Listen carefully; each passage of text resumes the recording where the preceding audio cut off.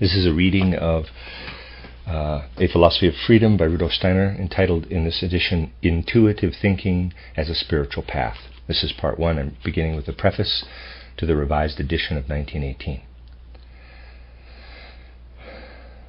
Everything discussed in this book is organized around two root questions of the human soul. First, can we understand human nature in such a way that this understanding serves as the basis for everything else we may meet in the way of experience or science? Parenthesis, for we have the sense that what we meet in this way cannot sustain itself, because doubt and critical thinking can drive it into the realm of uncertainty. Parenthesis. Second, can we human beings as willing entities ascribe freedom to ourselves, or is this freedom a mere illusion that arises because we do not see the threads of necessity upon which our willing, like any other natural event, depends? This is no artificial question. It proceeds naturally from a certain mood of soul. We even feel that the soul would be less than it should be if it never earnestly came face to face with these two possibilities, freedom or necessity of the will. The purpose of this book is to show that our inner experiences of the second question depend upon how we view the first. I try to present a view of the human being that can support all other knowledge. I also attempt to show how this view fully justifies the idea of freedom of the will, provided that one finds the region of the soul where free will can develop. Once achieved, this view can become part of the very life of the soul itself. But no theoretical answer is given that once acquired is simply carried as a conviction preserved by memory. Such an answer would have to be an illusion, according to the style of thought underlying this book. Therefore, no such finished, closed-off answer is provided here. Rather, reference is made to a region of soul experience in which, through the soul's inner activity, the question answers itself in a living way, always anew, whenever a human being needs it. Once we have found the region of the soul where these questions unfold, really perceiving this region gives us all that we need to answer these riddles of life. Thereafter we can journey further through the depths and breadths of this life of riddles as need and fate provide. Indeed, with this region of soul experience, we seem to have located an insight that finds justification and validity through its own life, and through the relationship of this life to the whole life of the human soul. This is how I thought about the content of this book when I wrote it out 25 years ago. Today, as well, I must characterize the book's key thoughts in the same way. At that time, I limited myself to saying no more than is connected in the strictest sense to the two root questions described above. If anyone is surprised to find nothing here about the world of spiritual experience described in my later writings, it should be borne in mind that I did not want at that time to discuss the results of spiritual research. Rather, my purpose was first to lay the foundations on which such results can rest. This, quote, philosophy of freedom, unquote, does not contain specific results of that kind, any more than it contains specific results from natural science. But what it does contain will be indispensable, in my opinion, to anyone striving for certainty in such knowledge. What the book says might also be acceptable to many who, for whatever reasons of their own, want nothing to do with the results of spiritual scientific research. Those who are drawn to these results may also find significant my attempt to demonstrate how an unprejudiced consideration of simply the two questions characterized above, which are fundamental for all cognition, leads to the view that human beings live within an actual spiritual world. In this book, I try to validate cognition of the spiritual realm before one enters spiritual experience. Hence, there is no need to cast furtive glances toward the experiences that I put forward later on, as long as one is able or willing to enter into the style of the discussion itself. Thus, this book seems to me quite separate from my actual spiritual scientific writings. On the other hand, it also seems to be connected with them in the most intimate way, so that now, after 25 years, I can republish the text essentially unaltered. I have, however, made additions of some length to a number of chapters. Misinterpretations of what I had said made such extensive additions seem necessary. The only passages I have rewritten are those in which a quarter-century ago I expressed myself poorly. Only people of ill will would take these changes as proof that I changed my fundamental conviction. The book has now been out of print for many years. I feel that the same things need to be said today as 25 years ago. Nevertheless, I hesitated long over the completion of this new edition. I asked myself again and again whether I ought, in this or that passage, to confront the numerous philosophical views that have come to light since the appearance of the first edition. In recent years, involvement in purely spiritual scientific researches prevented me from doing this in the way I would wish. Yet I have convinced myself, after the most thorough survey I could make of current philosophical work, that such discussion does not belong here, tempting as it might be in itself. What seemed necessary to say about the latest philosophical tendencies from the point of view taken in Intuitive Thinking as a Spiritual Path, a Philosophy of Freedom, can be found in the second volume of my Riddles of Philosophy. End of the preface. Part 1. Theory. The Knowledge of Freedom. Chapter 1. Conscious Human Action. Is a human being spiritually free, or subject to the iron necessity of purely natural law? Few questions have excited so much ingenuity. The idea of the freedom of human will has found both sanguine supporters and stiff-necked opponents in plenty. There are those who in their moral zeal cast aspersions on the intellect of anyone who can deny so obvious a fact as freedom. They are opposed by others who see the acme of unscientific thinking in the belief that the lawfulness of nature fails to apply to the area of human action and thinking. One and the same thing is explained equally often as the most precious possession of humankind and as its worst illusion. Infinite subtlety has been expended to explain how human freedom is consistent with the workings of nature, of which, after all, human beings are also a part. No less effort has gone into the attempt from the other side to explain how such a delusion could ever have arisen. All but the most superficial thinkers feel that we have to do here with one of the most important questions of life: religion, conduct, and science. And it is among the sad signs of the superficiality of contemporary thinking that a book intending to coin a, quote, new belief, unquote, from the results of recent scientific research, David Friedrich Strauss's The Old and New Belief, contains nothing on this question but the words, quote, "We need not here go into the question of the freedom of human will.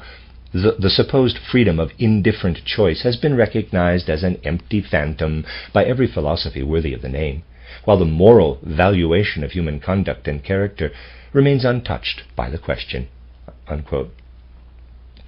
I cite this passage not because I think the book from which it derives has any special significance, but because it seems to me to express the opinion which the majority of our thinking contemporaries have been able to achieve on this question.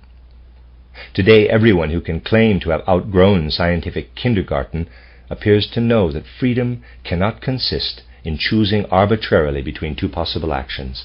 There is always, so it is claimed, a quite specific reason why a person performs one specific action from among several possibilities. This seems obvious. Nevertheless, present-day opponents of freedom direct their principal attacks only against freedom of choice. After all, Herbert Spencer, whose views daily gain wider acceptance, says, quote, that anyone could desire or not desire arbitrarily, which is the real proposition concealed in the dogma of free will, is refuted as much through the analysis of consciousness as through the content of the preceding chapter on psychology. End quote. others also proceed from the same point of view when they combat the concept of free will. Their arguments can all be found in germinal form as early as Spinoza. What he presented with clarity and simplicity against the idea of freedom has since been repeated countless times, only generally sheathed in the most sophistic theoretical doctrines, so that it becomes difficult to recognize the simple course of thought on which everything depends. In a letter of October or November 1674, Spinoza writes, quote, "Thus I call a thing free that exists and acts out of the pure necessity of its nature, and I call it compelled if its existence and activity are determined in a precise and fixed manner by something else. Thus God, for example, though necessary, is free, because he exists only out of the necessity of his nature. Similarly, God knows himself and everything else freely, because it follows from the necessity of his nature alone that he should know everything. You see, then, that I locate freedom not in free decision, but in free necessity. Let us, however, descend to created things, which are all determined to exist and to act in fixed and precise ways by outside causes. To see this more clearly, let us imagine a very simple case. A stone, for example, receives a certain momentum from an external cause that comes into contact with it, so that later, when the impact of the external cause has ceased, it necessarily continues to move. This persistence of the stone is compelled and not necessary, because it had to be established by the impact of an external cause.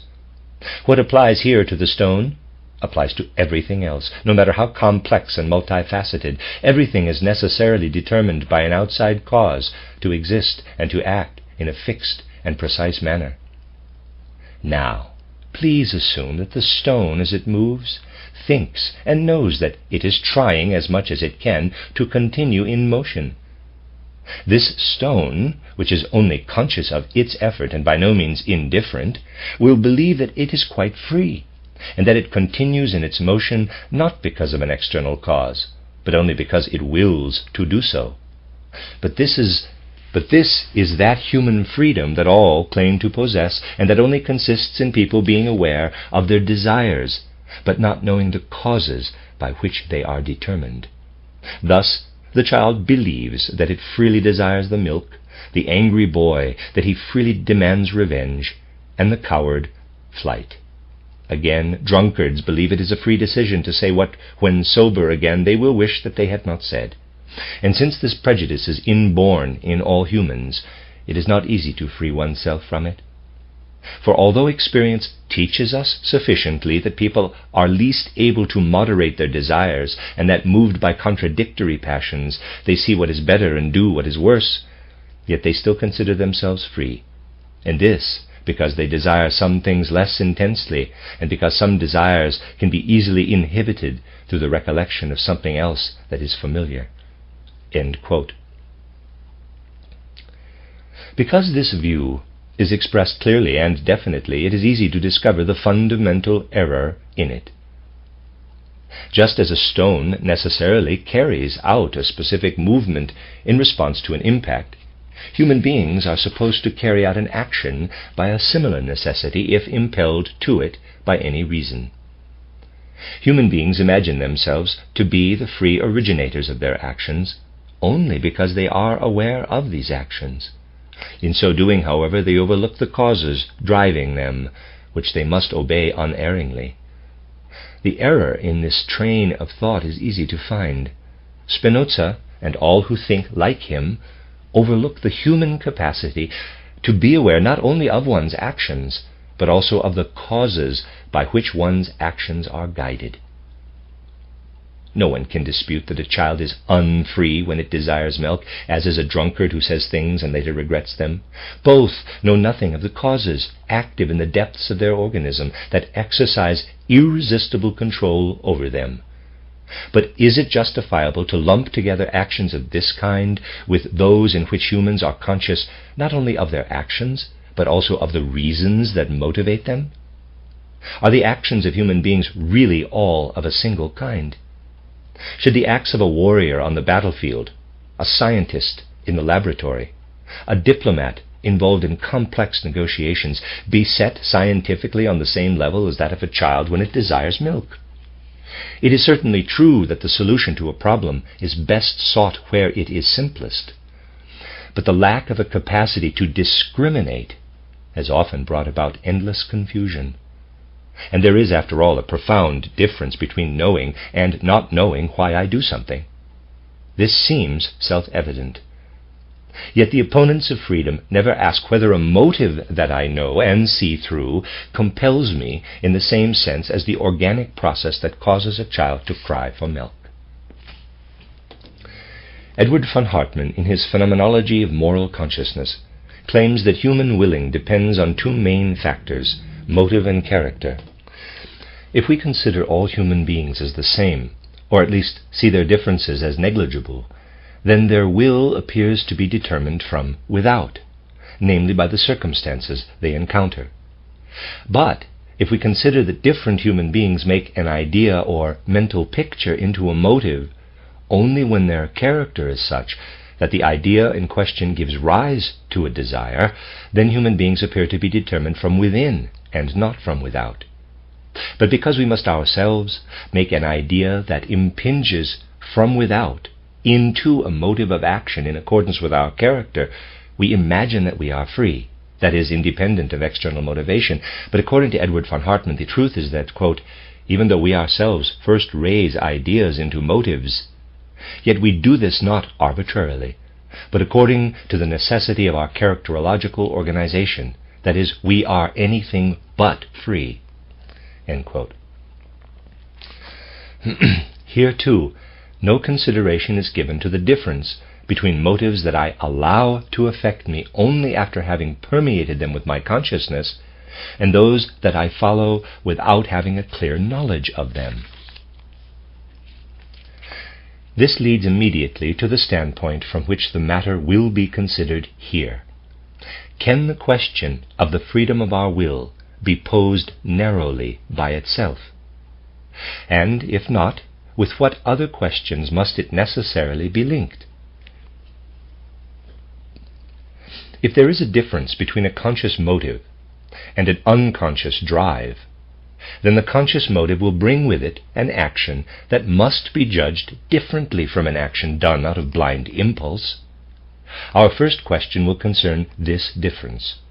The position we must take on freedom itself will depend on the result of this inquiry. What does it mean to have knowledge of the motives of one's actions?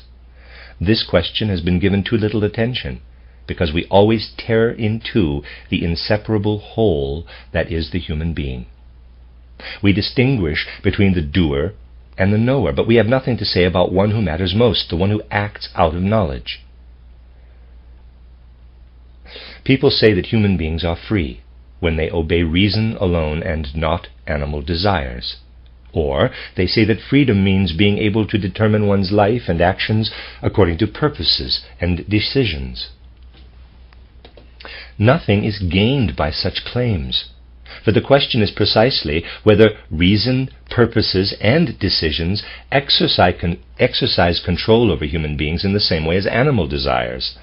If a reasonable decision arises in me of itself with the same necessity as hunger and thirst, then I can but obey its compulsion, and my freedom is an illusion. Another turn of phrase puts it thus: to be free does not mean being able to will whatever one wills, but being able to do what one wills.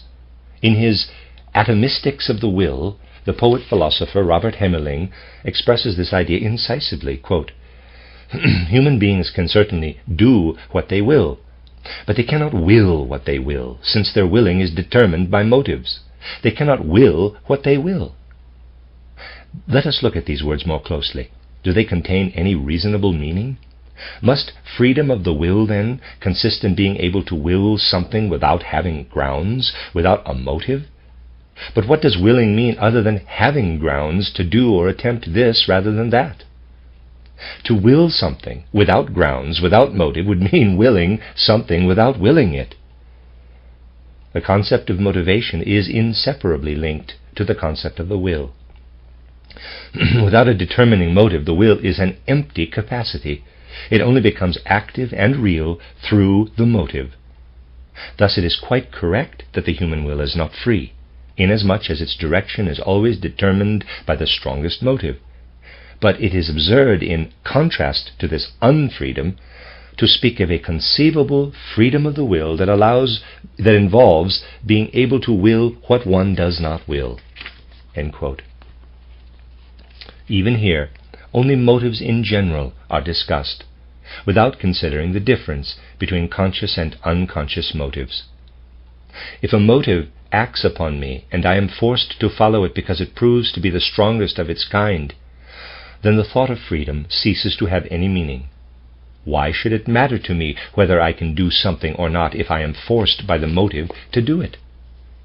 The first question is not whether I can or cannot do something once the motive has operated upon me, but whether there exists only motives of the kind that operate with compelling necessity. If I have to will something, then I may even be utterly indifferent as to whether I can actually do it.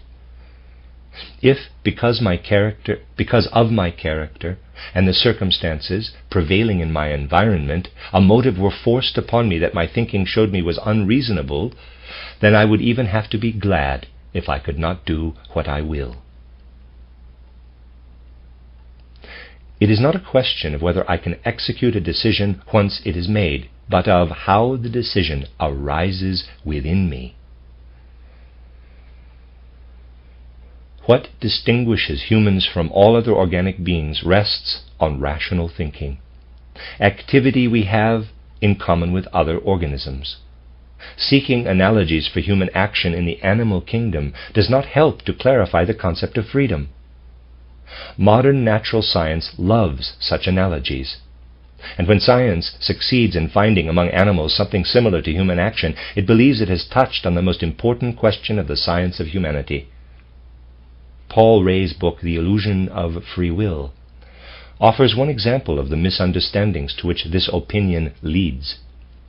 On page 5, Ray states with regard to freedom, quote, "It is easy to explain why it appears to us as if the movement of the stone is necessary while the donkey's will is not. The causes that move the stone are, after all, external and visible, but the causes by which the donkey desires are internal and invisible. Between us and the site of their activity there lies the donkey's skull. One does not see the causal determination and therefore imagines that it is not present. The will, we say, while it is the cause of the donkey's turning around, is itself undetermined. It is an absolute beginning." End quote. Here, too, is an utter disregard for human actions in which the human being has an awareness of the reasons for the action. For Ray explains, quote, "Between us and the site of their activity there lies the donkey's skull," unquote. We can see from these words alone that Ray has no inkling that there exist actions, not a donkey's but a human's, for which there lies between us and the action the motive that has become conscious. He proves this again a few pages later when he says, quote, "We are not aware of the causes by which our will is determined, and so we imagine that it is not causally determined at all," unquote. But enough of examples proving that many fight against freedom without at all knowing what freedom is. Obviously, my action cannot be free if I, as the actor, do not know why I carry it out. But what about an action for which the reasons are known? This leads us to ask, what is the origin and the significance of thinking? For without understanding the soul's activity of thinking, no concept of the knowledge of anything, including an action, is possible. When we understand what thinking means in general, it will be easy to clarify the role that thinking plays in human action. As Hegel rightly says, quote, "Thinking turns the soul, with which beasts too are gifted, into spirit," unquote. Therefore, thinking will also give to human action its characteristic stamp. This is by no means to claim that all our actions flow only from the sober deliberations of our reason. I am far from calling human, in the highest sense, only those actions that proceed from abstract judgment alone. But as soon as our actions lift themselves above the satisfaction of purely animal desires, our motives are always permeated by thoughts. Love, pity, patriotism are springs of action that cannot be reduced to cold, rational concepts. People say that the heart, the sensibility, comes into its own in such matters. No doubt. But heart and sensibility do not create the motives of action. They presuppose them, and then receive them into their own realm. Pity appears in my heart when the mental image of a person who arouses pity in me enters my consciousness. The way to the heart goes through the head. Love is no exception here. If it is not a mere expression of the sexual drive, then love is based on mental pictures that we form of the beloved. And the more idealistic these mental pictures are, the more blessed is the love. Here, too, thought is the father of feeling. People say that love makes us blind to the beloved's flaws. But we can also turn this around and claim that love opens our eyes to the beloved's strengths. Many pass by these good qualities without noticing them. One person sees them, and just for this reason, love awakens in the soul. What else has this person done but make a mental picture what 100 others have ignored? Love is not theirs because they lack the mental picture. We can approach the matter however we like. It only grows clearer that the question regarding the nature of human actions presupposes another, that of the origin of thinking. I shall therefore turn to this question next. Chapter 2, The Fundamental Urge for Knowledge. A quote from Goethe. "Two souls, alas, dwell within my breast. Each wants to separate from the other. One in hearty love-lust clings to earth with clutching organs. The other lifts itself mightily from the dust to high ancestral regions." Goethe, Faust, Part 1. End quote. With these words, Goethe characterizes a trait deeply based in human nature. As human beings, we are not organized in a fully integrated, unified way. We always demand more than the world freely offers. Nature gives us needs, and the satisfaction of some of these she leaves to our own activity. The gifts allotted to us are abundant, but even more abundant is our desire. We seem born for dissatisfaction. The urge to know is only a special case of this dissatisfaction. We look at a tree twice. The first time we see its branches at rest, the second time in motion. We are unsatisfied with this observation. Why, we ask, does the tree present itself to us now at rest, now in motion? Every glance at nature engenders a host of questions within us. We receive a new problem with each phenomenon that greets us. Every experience becomes a riddle. We see a creature similar to the mother animal emerging from the egg, and we ask the reason for this similarity. We observe a living creature's growth and development to a certain degree of perfection, and we seek the conditions of this experience. Nowhere are we content with what nature displays before our senses. We look everywhere for what we call an explanation of the facts. That which we seek in things, over and above what is given to us immediately, splits our entire being into two parts. We become aware of standing in opposition to the world as independent beings. The universe appears to us as two opposites, I and world.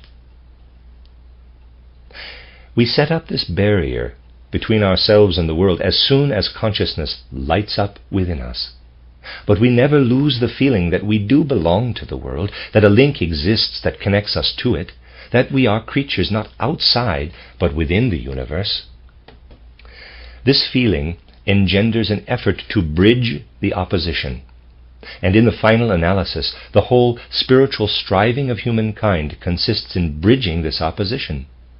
The history of spiritual life is a continual searching for the unity between the I and the world. Religion, art, and science share this as their goal. The religious believer seeks the solution to the world riddle posed by the I, capital, which is unsatisfied by the merely phenomenal world, in the revelation meted out by God.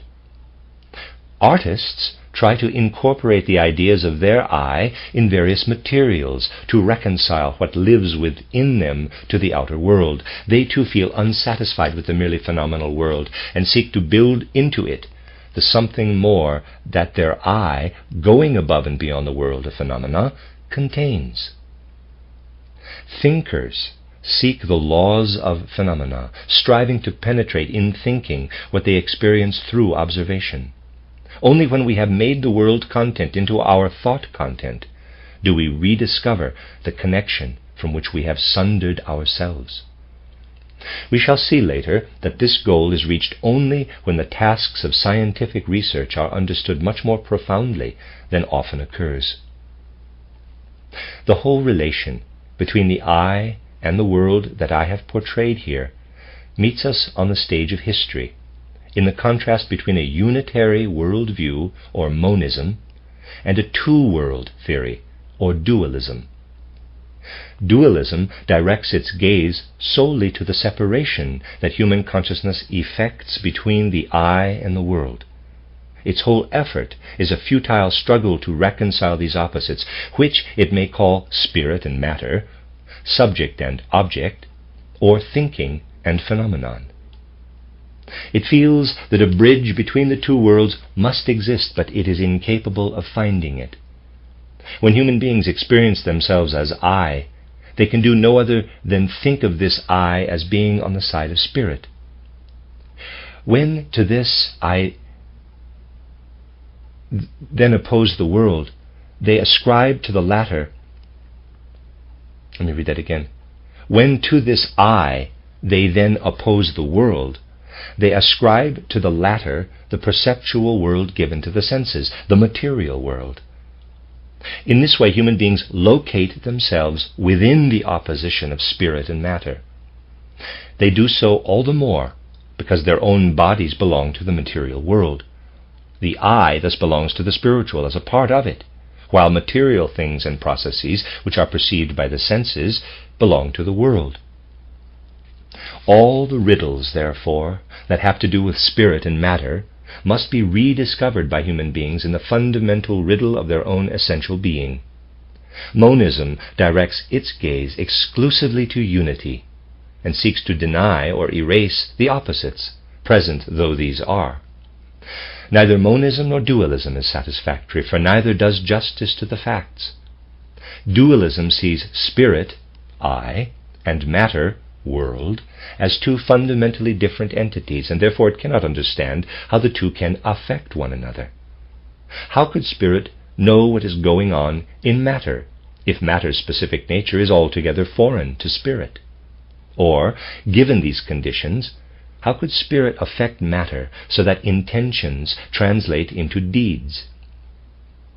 The most ingenious and absurd hypotheses have been proposed to answer these questions. Yet to the present day, things are hardly better with monism, which until now has attempted three solutions.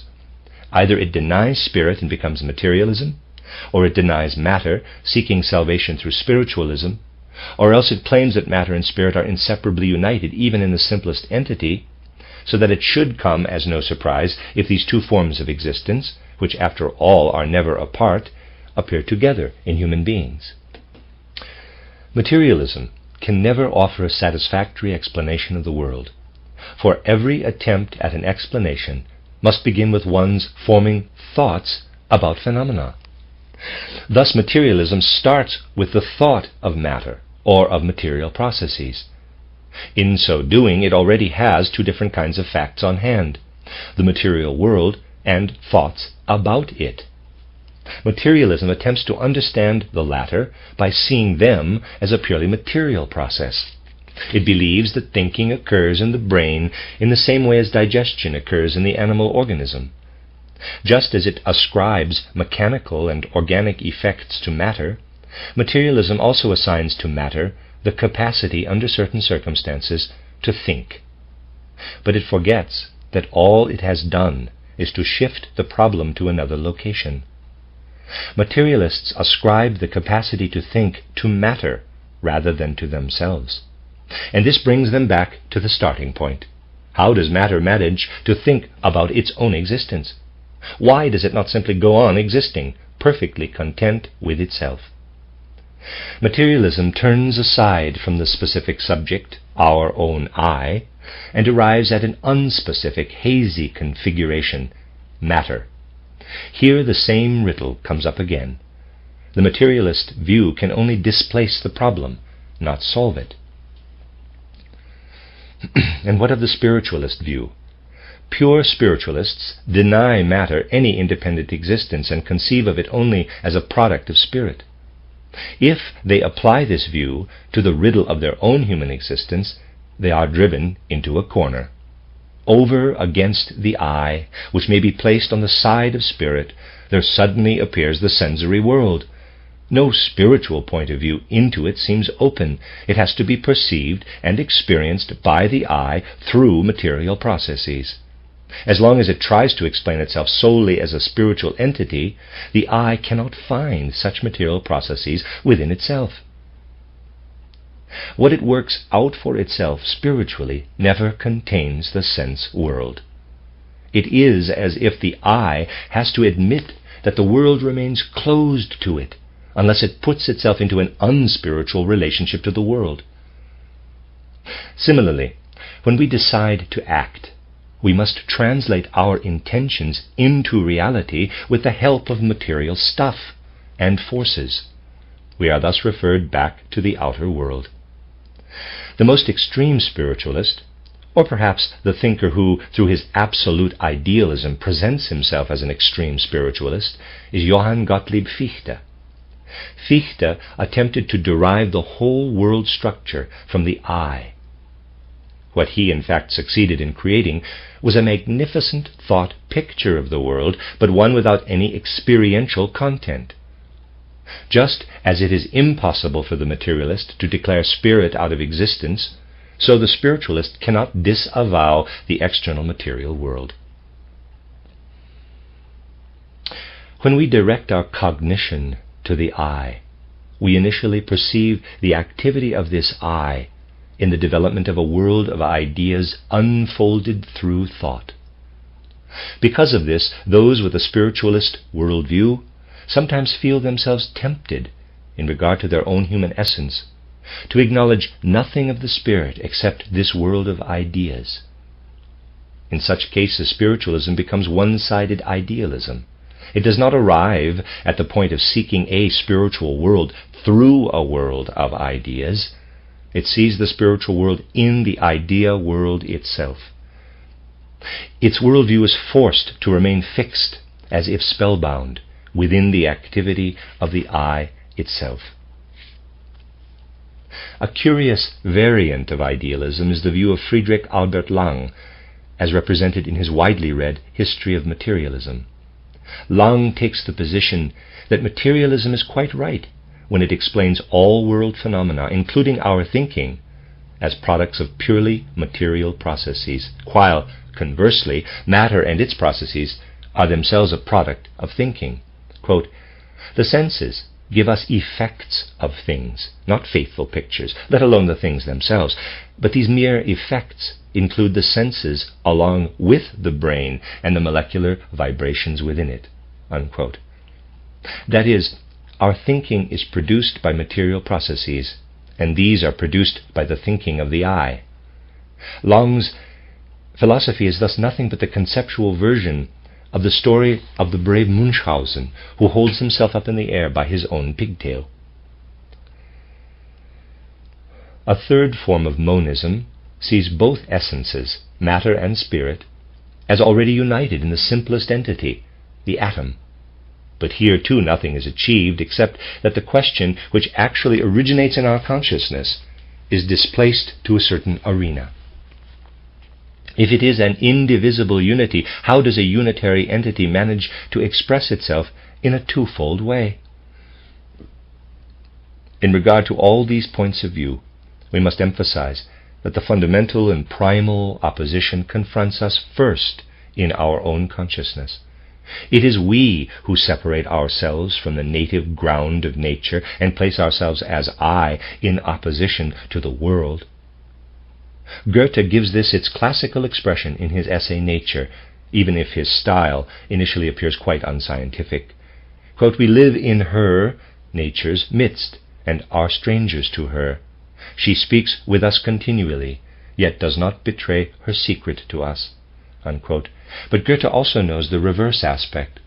Quote, "All humans are within her, and she in them." Unquote. It is true that we have estranged ourselves from nature, but it is just as true that we feel we are in her and belong to her. It can only be her activity that lives in us. We must find the way back to her again. A simple reflection can show us the way. To be sure, we have torn ourselves away from nature, but we must still have taken something with us into our own being. We must seek out this natural being within ourselves, and then we shall also rediscover the connection to her. Dualism fails to do this. It considers the inner human as a spiritual being quite foreign to nature, and then seeks to attach this being to nature. No wonder that it cannot find the connecting link. We can only find nature outside us if we first know her within us. What is akin to her within us will be our guide. Our way is thus mapped out for us. We do not wish to speculate about the interaction of nature and spirit. We wish to descend into the depths of our own being, to find there those elements that we have saved in our flight out of nature. The investigation of our own being must bring us the solution to the riddle. We must come to a point where we can say to ourselves, "Here I am no longer merely I. There is something here that is more than I." I am aware that some who have read to this point will not find my explanations correspond to, quote, "this present state of science," unquote. I can only reply that up to now I have been concerned not with scientific results, but rather with a simple description of what we all experience in our own consciousnesses. Diverse statements about attempts to reconcile consciousness with the world also entered the stream of argument, but only to clarify the actual facts. For this reason, too, I attach no value to using the individual expressions such as I, spirit, world, nature, and so forth in the precise way that is usual in psychology and philosophy.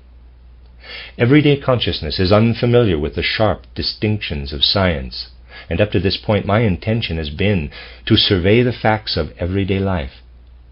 What concerns me is not how science until now has interpreted consciousness, but rather how consciousness experiences itself hour by hour.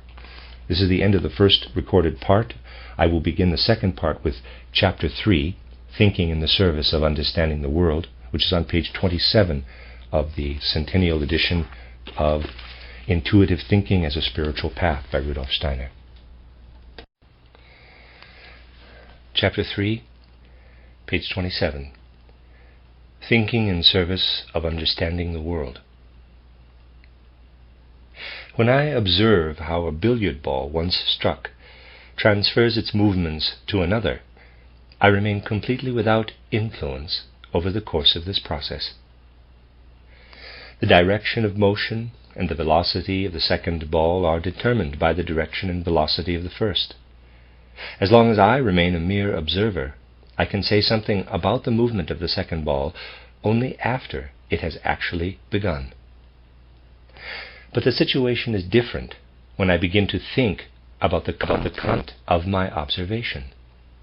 The purpose of my thinking is to form concepts about the process I observe.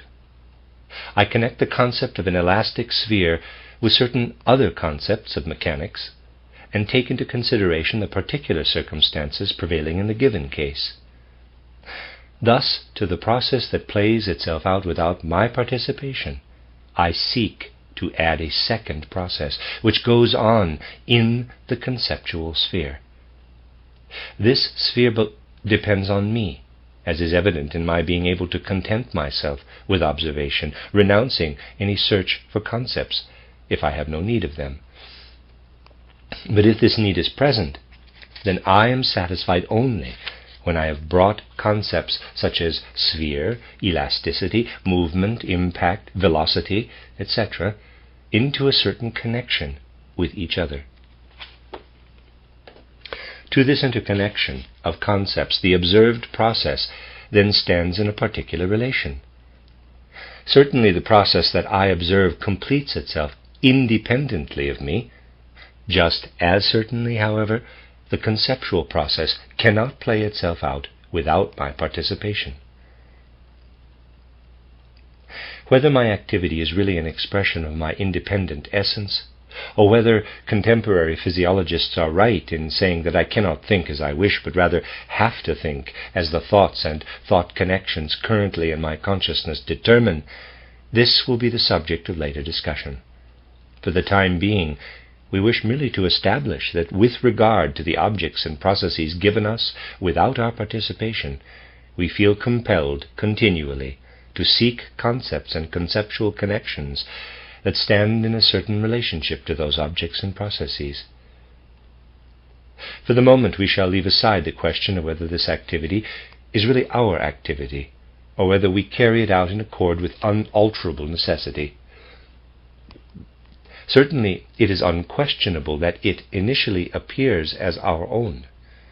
We know perfectly well that the corresponding concepts are not given with the objects. That I am myself the active one may depend upon an illusion.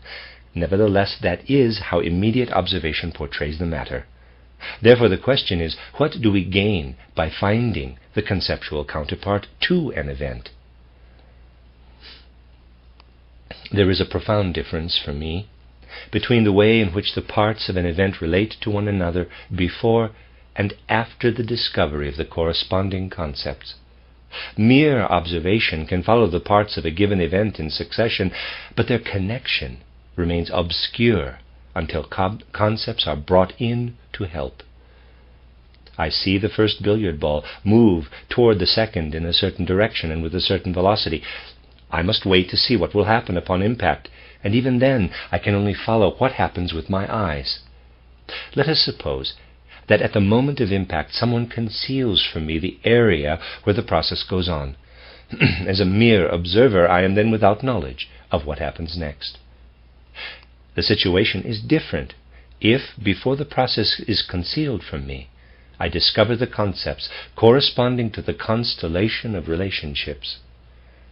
In that case, I can report what happens, even if I can no longer observe it.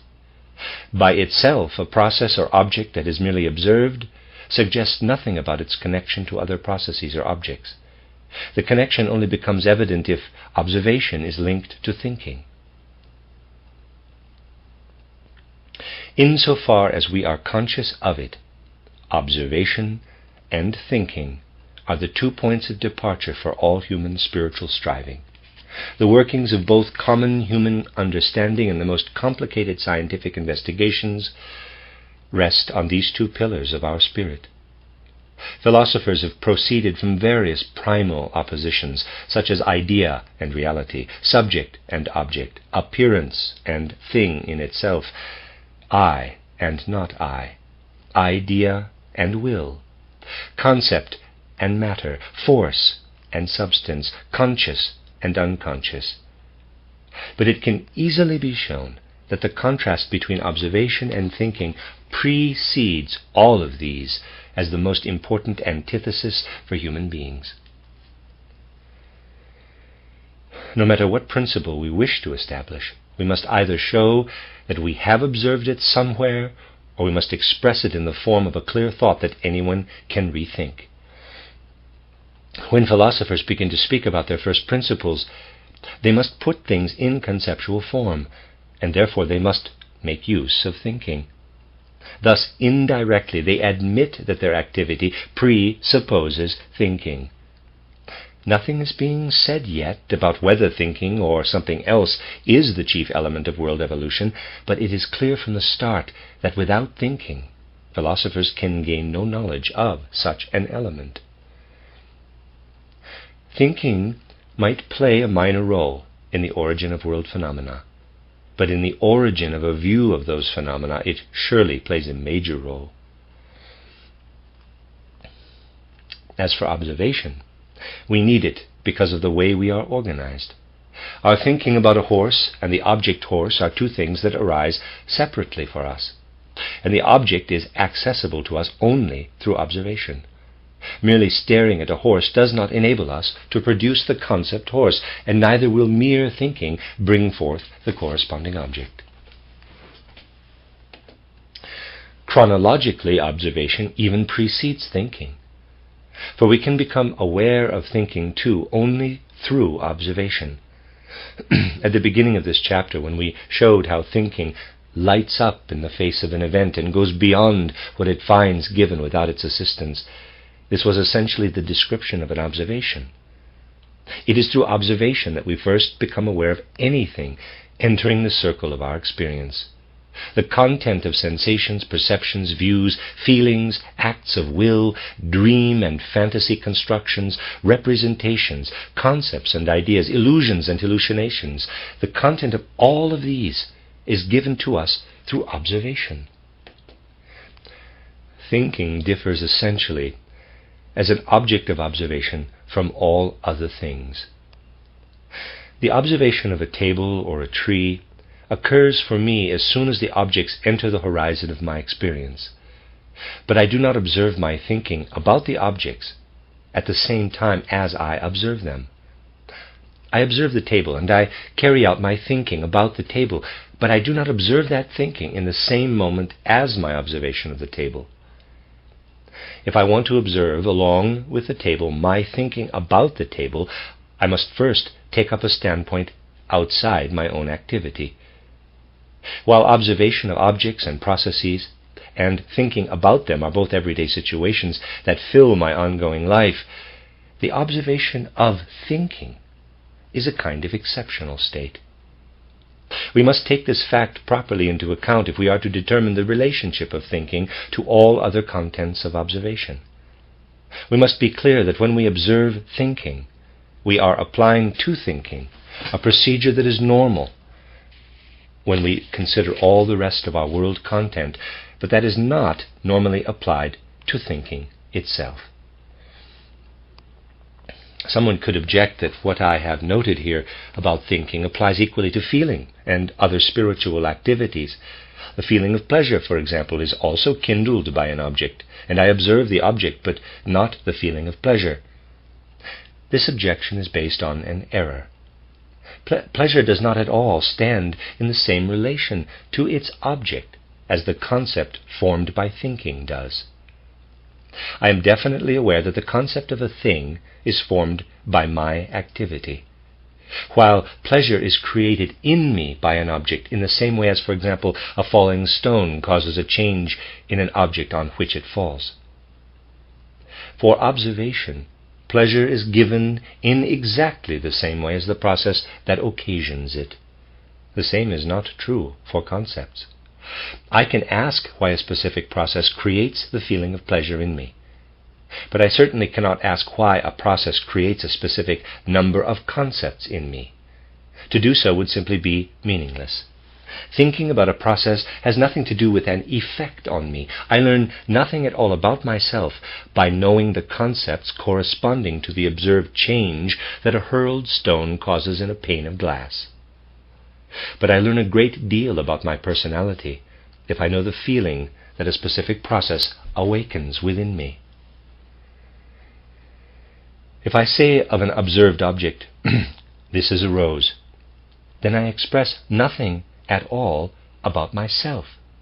But if I say of the rose, "It gives me a feeling of pleasure," then I have characterized not only the rose, but also myself in relationship to the rose. As objects of observation, then, thinking and feeling cannot be equated. The same conclusion could easily be derived for the other activities of the human spirit. Unlike thinking, these can be grouped with other observed objects and processes. It is part of the peculiar nature of thinking that it is an activity directed only to the observed object and not to the thinker. This is clear from how we express our thoughts about a thing compared to how we express our feelings or acts of will. If I see an object and recognize it as a table, I do not generally say, quote, "I am thinking about a table," but rather, "This is a table." Yet I could certainly say, "I am pleased with the table." In the first case, I am not concerned with communicating that I have entered into a relationship with the table. But in the second case, it is precisely this relationship that is significant. Furthermore, with the statement, "I am thinking about a table," I have already entered into the exceptional state mentioned above, in which I make into an object of observation something that is always contained within my spiritual activity, but not as an observed object. This is the characteristic nature of thinking. The thinker forgets thinking while doing it. What concerns the thinker is not thinking, but the observed object of thinking. Hence, the first observation that we make about thinking is that it is the unobserved element in our normal spiritual life. It is because thinking is based on our own activity that we do not observe it in everyday spiritual life. What I do not produce myself enters my observational field as an object. I see it as something that arose without me. It confronts me, and I must accept it as the prerequisite for my process of thinking. While thinking about the object, I am occupied with it, and my gaze is turned toward it. My attention is directed not toward my activity, but toward the object of this activity. In other words, when I think, I do not look at my thinking, which I myself am producing, but at the object of thinking. Let me read that again. In other words, when I think, I do not look at my thinking, which I myself am producing, but at the object of thinking, which I am not producing. I am in the same situation, even if I allow the exceptional state of affairs to occur, and think about my thinking itself. I can never observe my present thinking. Only after I have thought can I take the experiences I have had during my thinking process as the object of my thinking. If I wanted to observe my present thinking, I would have to split myself into two personalities, one that thinks and one that looks on during this thinking, which I cannot do. I can observe my present thinking only in two separate acts.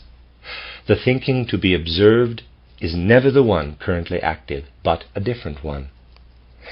For this purpose, it does not matter whether I make observations about my own earlier thinking, follow the thought process of another person, or, as with the movement of billiard balls, suppose an imaginary thought process. These two are therefore incompatible: active production and contemplative confrontation. The first book of Moses already recognizes this. In the book of Genesis, God produces the world in the first 6 days of creation. Only once it is there is it possible to contemplate it. Quote, "And God looked at everything he had made, and behold, it was very good." Unquote. The same holds true of our thinking. It must first be there if we are to observe it. It is impossible for us to observe thinking as it occurs at each moment, for the same reason that we can know our thinking more immediately and intimately than any other process in the world. Precisely because we ourselves produce our thinking, we know the characteristics of its course and how it occurs. What can be found only indirectly in other spheres of observation, the appropriate connections and the relationship of individual objects, we know in a completely immediate way in thinking. Without going beyond the phenomena, I cannot know why thunder follows lightning for my observation. But I know immediately, from the content of the two concepts, why my thinking links the concept of thunder with that of lightning. Naturally, it is not a question of whether I have correct concepts of lightning and thunder. The connection between those that I do have is clear. by means of the very concepts themselves. This transparent clarity we experience in relation to the thinking process is completely independent of our knowledge of the physiological bases of thinking. I am speaking here of thinking as given by observation of our spiritual activity. I am not concerned with how one material process in the brain occasions or influences another when I carry out an operation in thought. What I observe about thinking is not the process in my brain linking the concepts of lightning and thunder, but rather the process enabling me to bring the two concepts into a specific relationship. Observation tells me that nothing guides me in combining my thoughts except the content of my thoughts. I am not guided by the material processes in my brain. In a less materialistic age than our own, this observation would of course be completely superfluous. But today, when there are people who believe that once we know what matter is, we will also know how matter thinks, it must still be stated that one can talk about thinking without immediately running into brain physiology. Most people today find it hard to grasp the concept of thinking in its purity. Whoever immediately counters the view of thinking developed here with the statement of Cabanis that, quote, the brain secretes thoughts as the liver does gall or the salivary glands saliva, simply does not know what I am talking about. Such a person wants to find thinking through a mere process of observation, wants to proceed with thinking in the same way as we proceed with other objects of the world content. But thinking cannot be found in this way, because precisely as an object of world content, thinking eludes normal observation, as I have shown. Those who cannot overcome materialism lack the capacity to induce in themselves the exceptional state that brings into consciousness what remains unconscious during all other spiritual activity. Just as one cannot discuss color with the blind, so one cannot discuss thinking with those who lack the goodwill to place themselves in this position. But at least they should not imagine that we take physiological processes to be thinking. That cannot explain thinking, because they simply do not see. They cannot explain thinking because they simply do not see it. But for everyone who has the capacity to observe thinking, and with goodwill, every normally constituted human being has this capacity, the observation of thinking is the most important observation that can be made. For in thinking we observe something of which we ourselves are the producers. We find ourselves facing something that to begin with is not foreign to us, but our own activity. We know how the thing we are observing comes about. We see through the relationships and the connections. A secure point has been won from which we can reasonably hope to seek an explanation of the other world phenomena. The feeling of having such a secure point caused the founder of modern philosophy, René Descartes, to base the whole of human knowledge on the sentence, "I think, therefore I am." All other things, all other events exist without me, but whether as truth or as fantasy and dream, I cannot say. I am absolutely certain of only one thing, for I myself bring it to its secure existence, my thinking. It might have another source for its existence. It might come from God or somewhere else, but it exists in the sense that I bring it forth myself. Of that I am certain. Descartes initially had no justification to ascribe a different meaning to his sentence. He could only claim that in thinking I lay hold of myself in the activity that is, of all the world's content, the most my own. What the tacked on "therefore I am" might mean has been much disputed, but it can be meaningful only under one condition. The simplest statement that I can make about a thing is that it is, that it exists. I cannot immediately say how the existence of anything entering the horizon of my experience might be characterized more precisely. To determine in what sense an object can be described as existent, it would have to be examined in relation to others. An experienced event can be a series of perceptions, but it can also be a dream, an hallucination, and so forth. In brief, I cannot say in what sense an object exists. I cannot derive its existence from the experienced event itself, but I can learn it when I consider the event in relation to other things. But there, too, I cannot know more than how it stands in relation to those things. My search finds firm ground only when I find an object, the meaning of whose existence I can draw out of itself. As a thinker, I am myself such an object.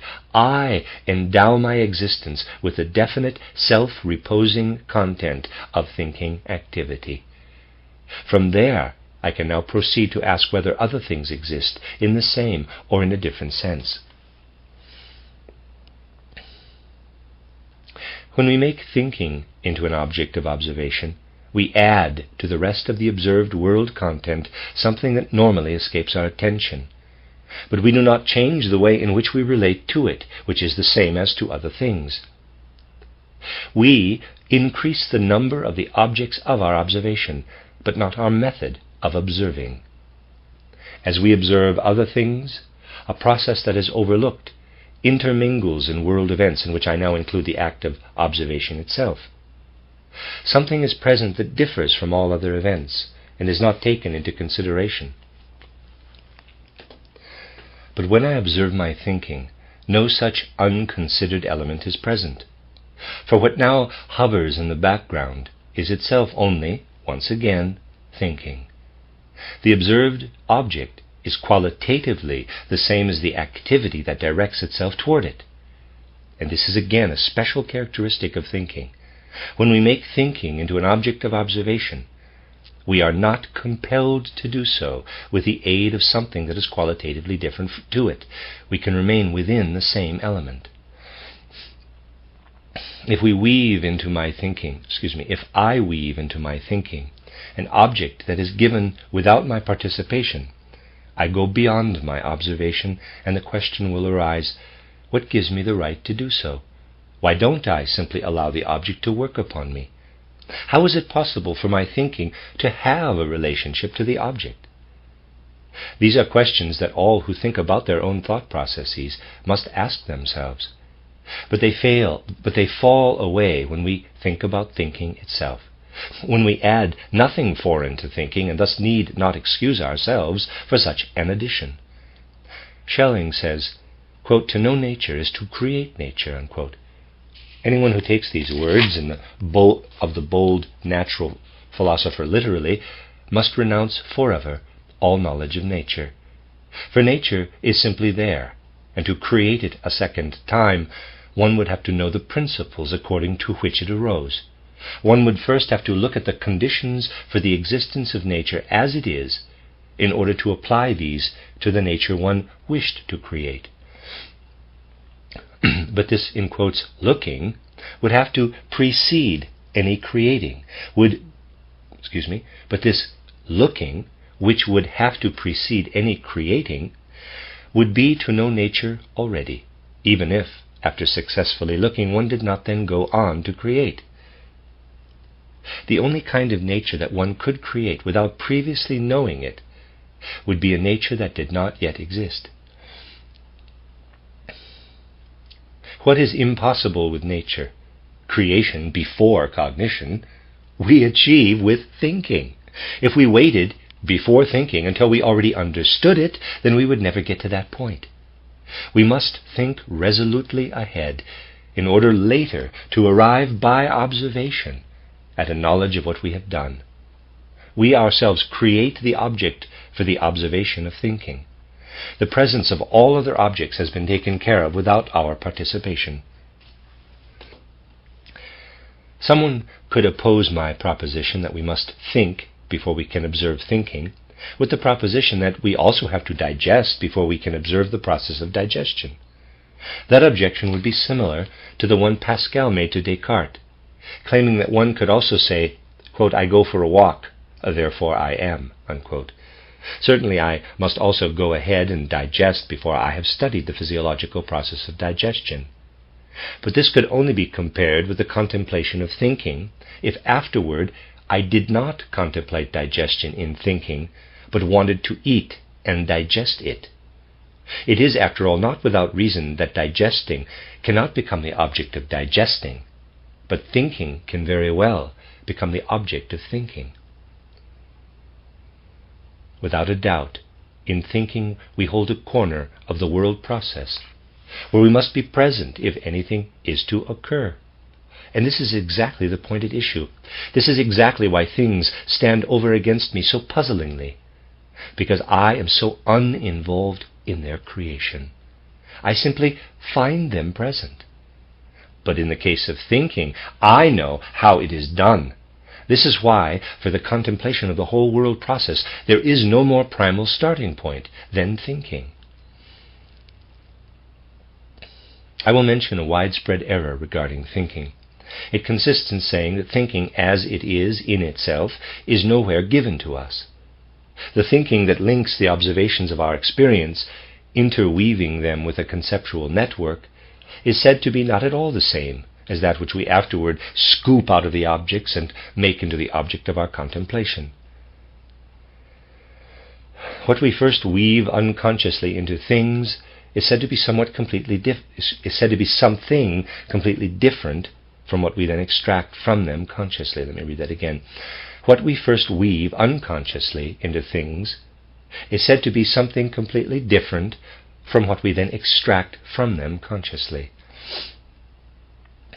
Those who reason like this do not understand that they cannot escape thinking in this way. If I want to look at thinking, I cannot leave thinking behind. If we distinguish pre-conscious thinking from later conscious thinking, we should at least not forget that this distinction is quite external and has nothing to do with the matter at hand.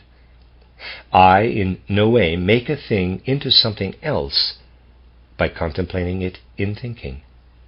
I can imagine that a being with altogether different sense organs and with a differently functioning intellect would have a very different mental picture of a horse than I do, but I cannot imagine that my own thinking becomes something else because I observe it. I myself observe what I myself produce. The issue is not how my thinking appears to an intellect different from my own, but how it appears to me. In any case, the picture of my thinking in a different intellect cannot be a truer one than in my own. Only if I were myself, not the being who thinks, and this thinking confronted me as the activity of a being alien to me, only then could I say that although my image of its thinking arises in a certain way, I cannot know how its thinking is in itself. For the moment, however, there is not the slightest reason for me to regard my own thinking from a different standpoint. I contemplate the rest of the world with the help of thinking. Why should I make an exception for my thinking? I believe I have now justified beginning my consideration of the world with thinking. When Archimedes had invented the lever, he thought that he could use it to lift the whole cosmos on its hinges, if only he could find a secure point to set his instrument. For this, he needed something that was supported by itself, not by something else. In thinking, we have a principle that exists through itself. Starting with thinking, then, let us attempt to understand the world. We can grasp thinking through itself. The only question is whether we can grasp anything else through it. Thus far I have spoken of thinking without giving account of its vehicle, human consciousness. Most contemporary philosophers would object that there has to be a consciousness before there can be thinking. According to them, we should therefore proceed from consciousness and not from thinking, since there would be no thinking without consciousness. To this I would have to reply that if I want to understand the relationship between thinking and consciousness, I must think about it. Therefore I presuppose thinking. One can certainly still reply that if a philosopher wishes to understand consciousness, then he or she makes use of thinking and presupposes it to that extent. Yet in the normal course of life, thinking arises within consciousness and therefore presupposes the latter. If this answer were given to the creator of the world who wanted to make thinking from scratch, then it would doubtless be justified. Naturally, the creator would not let thinking arise without first having consciousness come about. For philosophers, however, it is not a question of creating the world, but of understanding it. Hence they do not need to seek a starting point for creating the world, but rather one for understanding it. I find it very peculiar when people reproach philosophers for concerning themselves in the first place with the correctness of their principles and not immediately with the objects they want to understand. The creator of the world had to know how to find a vehicle for thinking, but the philosopher has to seek a secure foundation from which to understand what already exists. What good does it do to begin with consciousness and subject it to a thinking contemplation if before we do so we do not know whether thinking contemplation can offer insight into things? We must first consider thinking completely neutrally, without reference to a thinking subject or a thought object. For in subject and object we already have concepts that are formed through thinking. We cannot deny that before anything else can be understood, thinking must be understood. Those who deny this forget that as human beings, they are not the first, but the last link in the chain of creation. To explain the world through concepts, we cannot proceed from the earliest elements of existence. Rather, we must proceed from the element that is given to us as the nearest, the most intimate. We cannot in a single bound set ourselves at the beginning of the world and begin our study there. Instead, we must proceed from the present moment and see whether we can rise from the later to the earlier. As long as geology spoke of imagined catastrophes to explain the present state of the earth, it groped in the dark. Only when it made its starting point, the investigation of those processes that are still active on earth today, and reasoned backward from these to the past, did it win for itself a secure foundation. As long as philosophy assumes all kinds of principles, such as atoms, movement, matter, will, and the unconscious, it will hover in the air. Only when the philosopher regards the absolutely last thing as the first can the goal be reached. But this absolutely last thing achieved by world evolution is thinking. Some say that even so, we cannot know for certain whether our thinking in itself is correct, and therefore that to this extent the point of departure remains a doubtful one. This statement is just as reasonable as to entertain doubts about whether a tree in itself is correct. Thinking is a fact, and to speak about the correctness or falsehood of a fact is meaningless. At most I can have doubts about whether thinking is used correctly, just as I can doubt whether a certain tree gives the right wood for a certain tool. The task of the present work is precisely to show how the application of thinking to the world is right or wrong.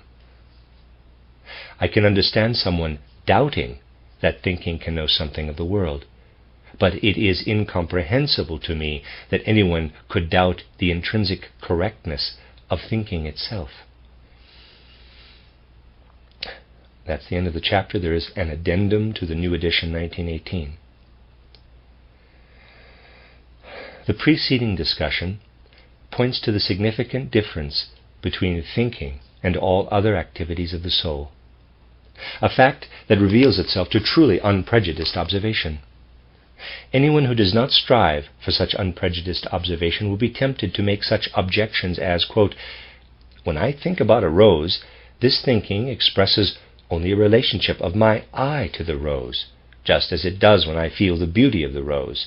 A relationship exists between the eye and the object in thinking, just as it does, for example, in feeling or perceiving," unquote.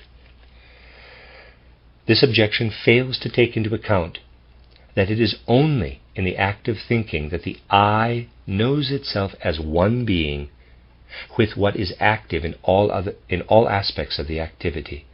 With no other activity of the soul is this completely so. For example, when pleasure is felt, subtler observation can easily distinguish to what degree the I knows itself as one with what is active, and to what degree something passive is present within it, with the result that the pleasure simply arises for the I. And the same is true of the other activities of the soul as well. But we must not confuse, quote, "having thought pictures," unquote, with working out thoughts by means of thinking. Thought pictures can emerge dreamily in the soul like vague suggestions, but this is not thinking.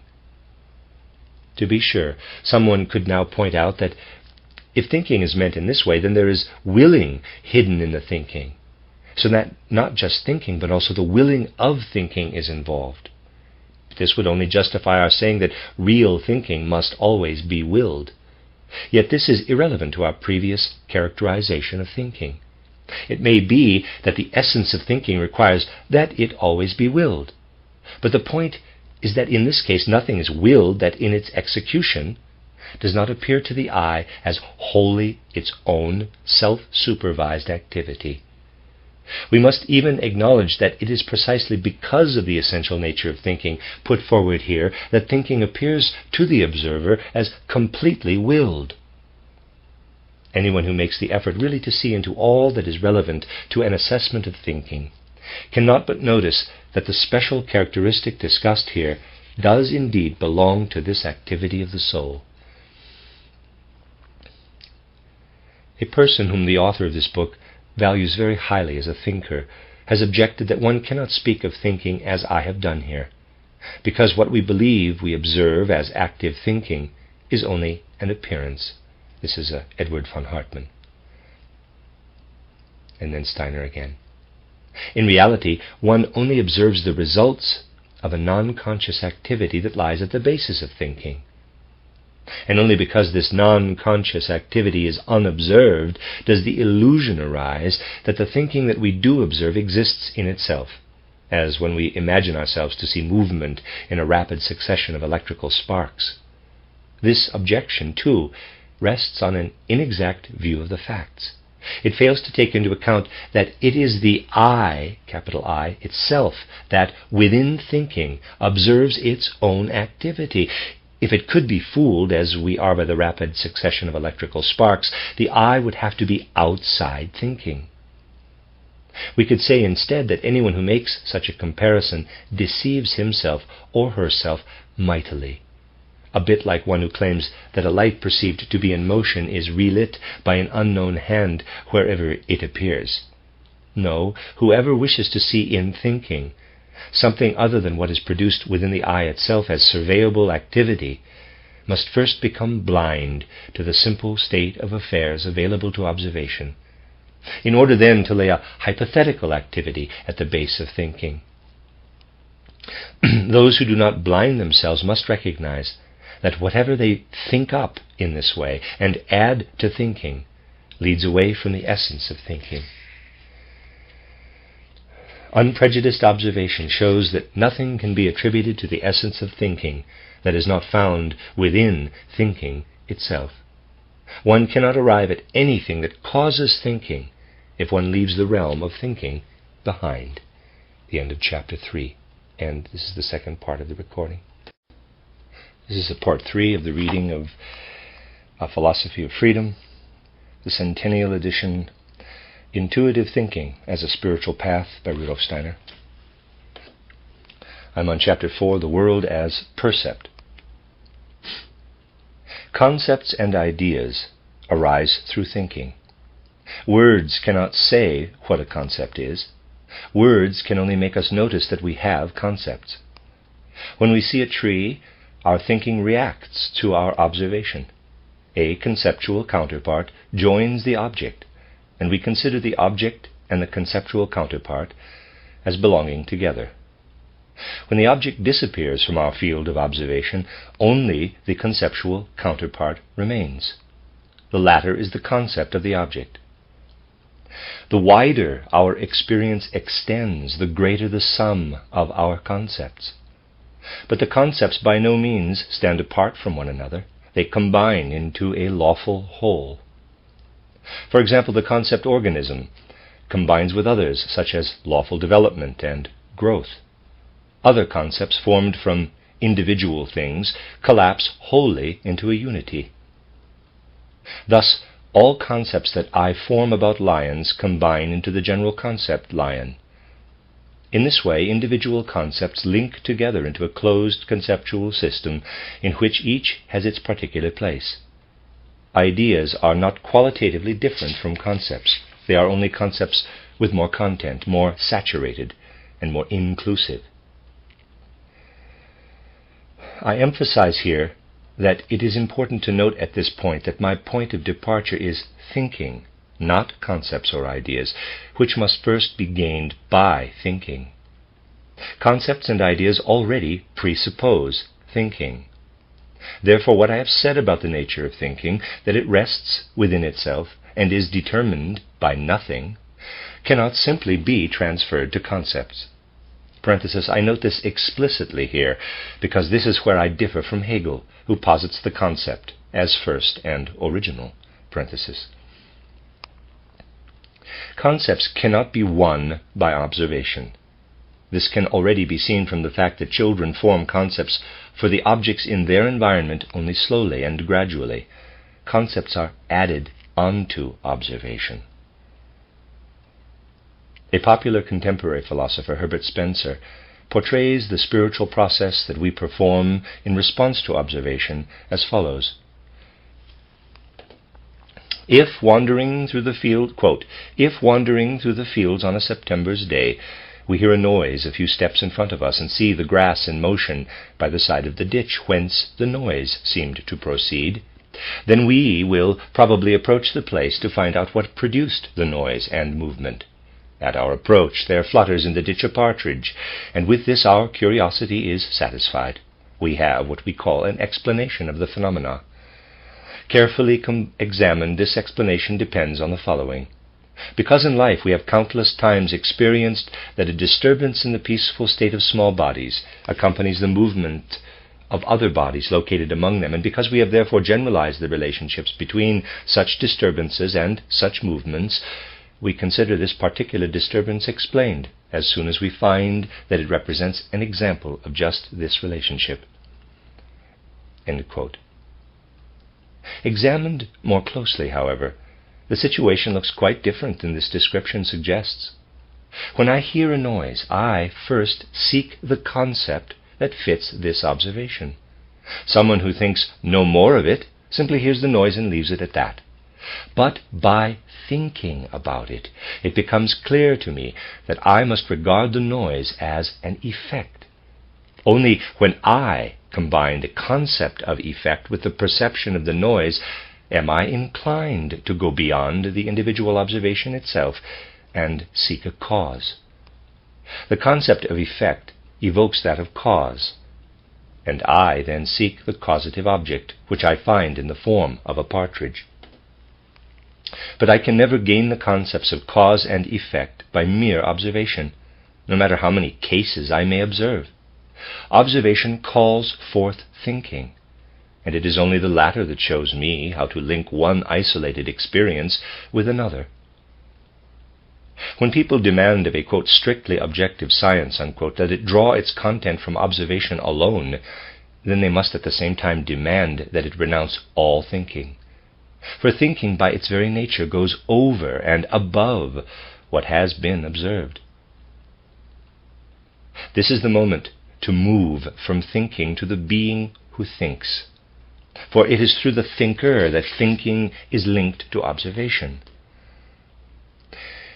Human consciousness is the stage where concept and observation meet and are connected to one another.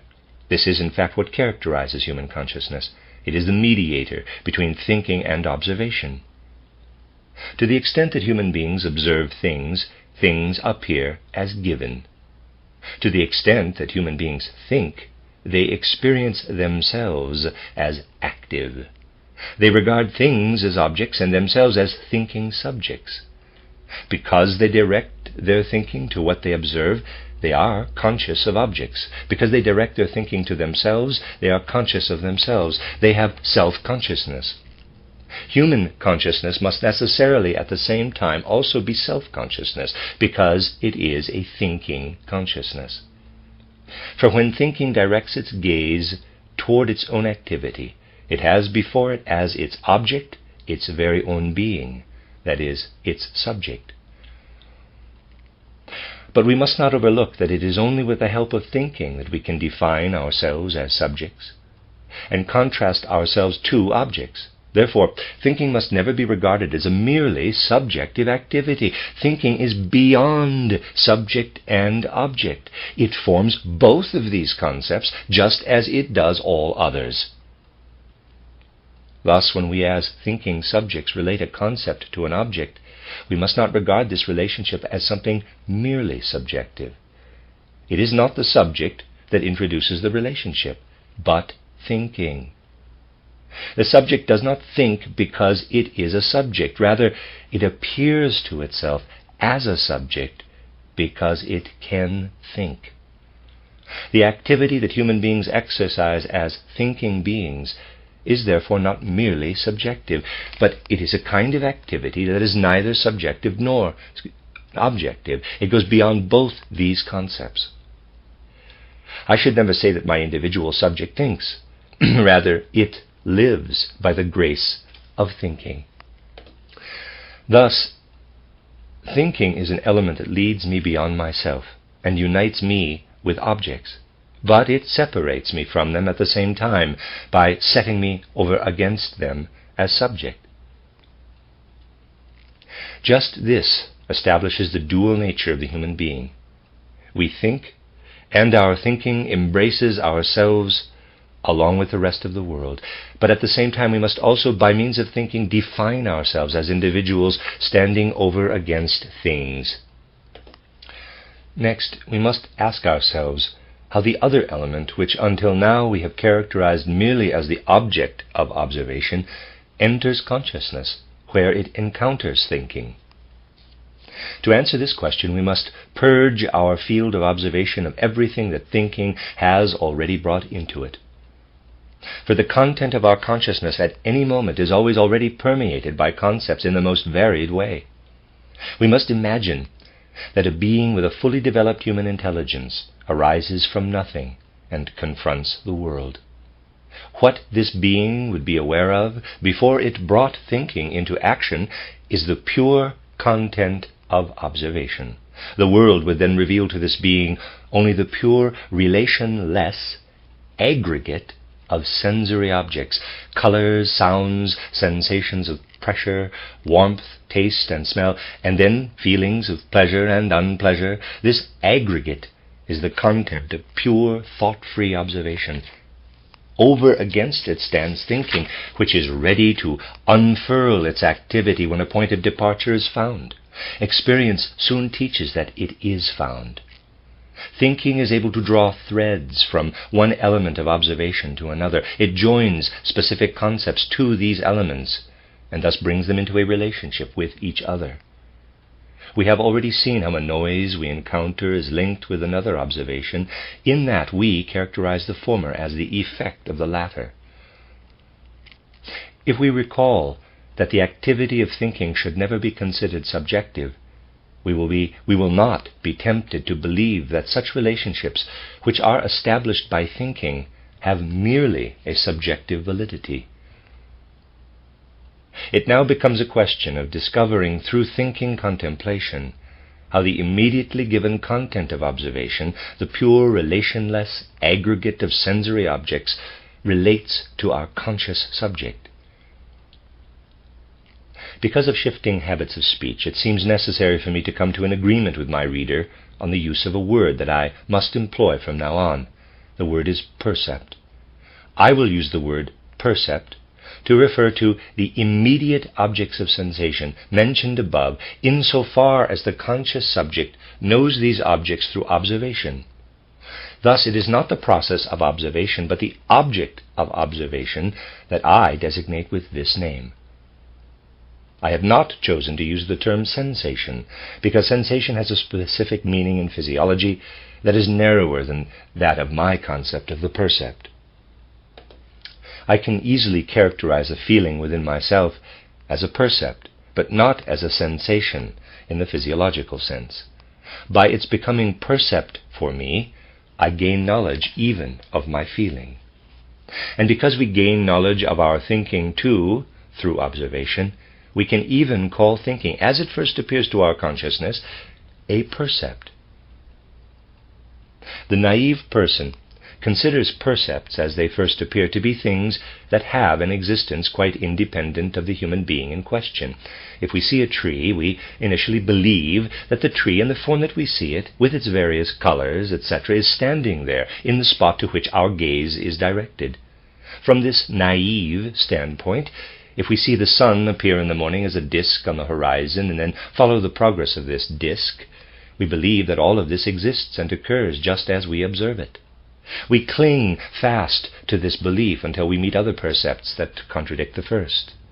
The child with no experience of distances reaches for the moon, and only when a second percept comes to contradict the first can the child correct what at first seemed real to it. Every extension in the sphere of my percepts makes me correct my image of the world. This is evident in daily life just as it is in the spiritual evolution of humankind. The ancient image of the relation of the earth to the sun and the other heavenly bodies had to be replaced by that of Copernicus, because the ancient image did not agree with new, previously unknown percepts. When Dr. Franz operated on someone born blind, the latter said that before his operation he had arrived, through the sense of touch, at a very different image of the size of objects. He had to correct his tactile percepts with his visual percepts. Why are we compelled continually to correct our observations? A simple reflection provides the answer to this question. If I stand at the end of an avenue, the trees at the other end appear to me smaller and closer together than those where I am standing. My perceptual picture changes as I change the place from which I make my observations. Thus the form in which the perceptual image confronts me depends on conditions determined not by the object, but by me, the perceiver. The avenue does not care where I stand, but the image that I have of the avenue is fundamentally dependent on where I stand.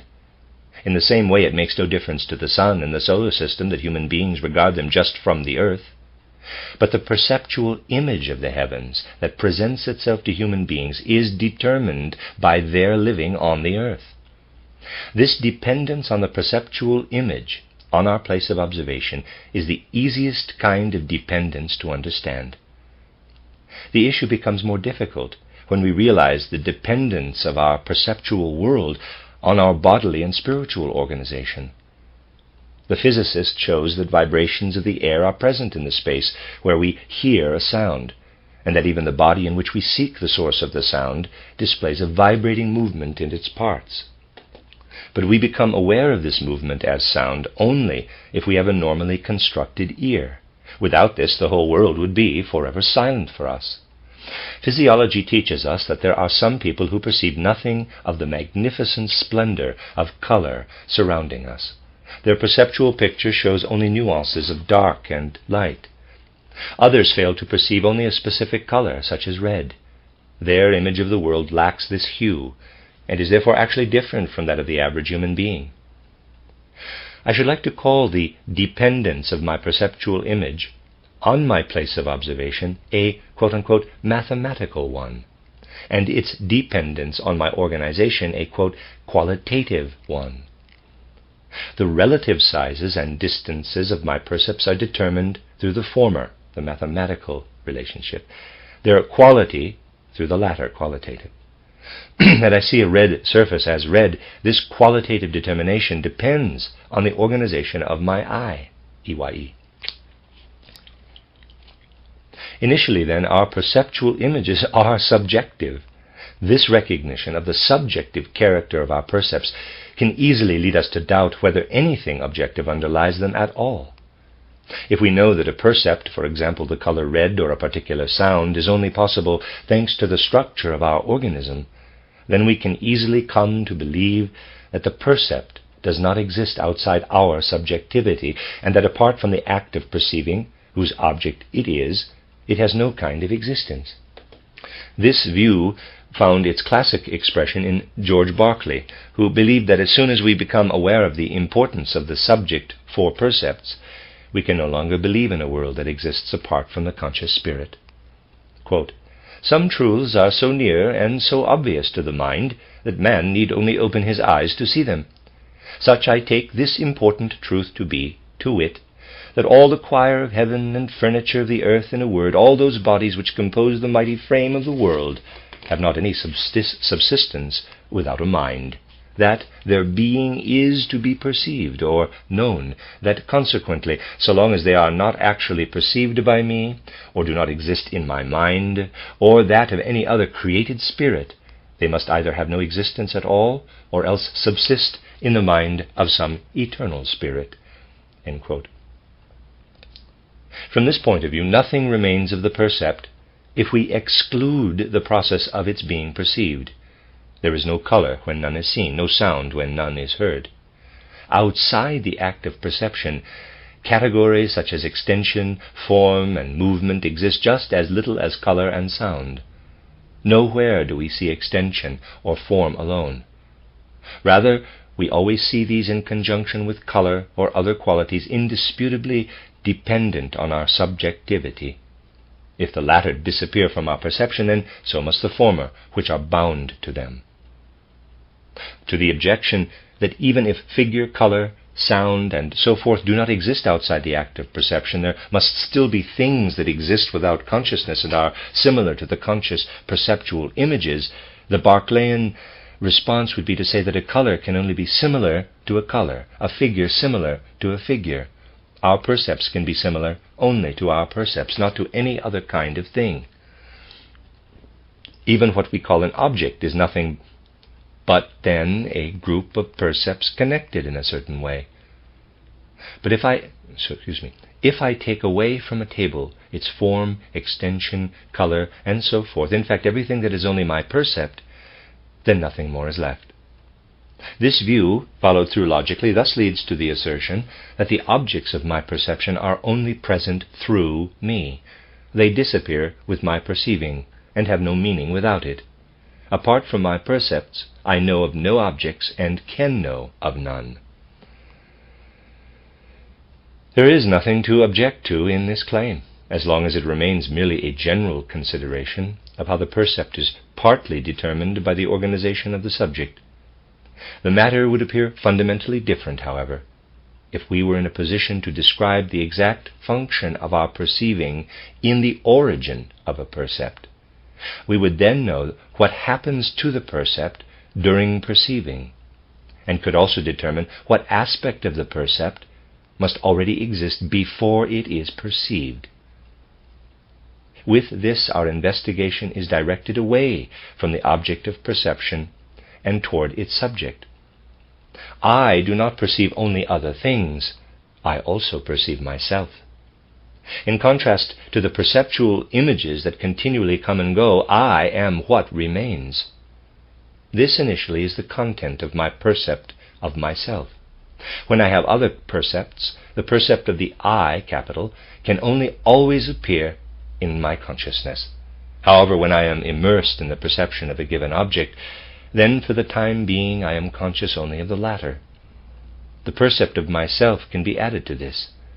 I am then not merely conscious of the object, but also of my personality, which stands over against the object and observes it.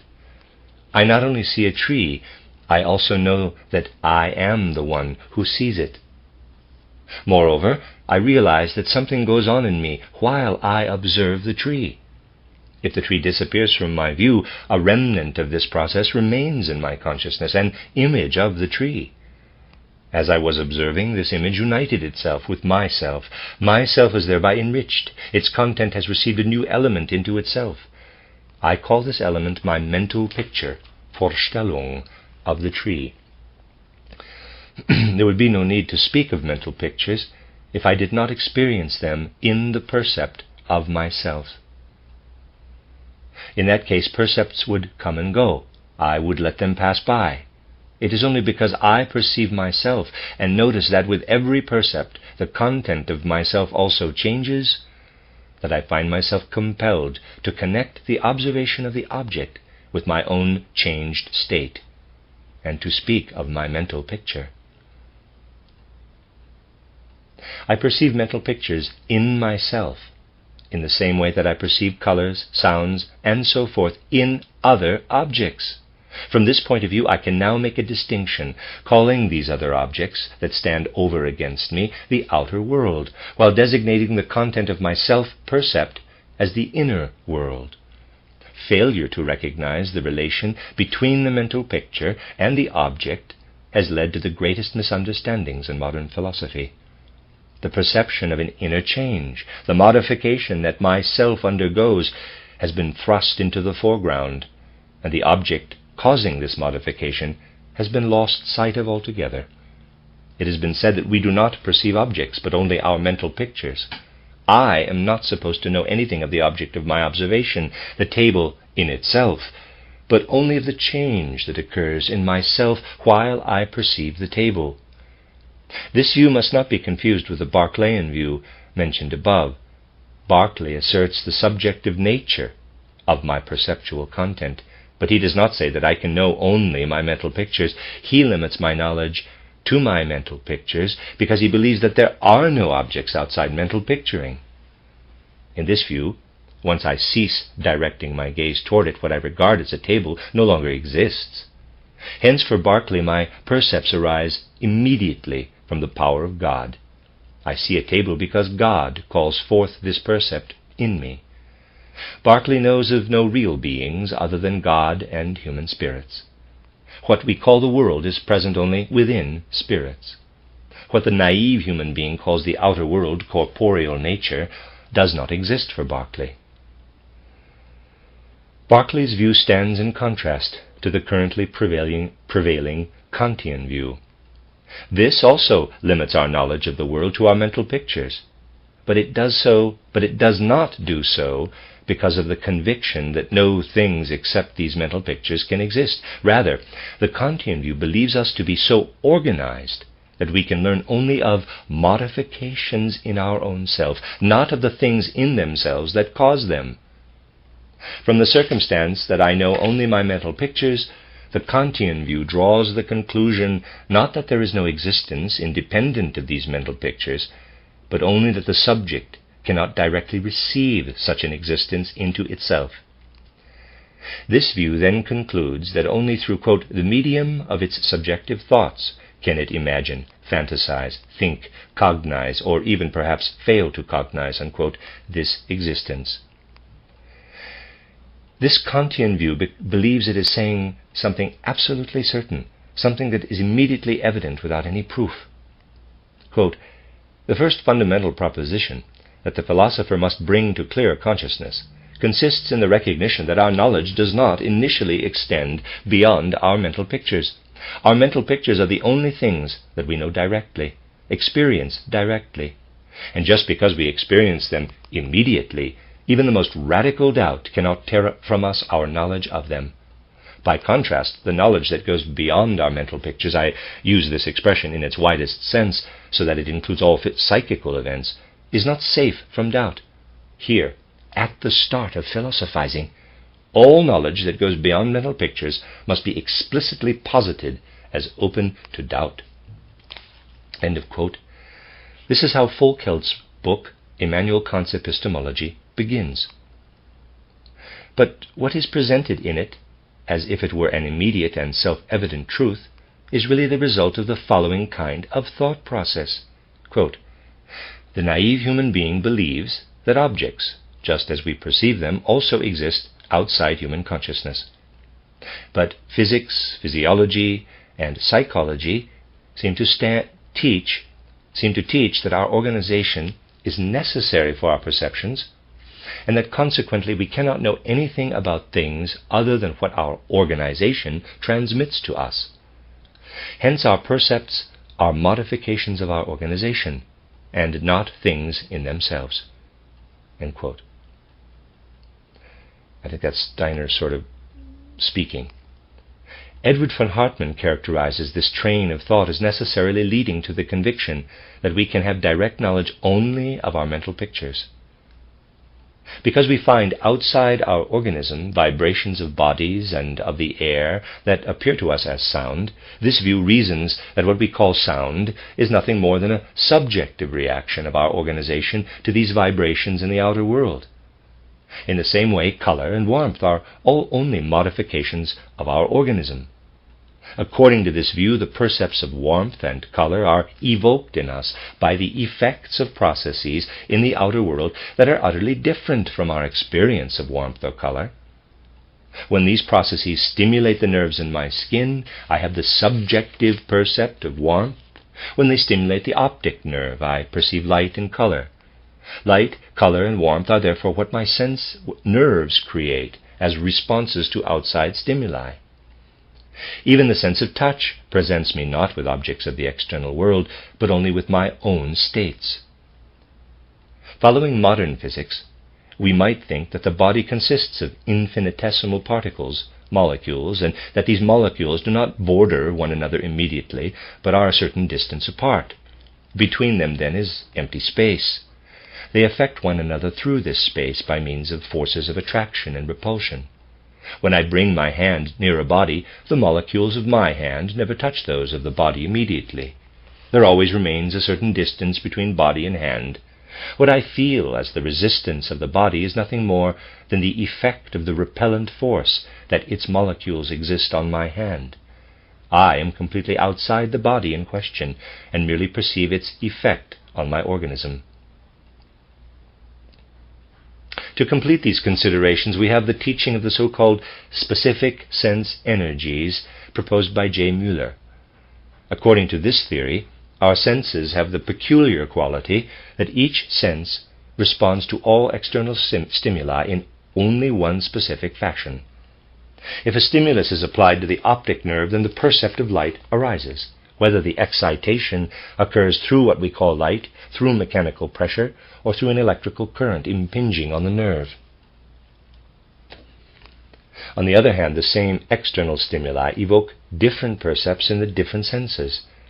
It appears to follow from this that our senses can transmit only what occurs within them, and transmit nothing from the outer world. The senses determine the percepts according to their nature. Physiology shows that there can also be no direct knowledge of what effect objects have within our sense organs. When physiologists follow the processes in our own body, they find the effects of an external motion already transformed within the sense organs in the most various ways. We see this most clearly in the eye and the ear. Both are very complicated organs which fundamentally alter an external stimulus before bringing it to the corresponding nerve. From the peripheral nerve ending, the already modified stimulus is now led on to the brain.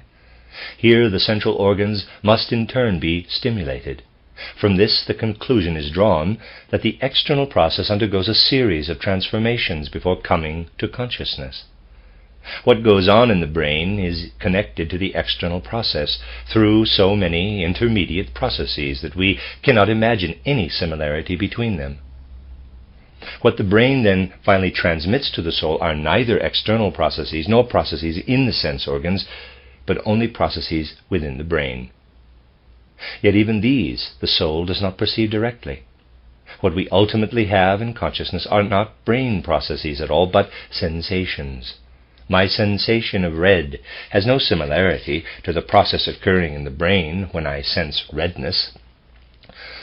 Redness emerges again only as an effect in the soul, and is caused by the brain process alone. Therefore, Hartmann says, quote, "What the subject perceives are, therefore, always only modifications of its own psychic states, and nothing else." Unquote. When I have the sensations, however, these are still far from being grouped into what I perceive as things.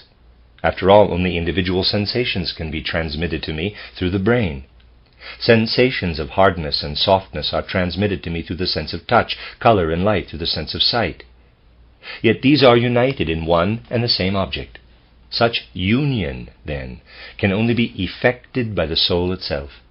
That is, the soul assembles separate sensations transmitted by the brain into bodies.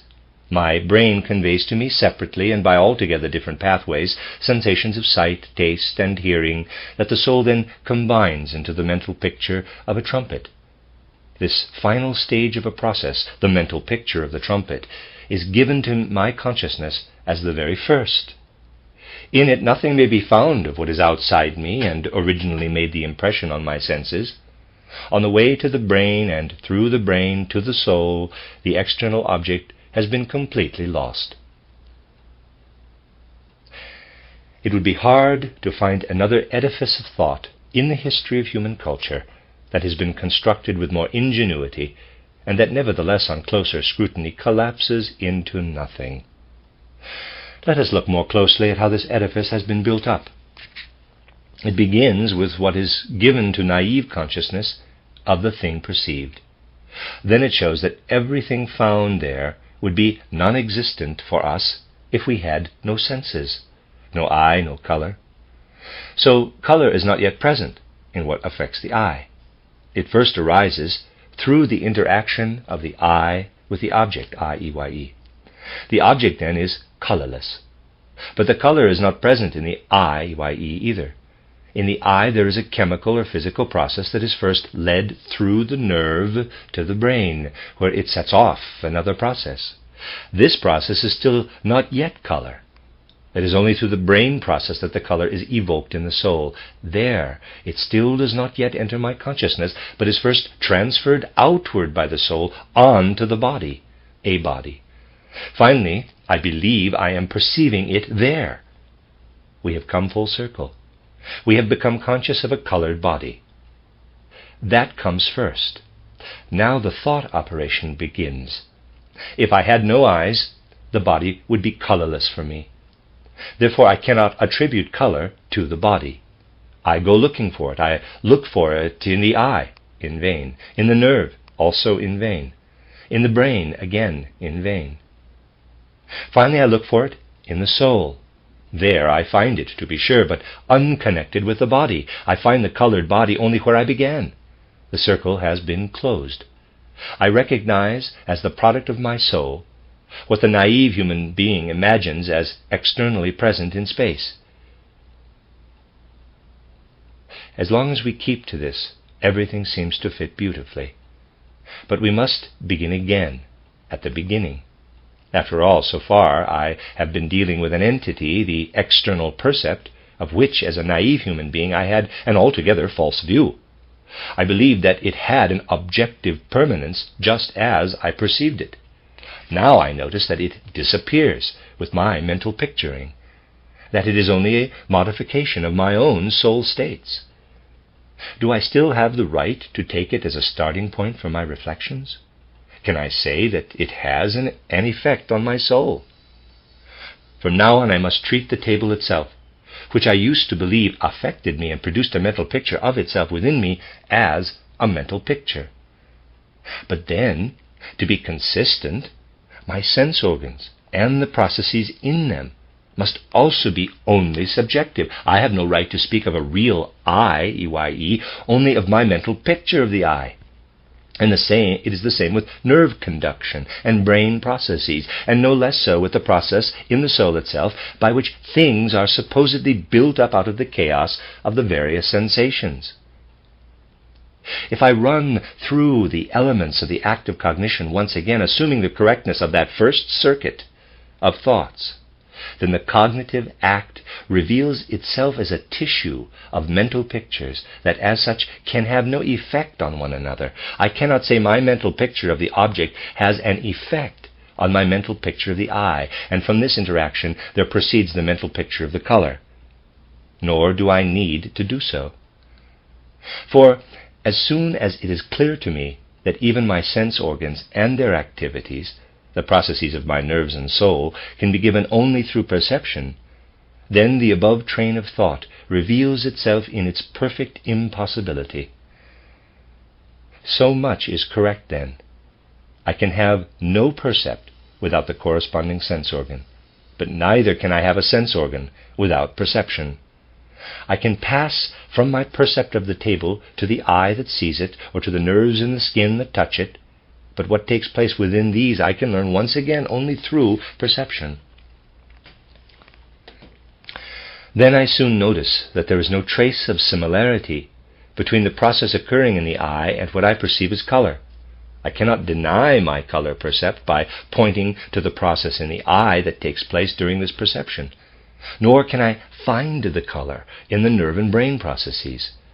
I only connect new percepts within my organism to the first percept, which the naive person places outside the organism. I only pass from one percept to the next. Moreover, there is a gap in the whole train of argument. I am in a position to follow the processes within my organism up to the process in my brain, even though my assumptions become ever more hypothetical the closer I come to its central processes. The path of external observation ends with the process in my brain. More precisely, it ends with what I would perceive if I could examine the brain with physical and chemical means and methods. The path of inner observation begins with sensation and goes as far as the construction of things from the material of sensation. At the point of transition from brain process to sensation, the path of observation is interrupted. This way of thinking, which calls itself critical idealism, in contrast to the standpoint of naive consciousness, which it calls naive realism, makes the error of characterizing one percept as a mental picture while accepting another percept in exactly the same way as the naive realism it had ostensibly refuted. Critical idealism seeks to prove that percepts have the character of mental pictures, while naively accepting the percepts of one's own organism as objectively valid facts. What is more, it fails to notice that it is throwing together two fields of observation between which it can find no connection. Critical idealism can only refute naive realism if, in naive realist fashion, it accepts one's own organism as something that exists objectively. The moment it becomes aware that the percepts connected to one's own organism and those assumed by naive realism to exist objectively are completely equivalent, it can no longer base itself on the former as if on a sure foundation. It is forced to regard its own subjective organization, too, as a mere complex of mental pictures, but thereby the possibility of thinking that the content of the perceived world is caused by our mental organization is lost. We would have to assume that the mental picture color was only a modification of the mental picture I, EYE. So-called critical idealism cannot be proved without borrowing from naive realism, while naive realism can be refuted only by accepting its own presuppositions, unexamined in another sphere. This much, then, is certain. Investigation in the perceptual realm can neither prove critical idealism nor strip the percept of its objective character. Still less can the proposition, quote, "the perceived world is mental picture," unquote, be hailed as self-evident and in need of no proof. Schopenhauer begins his main work, The World as Will and Representation, or Mental Picture, with the words, quote, "The world is my mental picture." This truth applies to every living and cognizing being, though human beings alone can bring it into reflected abstract consciousness. And when they actually do so, then philosophical understanding has dawned upon them. It is then clear and evident that we know no sun and no earth, but always only an eye that sees a sun, a hand that feels the earth, that the world around us is present only as a mental picture, that is only in relation to something that pictures it, namely ourselves. If any truth may be asserted a priori, it is this one, for it expresses the one form of all possible and conceivable experience that is more universal than any other, than time, space, and causality, for all of these presuppose it. End quote, end quote. This whole proposition collapses in the face of the fact noted above that the eye and hand are percepts no less than the sun and the earth. And thus, in Schopenhauer's sense, and using his style of expression, we could answer, my eye which sees the sun and my hand which feels the earth are mental pictures in exactly the same way as the sun and the earth are.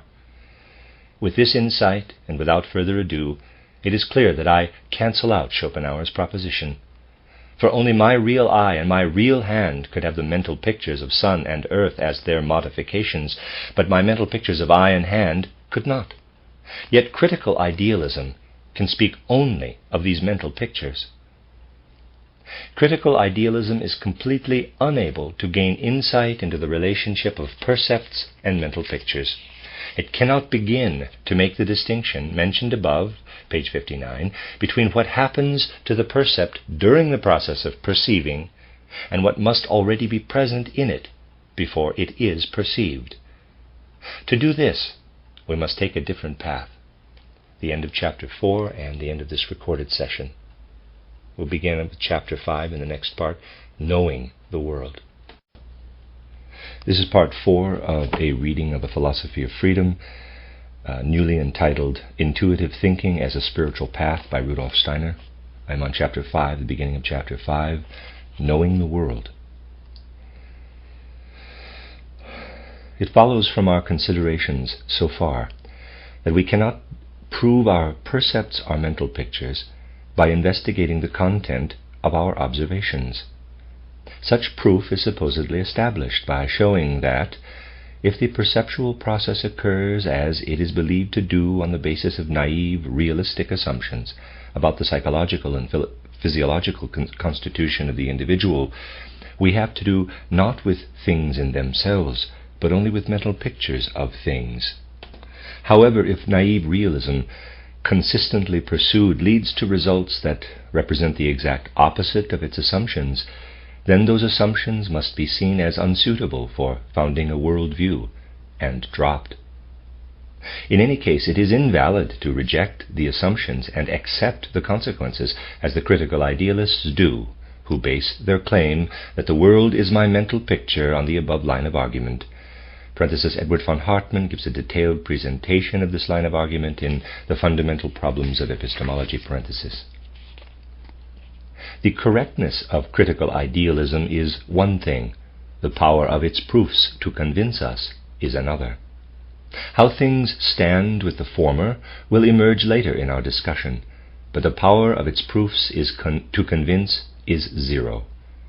When someone builds a house and the ground floor collapses during construction of the second floor, then the second floor falls along with it. Naive realism is to critical idealism as this ground floor is to the second floor. For anyone who believes that the whole perceived world is only a mental picture, and in fact is the effect on my soul of things unknown to me, the real epistemological question, of course, has to do with the things that lie beyond our consciousness, independent of us, and not with the mental pictures that are present only in our souls. Then the question becomes, since the things which are independent of us are inaccessible to our direct observation, how much can we know of them indirectly? Those who hold this point of view are concerned not with the inner connection of their conscious percepts, but only with the non-conscious causes of those percepts. For them, these causes exist independently, and according to their belief, the percepts disappear as soon as their senses are turned away from things. From this point of view, consciousness acts as a mirror, whose images of specific things also disappear the moment that its mirroring surface is not turned toward them. But whoever does not see the things themselves, but only their mirror images, must learn to draw conclusions about the nature of the things indirectly from the behavior of the reflections. Modern natural science takes this position. It uses percepts only as a last resort in gaining information about the material processes standing behind them. For it, only these truly exist. If philosophers, as critical idealists, acknowledge existence at all, then their search for knowledge, while making use of mental pictures as a means, aims only at this existence. Such philosophers' interest skips over the subjective world of mental pictures and directs itself to what produces them. A critical idealist might go so far as to say, quote, I am enclosed within my world of mental pictures, and I cannot leave it. If I think that there is something behind these mental pictures, then this thought, too, is nothing more than a mental picture. Unquote. An idealist of this kind will therefore either deny the thing in itself entirely, or at least explain that it has no significance for human beings. That is, since we can know nothing about it, it is as good as non-existent. To a critical idealist of this kind, the whole world appears like a dream, in the face of which every attempt at knowledge would be simply meaningless.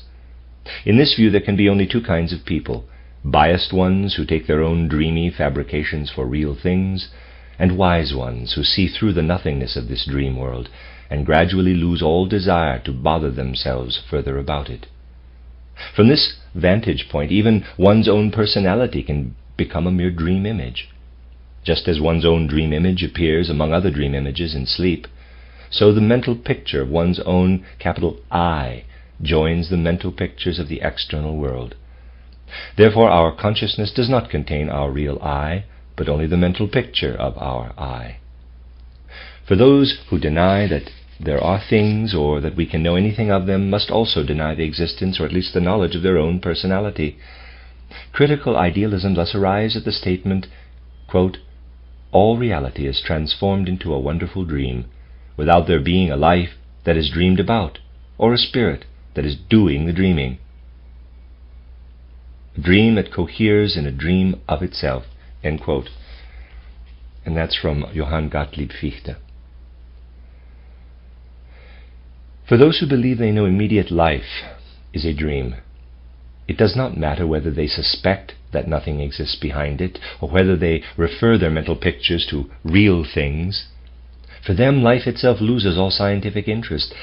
Science is an absurdity to those who believe that the accessible universe is exhausted in dreams, while to those who believe themselves equipped to reason from mental images to things, it consists in the investigation of quote-unquote things in themselves. We may call the first view absolute illusionism. Transcendental realism is the name given the second view by its most consistent exponent, Edward von Hartmann. Footnote: knowledge in this worldview is called transcendental because it includes the conviction that nothing can be said directly about things in themselves, but that one must draw indirect inferences from the subjective, which is known, to the unknown, which lies beyond the subjective, the transcendent. End footnote. These two views agree with naive realism in that they seek to gain a footing in the world by an investigation of percepts, but nowhere in this realm can they find a firm base. One of the main questions for proponents of transcendental realism must be, quote, "How does the I bring the world of mental pictures out of itself?" Unquote. A world given to us as mental pictures, which disappears as soon as we close our senses to the external world, can still be of interest in the serious search for knowledge, insofar as it is a means for indirectly investigating the world of the self-existent I. If the things we experience were mental pictures, then everyday life would be like a dream, and knowledge of the true state of affairs would be like waking up. Our dream images, too, interest us only as long as we dream, and so do not see through their dream nature. The moment we awaken, we no longer ask about the inner connection of our dream images, but about the physical, physiological, and psychological processes that underlie them. In the same way, philosophers who hold the world to be their mental picture cannot interest themselves in the inner connection of its details. If they admit an existent I at all, they will not ask how one of their mental pictures connects with another. Rather, they will ask what is going on in the soul that exists independently from themselves, while their consciousness contains a specific sequence of mental pictures. If I dream that I am drinking wine that causes burning in my throat, and then wake up with a cough, the plot of the dream ceases to be of any interest to me at the moment of awakening. My attention is now directed only to the physiological and psychological processes through which the sore throat expresses itself symbolically in the dream. Similarly, as soon as philosophers are convinced that the given world has the character of a mental picture, they should immediately pass over it to the real soul lying behind it. Of course, the matter is worse if illusionism completely denies an I in itself behind the mental pictures, or at least holds it to be unknowable. We can be led to such a view very easily if we observe that, in contrast to dreaming, there is a state of waking in which we have an opportunity to see through dreams and relate them to real events, but that there is no state that stands in a similar relationship to waking consciousness. Those who profess this view, however, lack the insight that there is in fact something that relates to mere perception, as experiences in the waking state relate to dreaming. That something is... Let me read that again. Those who profess this view, however, lack the insight that there is in fact something that relates to mere perception, as experiences in the waking state relate to dreaming. That something is thinking. This lack of insight cannot be attributed to the naive observer.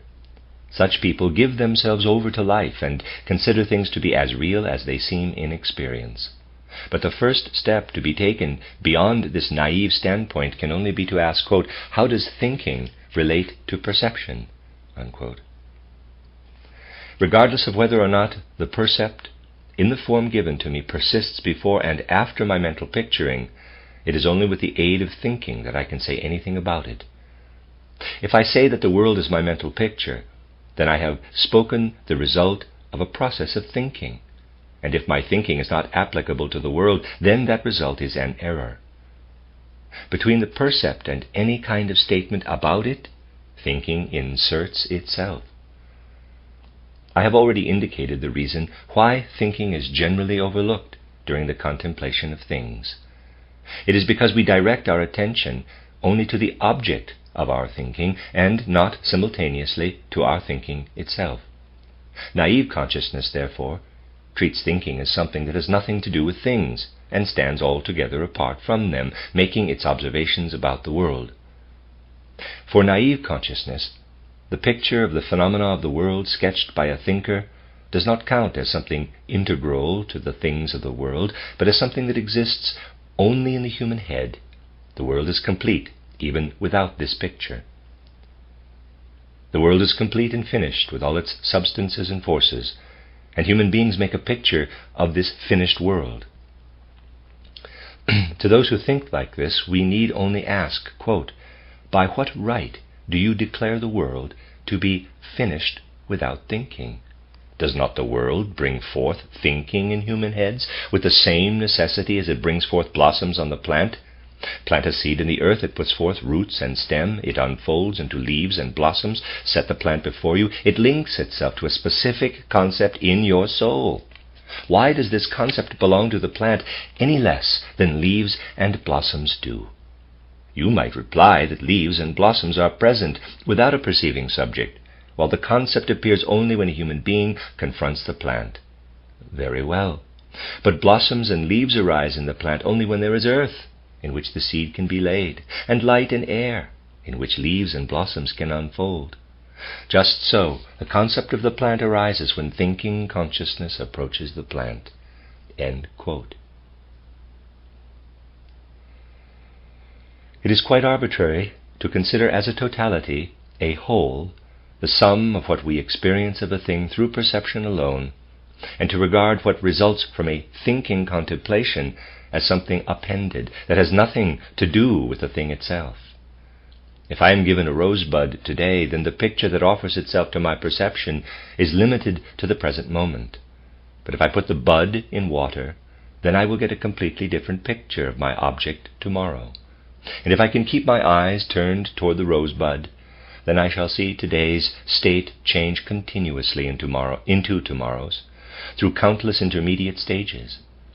The picture offering itself to me in a specific moment is but an accidental cross-section of an object that is caught up in a continual process of becoming. If I do not put the bud in water, then it will fail to develop a whole series of states lying within it as possibilities. And tomorrow I might be prevented from observing the blossom further, and so form an incomplete picture of it. It is completely unrealistic to grasp at accidental elements and to declare of the picture revealed at a particular time, that is the thing. It is just as untenable to declare the sum of perceptual characteristics to be the object in question. Certainly it would be possible for a spirit to be able to receive a concept at the same time as and unseparated from a percept. Such a spirit would then never think of regarding the concept as something not belonging to the object, but would ascribe it an existence inseparable from the object. Let me make my point clearer with an example. When I throw a stone through the air horizontally, I see it in different places in succession. I connect these places into a line. In mathematics, I come to know various kinds of lines, among them the parabola. I know the parabola to be a line that results when a point moves in a certain lawful way. If I investigate the conditions according to which the thrown stone moves, I find that the line of its movement is identical with what I know as a parabola. That the stone moves precisely in a parabola is a consequence of the given conditions and follows necessarily from them. The parabolic form belongs to the whole phenomenon, like all its other aspects. The spirit described above, which has no need of the detour of thinking, would take as given not only the sum of visual sensations in various places, but also, united with the phenomenon, the parabolic form of the trajectory, that we only add to the phenomenon by means of thinking. It is not due to the objects that they are initially given to us without the corresponding concepts, but to our spiritual organization. Our whole being functions in such a way that for everything in reality, the elements flow to us from two sides, from the side of perceiving and from the side of thinking. How I am organized to comprehend things has nothing to do with their nature. The divide between perceiving and thinking comes into being only at the instant that I, the observer, come over against things. Yet which elements belong to the thing and which do not can in no way depend upon how I come to know those elements. Humans are limited beings. First, they are beings among other beings. Their existence belongs to space and time. Therefore, only a limited part of the whole universe is accessible to them. This limited part, however, is linked on all sides, temporally and spatially, to other things. If our existence were so united with the things that every world event was at the same time our event, then there would be no difference between us and the things. But then, too, there would be no individual things for us. Everything that happens would continually merge with everything else. The cosmos would be a unity, a self-enclosed whole. The stream of events would be interrupted nowhere. Because of our limitedness, which is not really separate, let me read that again. Because of our limitedness, what is not really separate appears separate to us. For example, the individual quality of red never exists in isolation. It is surrounded on all sides by other qualities to which it belongs and without which it could not exist. We, however, must lift out of the world certain cross-sections of it and consider them on their own.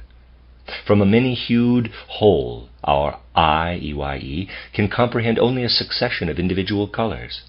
From a connected conceptual system, our reason can grasp only individual concepts. This separation is a subjective act. It depends on the fact that we are not identical with the world process. Rather, we are single beings among other beings. Everything, then, depends upon determining the relationship between other beings and the being that we ourselves are.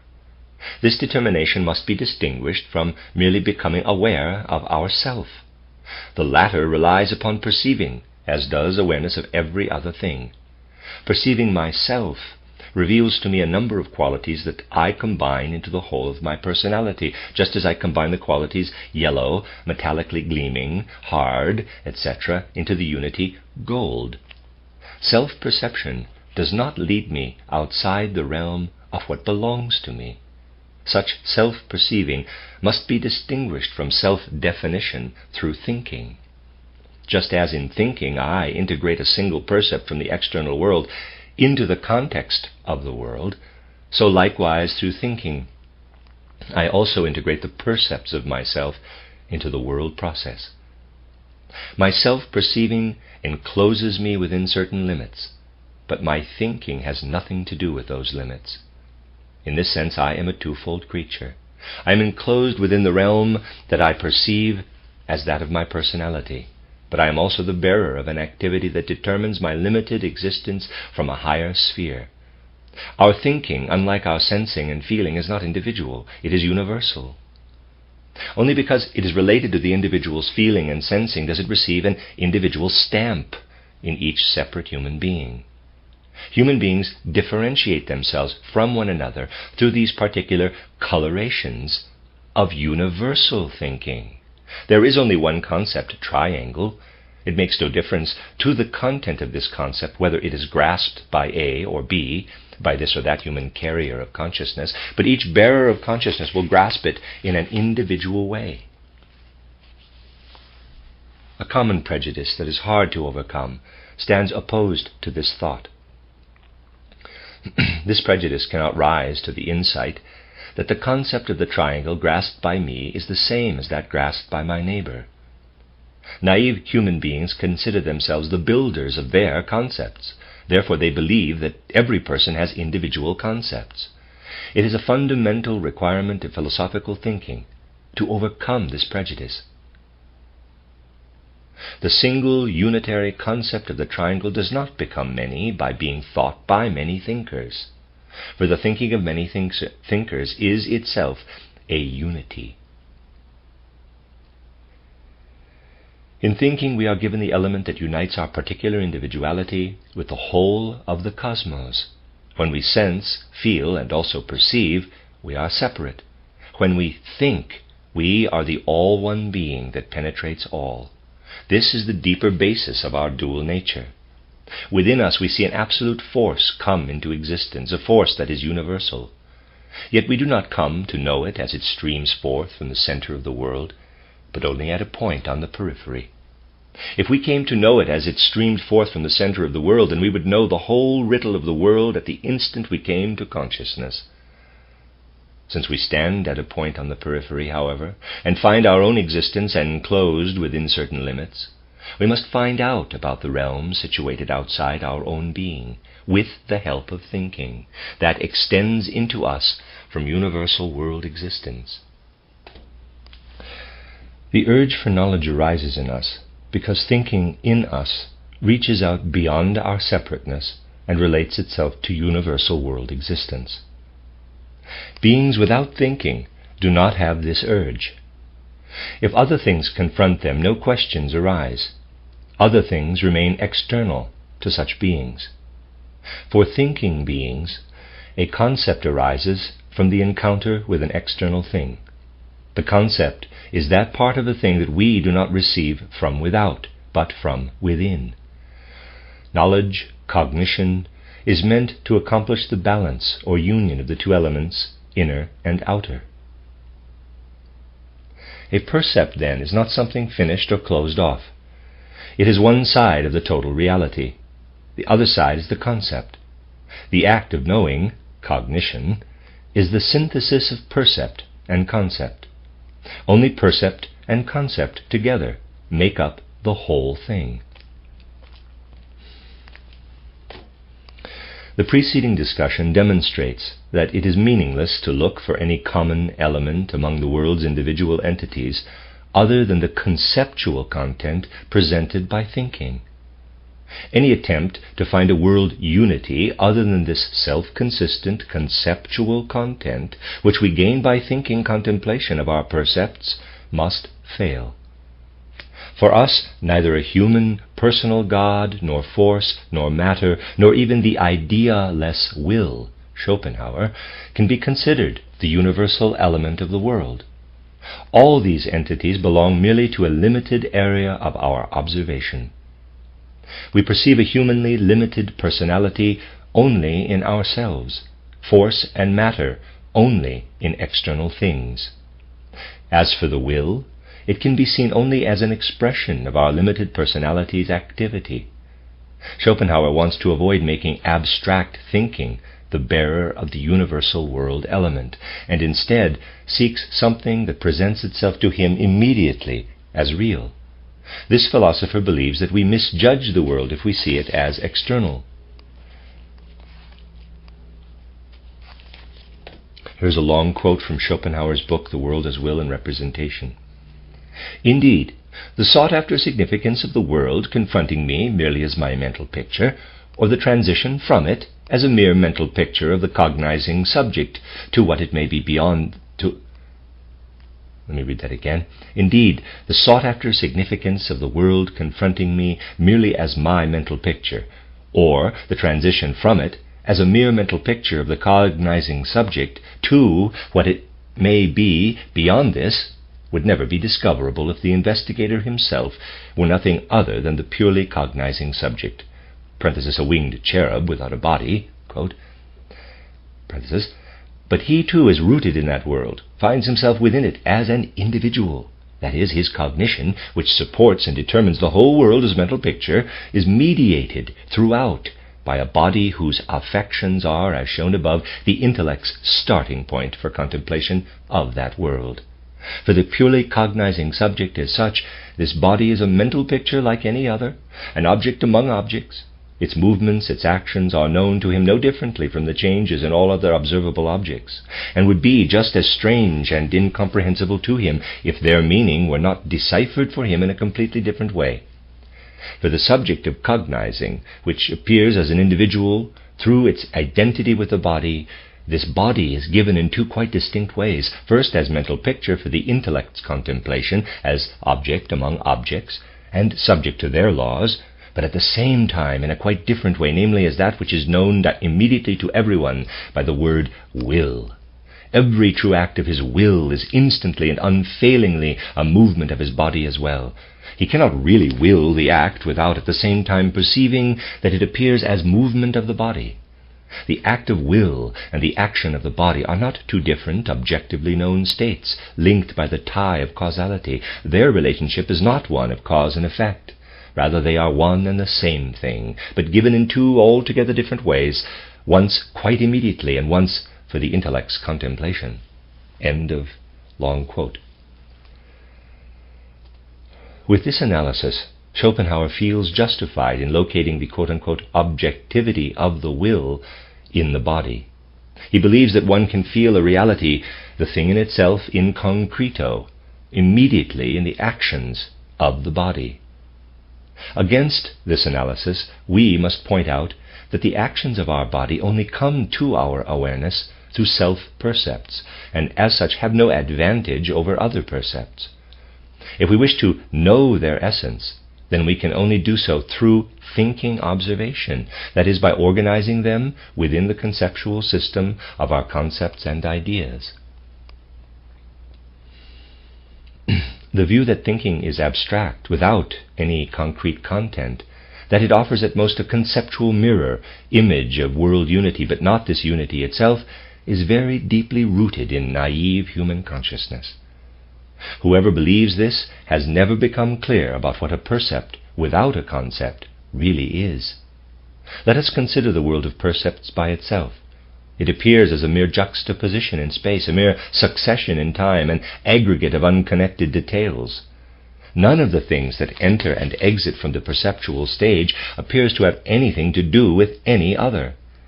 In the world of percepts, considered by itself, the world is a multiplicity of uniform objects. None plays a greater role than any other in the hurly-burly of the world. If we are to have the insight that this or that fact has greater significance than another, then we must consult our thinking. Without the function of thinking, a rudimentary organ that is without significance for an animal's life appears equal in value with the most important limb of its body. The separate facts emerge in all their significance, both in themselves and for everything else, only when thinking weaves its threads from entity to entity. This activity of thinking is full of content. It is only through a very specific, concrete content that I can know why a snail stands at a lower level of development than a lion. The mere sight, the percept, gives me no content that could inform me about any relative perfection in their organization. Thinking brings this content to the percept out of the human being's world of concepts and ideas. In contrast to perceptual content, which is given us from without, thought content appears within. We shall call the form in which thought content first arises intuition. Intuition is to thinking as observation is to perception. Let me say that again. Intuition is to thinking as observation is to perception. Intuition and observation are the sources of our knowledge. We remain alienated from an object we have observed in the world as long as we do not have within us the corresponding intuition, which supplies us with the piece of reality missing from the percept. Full reality remains closed off to anyone without the ability to find intuitions corresponding to things. Just as a colorblind person sees only shades of brilliance without hue, so a person without intuition observes only unconnected perceptual fragments. To explain a thing, to make it comprehensible, means nothing other than to place it within the context from which it has been torn by the arrangement of our organization described above. There is no such thing as an object cut off from the world as a whole. All separation has merely a subjective validity for us, for the way we are organized. For us, the whole world splits into above and below, before and after, cause and effect, object and mental picture, matter and force, object and subject, and so forth. What meets us in observation as separate details is linked item by item through the coherent unitary world of our intuitions. Through thinking we join together into one everything that we separated through perceiving. Let me say it again. Through thinking we join together into one everything that we separated through perceiving. The enigmatic quality of an object lies in its separate existence. But this separate existence is called forth by us, and can, within the conceptual world, be dispelled and returned to unity again. Nothing is given to us directly except through thinking and perceiving. The question now arises, quote, what is the significance of the percept according to the reasoning here? Unquote. We have, to be sure, recognized that critical idealism's proof of the subjective nature of percepts collapses in itself. But insight into the incorrectness of the proof does not yet confirm the doctrine itself is based on error. Critical idealism's proof does not proceed from the absolute nature of thinking. Rather, it is based on the fact that naive realism, if followed consistently, cancels itself out. But how do things stand if the absoluteness of thinking is recognized? Let us suppose that a specific percept, for example red, appears in my consciousness. On continued investigation, this percept proves to be linked with other percepts, for example to a specific form and to certain percepts of temperature and touch. I call this combination, quote, an object in the sense world, unquote. I can now ask myself what else is located in that section of space where these percepts appear to me aside from what has been listed so far. I find mechanical, chemical, and other processes within that part of space. Going further, I investigate the processes that I find on the path from the object to my sense organs. I find processes of motion in an elastic medium that by their nature have nothing in common with the original percepts. If I investigate the further mediation occurring between the sense organs and the brain, I obtain the same result. I form new percepts in each of these areas, but what weaves through all of these spatially and temporally disparate percepts as the unifying medium is thinking. The vibrations of the air that mediate sound are given to me as percepts in exactly the same way as the sound itself. Thinking alone links all such percepts to one another and shows them in their mutual relationships. Other than what is immediately perceived, we cannot speak of there being anything except what is known through the conceptual connections between the percepts, connections that are accessible to thinking. Therefore, my relationship between perceived objects and perceived subjects that goes beyond what is merely perceived is purely ideal. That is, it is expressible only through concepts. Only if I could perceive how the percept of an object affects the percept of the subject, or conversely, only if I could observe the construction of a perceptual form by the subject, would it be possible to speak like modern physiology and the critical idealism built upon it. This view confuses an ideal relation of the object to the subject with a process that could only be spoken of if it were perceived. Therefore the phrase, quote, no color without a color-sensing eye, E-Y-E, end quote, cannot mean that the eye produces color, but only that a conceptual connection, knowable through thinking, exists between the percept color and the percept eye, E-Y-E. Empirical science will have to ascertain how the qualities of the eye and those of color relate to one another, and how the organ of sight transmits the perception of colors, etc. I can track how one percept follows another and how it stands in spatial relation to others. I can then bring this to conceptual expression. But I cannot perceive how a percept proceeds out of the unperceivable. All efforts to seek other than conceptual relations between percepts must necessarily fail. What then is a percept? Asked in this general way, the question is absurd. A percept always appears as a quite specific, concrete content. This content is immediately given and is limited to what is given. Of what is given, we can ask only what it is apart. Of what is given, we can ask only what it is apart from perception, that is, what it is for thinking. Therefore, the question of what a percept is can aim only at the conceptual intuition corresponding to it. From this perspective, the question of the subjectivity of the percept, in the sense meant by critical idealism, cannot be raised at all. Only what is perceived as belonging to the subject can be characterized as subjective. The link between the subjective and the objective is not built by any real process in the naive sense, that is, by any perceptible event. It is built by thinking alone.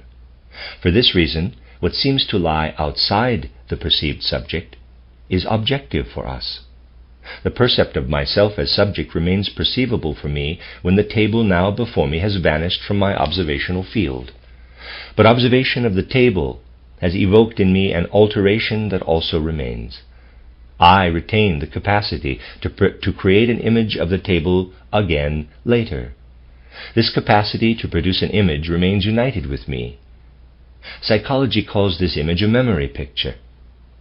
Yet it is the only thing that can properly be called the mental picture of the table, for it corresponds to the perceptible alteration in my own state through the presence of the table in my field of sight.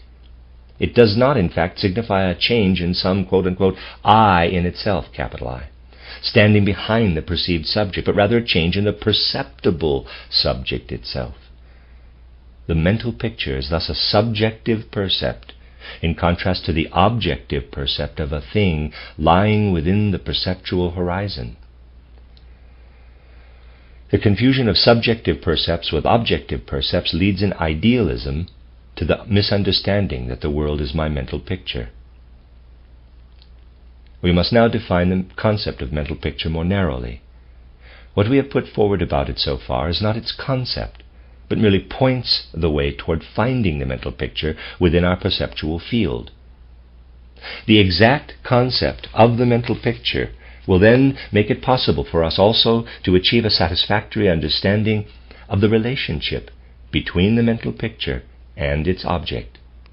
This will also lead us over the boundary where the relationship between the human subject and the object belonging to the world is brought down from the purely conceptual field of cognition into concrete individual life. Once we know what to make of the world, it will be easy for us to behave accordingly. We can act with our full strength only when we know the object belonging to the world to which we are devoting our activity. It's the end of the chapter. This is addendum to the new edition, 1918. The view characterized here can be regarded as one to which at first we are driven quite naturally when we begin to reflect on our relationship to the world. But we then see ourselves entangled in a thought structure that dissolves itself as we build it. This thought structure is such that it requires more than merely theoretical refutation. It must be lived through, so as to find a way out through insight into the error to which it leads. It must appear in any discussion of the relationship between human beings and the world, not because we wish to refute others whom we believe have an incorrect view of this relationship, but because we realize what confusion any initial reflection on such a relationship can bring. The insight we must achieve is of how in such reflections we can refute ourselves. The preceding discussion was meant from just such a point of view. Anyone who wishes to work out a view of the relationship of human beings to the world becomes aware that we ourselves produce at least a part of this relationship through making mental pictures of the things and processes in the world. Our attention is therefore withdrawn from what is outside in the world and turned toward our inner world. We can begin by reflecting that we cannot have a connection to a thing or person if a mental picture does not arise within us. From this, it is but a step to the realization that, after all, we experience only our mental pictures. We know of a world outside ourselves only to the extent that it is a mental picture within us. And with this, the naive attitude toward reality, taken up before any reflection on our relation to the world, is abandoned. From a naive standpoint, we believe that we are dealing with real things. Self-reflection drives us from this point of view. It does not allow us to look at a reality such as naive consciousness believes it has before it. Such self-reflection allows us to look only at our mental pictures. These insert themselves between our own being and a supposedly real world of the kind that the naive standpoint imagines it can assert. Because of the intervening mental pictures, we can no longer look upon such a reality. We must assume that we are blind for that reality. Thus the thought of a thing in itself that is unattainable to cognition arises. Indeed, as long as we continue to focus on the relationship to the world that we enter through the life of mental pictures, we shall never escape this thought construction. Unless we wish to close off the urge for knowledge artificially, we cannot remain at the viewpoint of naive reality. The very existence of this urge for knowledge of the relation between human beings and the world shows us that this naive standpoint must be abandoned. If the naive standpoint gave us something that could be recognized as truth, then we would not feel this urge. Yet we do not arrive at something which could be seen as truth merely by abandoning the naive standpoint, while at the same time, without noticing it, retaining the style of thought that it requires. We fall into this kind of error when we think that we experience only mental pictures, that though we believe we are dealing with realities, we are in fact conscious only of our mental pictures of realities, and therefore suppose true realities to lie beyond the scope of our consciousness as things in themselves, of which we know nothing directly and which somehow approach and influence us, with the result that a world of mental pictures comes to life within us. Those who think in this way only add another world, in thought, to the world lying before them. But with regard to this world, they really have to begin at the beginning again, for they do not think about the unknown thing in itself any differently, as far as its relationship to the individual human being is concerned, than about the known thing of the naive view of the world. Of reality, let me read that sentence again. For they do not think about the unknown thing in itself any differently, as far as its relation to the individual human being is concerned, than about the known thing of the naive view of reality. We avoid the confusion we fall into through critical reflection about this view only when we notice that there is something within what we can experience through perception in ourselves and outside in the world, something that cannot fall prey to the problems that arise when a mental picture interposes itself between the process and the observing human being. This something is thinking. In relation to thinking, a human being can remain with a naive view of reality. If we do not keep to this view, it is only because we notice that we have abandoned this viewpoint for another, but are unaware that the insight we have achieved is inapplicable to thinking. If we do become aware of this, then we allow ourselves entry into the other insight, that in thinking and through thinking, we must recognize that to which we apparently blinded ourselves by interposing our life of mental pictures between the world and ourselves. Someone highly esteemed by the author of this book has raised the objection that during his explication of thinking, the author maintains a naive realist view of thinking, as if the real world and the mentally pictured world were one and the same. Yet the author believes that he has proved by the present discussion that the validity of, quote, naive realism, unquote, for thinking follows necessarily from an unprejudiced observation of thinking, and that naive realism, which is invalid elsewhere, is overcome through knowledge of thinking's true essence. The end of chapter 5 and the end of this fourth section, I believe, that I've read, and I'll begin the fifth part with chapter 6, human individuality. This is part 5 of A Philosophy of Freedom, Intuitive Thinking as a Spiritual Path by Rudolf Steiner. This is chapter 6, Human Individuality. In explaining mental pictures, philosophers have had the greatest difficulty with the fact that we are not ourselves external things, but our mental pictures are supposed to have a form corresponding to them. On closer inspection, however, this difficulty turns out to be non-existent. To be sure, we are not external things, but we belong with them to one and the same world. The segment of the world that I perceive as my subject is run through by the stream of the universal world process. With regard to my perception, I am at first confined within the boundary of my skin. But what is contained within this skin belongs to the cosmos as a whole. Therefore, for a relationship to exist between my organism and an object outside me, it is not at all necessary for something of the object to slip into me or to impress itself on my mind like a signet ring on wax. Thus the question, quote, how do I learn anything about the tree that stands 10 paces from me, unquote, is all wrong. It arises from the view that the boundaries of my body are absolute barriers through which news about things filters into me. The forces acting within my skin are the same as those existing outside it. Therefore I really am the things. To be sure, not capital I as a perceived subject, but capital I as a part of the universal world process. The percept of the tree lies with my I in the same whole.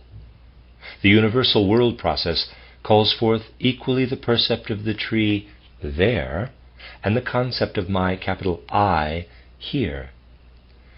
Were I a world creator, not a world knower, then object and subject, percept and I would arise in one act, for they determine each other mutually. As world knower, I can find the common element of the two as two sides of being that belong together, only through thinking, which relates them to each other through concepts. The so-called physiological proofs of the subjectivity of percepts will be the hardest of all to drive from the field. If I exert pressure on my skin, I perceive it as a sensation of pressure. The same pressure may be experienced by me through the eye as light and through the ear as sound. I perceive an electric shock through the EYE as light, through the ear as sound, through the nerves of the skin as impact, and through the nose as an odor of phosphorus. What follows from this?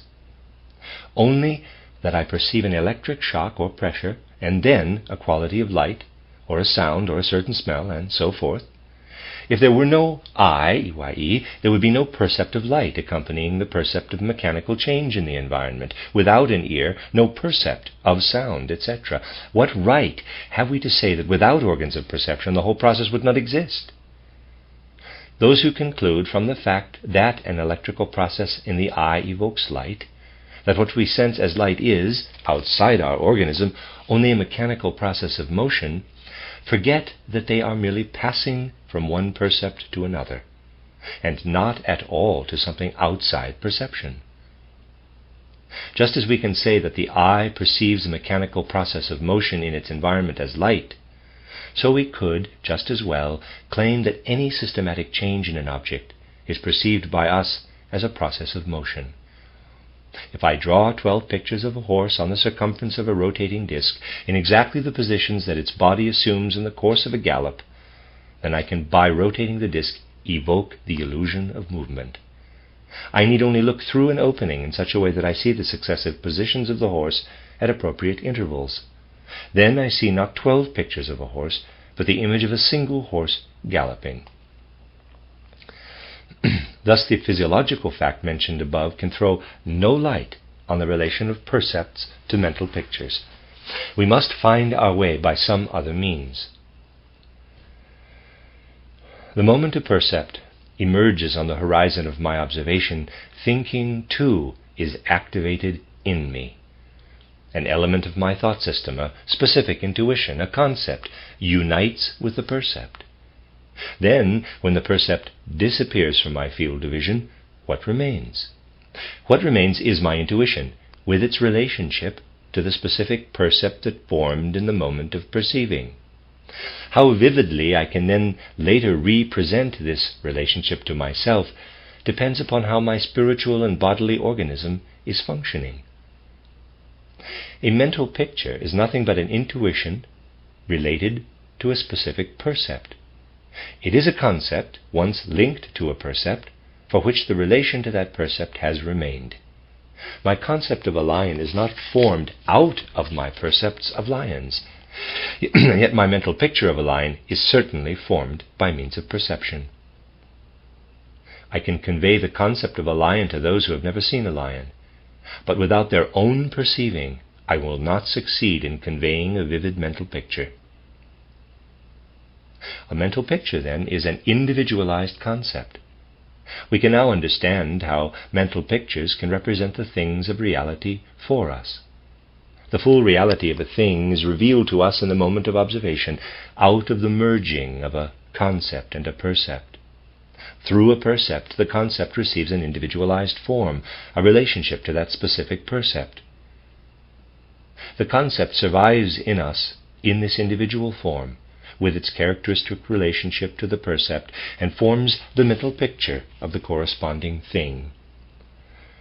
If we encounter a second thing, and the same concept combines itself with it, then we recognize it as belonging to the same species as the first, for we find not only a corresponding concept in our conceptual system, but the individualized concept with its characteristic relationship to this same object, and we recognize the object once again. Thus a mental picture stands between a percept and a concept. A mental picture is the specific concept that points to the percept. The sum of everything of which I can form mental pictures I can call my experience. Hence, the greater the number of individualized concepts a person has, the richer their experience will be. A person lacking intuitive capacity, on the other hand, is unsuited to acquire experience. For such a person, once objects are out of sight, they are lost, because the concepts that ought to be brought into relationship with them are lacking. A person whose capacity to think is well developed, but who perceives poorly because of coarse sensory equipment, will be equally incapable of gathering experience. Such persons might acquire concepts somehow, but their intuitions will lack a vivid relationship to specific things. A thoughtless traveler and a scholar living in abstract conceptual systems are equally unable to have rich experience. Reality reveals itself to us as percepts and concepts. The subjective representation of that reality reveals itself as mental pictures. Yet we are not satisfied with relating a percept to a concept by means of thinking. We also relate it to our particular subjectivity, to our individual capital I. The impression of this individual relation is feeling, which manifests as pleasure or displeasure. Thinking and feeling correspond to the dual nature of our being, on which we have already reflected. Thinking is the element through which we participate in the universal process of the cosmos. Feeling is the element through which we can withdraw into the confines of our own being. Our thinking unites us with the world. Our feeling leads us back into ourselves and makes us individuals. If we were only thinking and perceiving beings, then our whole life would flow past in monotonous indifference. If we could only know ourselves as selves, then we would be completely indifferent to ourselves. It is only because we have self-feeling along with self-cognition, and pleasure and pain along with the perception of things, that we live as individual beings, whose existence is not limited to our conceptual relation to the rest of the world, but who also have a special value for ourselves. Some might be tempted to see in the life of feeling an element more richly imbued with reality than thinking contemplation of the world. The reply to this is that the life of feeling has this richer meaning only for my individuality. For the world as a whole, my feeling life can attain value only if the feeling as a percept of myself combines with a concept, and so integrates itself indirectly into the cosmos. Our life is a continual oscillation between our individual existence and living with the universal world process. The farther we rise into the universal nature of thinking, where what is individual continues to interest us only as an example, an instance of a concept, the more we let go of our character as particular entities, as completely specific separate personalities. The more we descend into the depths of our own life, allowing our feelings to resonate with the experiences of the outer world, the more we separate ourselves from universal being. A true individual will be the person who reaches highest with his or her feelings into the region of ideals. Let me say that again.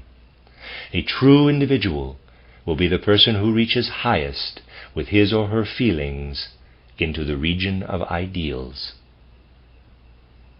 There are people for whom even the most universal ideas entering their heads still retain a special coloring that shows them unmistakably connected with their bearer. There are others whose concepts meet us so completely without trace of ownership as to seem unconnected to anyone of flesh and blood. Making mental pictures already gives our conceptual life an individual stamp. After all, each of us has a standpoint from which to view the world. Our concepts connect themselves to our percepts. We think universal concepts in our own special way. This characteristic quality is a result of our standpoint in the world, of the sphere of perception connected to our place in life. In contrast to this particularity is another, dependent on our own individual constitution. How we are constituted, after all, makes for a special, well-defined entity. We each connect special feelings with our percepts, and do so in the most varying degrees of intensity. This is the individual aspect of our personality. It remains left over after we have accounted for the specificities of the stage on which we act out our lives. A feeling life completely devoid of thought must gradually lose all connection with the world. Yet for human beings oriented as they are toward wholeness, knowledge of things will go hand in hand with education and development of the life of feeling. Feeling is the means by which concepts first gain concrete life. That is the end of Chapter 6. Chapter 7. Are there limits to cognition? We have established that the elements needed to explain reality are to be drawn from the two spheres of perceiving and thinking. As we have seen, we are so organized that the full, total reality, including that of ourselves as subjects, initially appears to us as a duality. Cognition overcomes this duality by composing the thing as a whole out of the two elements of reality, the percept and the concept, worked out by thinking. Let us call the way in which the world meets us, before it has gained its true form through cognition, quote, the world of appearance, unquote, in contrast to the unified reality composed of percepts and concepts. We can then say that the world is given to us as a duality, and cognition assimilates it into a monistic unity. A philosophy that proceeds from this fundamental principle can be characterized as monistic philosophy or monism. In contrast to it stands two-world theory, or dualism.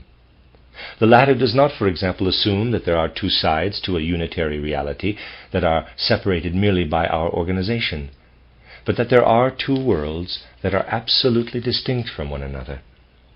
Dualism then seeks the explanatory principles for one world in the other. Dualism rests on a false conception of what we call cognition. It separates the whole of existence into two regions, each of which has its own laws, and lets those regions confront one another outwardly. The distinction between the perceived object and the thing in itself, which Kant introduced into science and which has not been overcome to this day, originates from this kind of dualism. Following what has been said, the nature of our spiritual organization is such that a separate thing can be given only as percept. Thinking then overcomes this separation by assigning to each percept its lawful place in the world totality. As long as the separated parts of the world totality are designated as percepts, we are simply following a law of our subjectivity when we make this separation. But if we consider the sum of all percepts as one part of the world, and then oppose to these percepts a second part, the things in themselves, we are philosophizing into thin air. We are just playing a game with concepts. We construct an artificial contrast and then can find no content for its second term, since such content can be created for a separate particular thing only out of perception. Every kind of existence assumed outside the realm of percepts and concepts must be relegated to the sphere of unjustified hypotheses. The thing in itself belongs to this category. It is only too understandable if dualistic thinkers can find no link between the world principle, assumed hypothetically, and what is given by experience.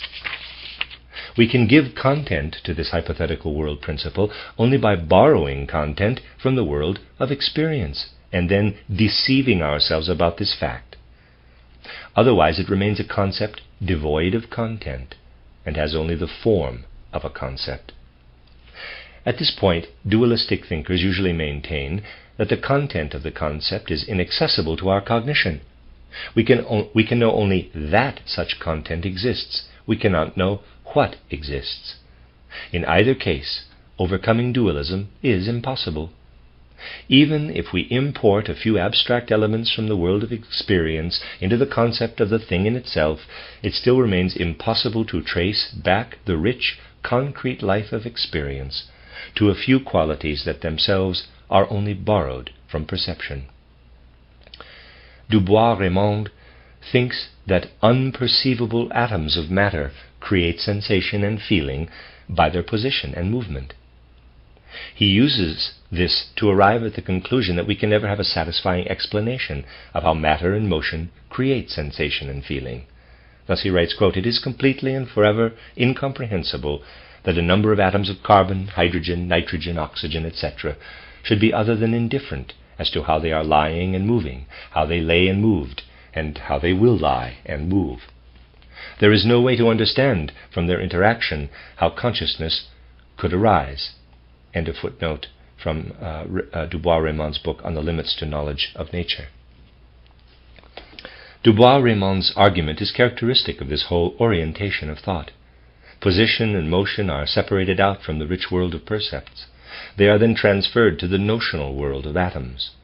And astonishment follows that it is impossible to develop concrete life out of this homemade principle, imitated from the perceptual world. From the definition of the principle of dualism given above, it follows that dualists working with a completely contentless concept of the quote-unquote in itself cannot arrive at an explanation of the world. In every instance, the dualist is constrained to set insurmountable barriers to our capacity for cognition. The follower of a monistic worldview knows that everything necessary to explain a given world phenomenon must lie within this world.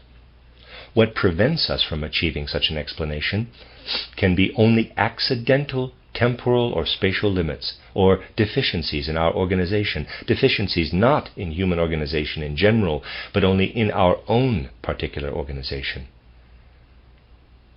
It follows from the concept of cognizing, as we have defined it, that we cannot speak of limits to cognition. Cognizing is not the business of the world in general, but a transaction that we must each accomplish for ourselves.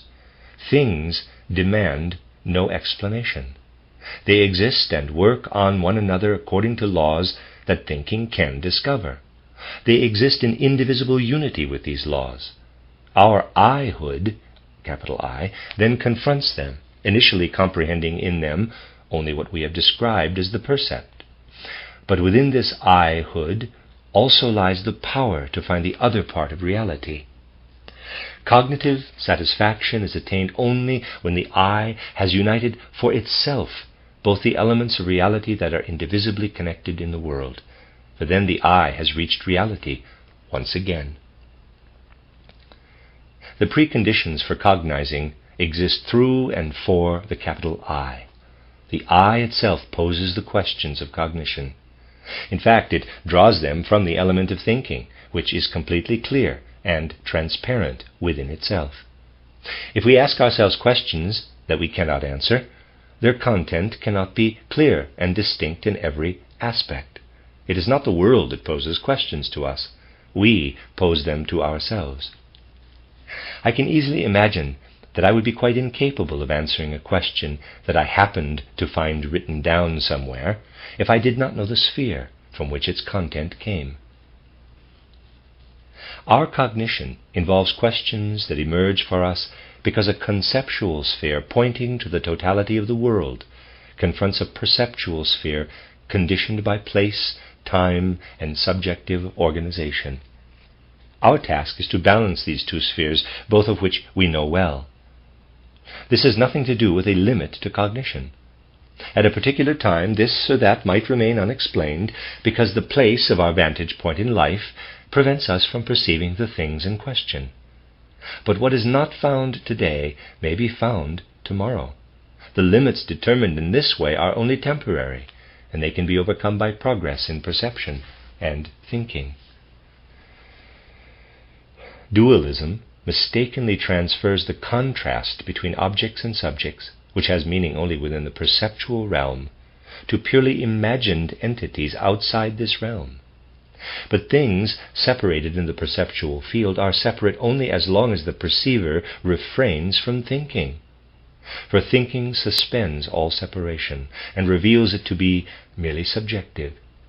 Therefore, a dualist is really transferring to entities behind the percepts categories that have no absolute but only a relative validity, even for the percepts. A dualist splits percept and concept, the two factors involved in the cognitive process, into four. 1. The object in itself. 2. The subject's percept of the object. 3. The subject. And 4. The concept that relates the percept to the object in itself. For the dualist, the relationship between an object and a subject is a real one. The subject is really dynamically influenced by the object. This real process is said not to emerge into our consciousness. It is supposed to evoke a response in the subject to the stimulus proceeding from the object. The result of this response is supposed to be the percept, which alone emerges into consciousness. The object is supposed to have an objective reality, that is, a reality independent of the subject, while the percept is supposed to have a subjective reality. This subjective reality supposedly relates the subject to the object. That relationship is said to be ideal, conceptual. That relationship is said to be ideal, conceptual. Thus, dualism splits the cognitive process into two parts. One of them, the creation of the perceptual object out of the thing in itself, is assigned a place outside consciousness, and the other, the connection of the percept to the concept, and the relation of the concept to the object, is assigned a place within consciousness. Given these presuppositions, it is clear why dualists believe it is possible to attain only subjective representations of what lies before our consciousness.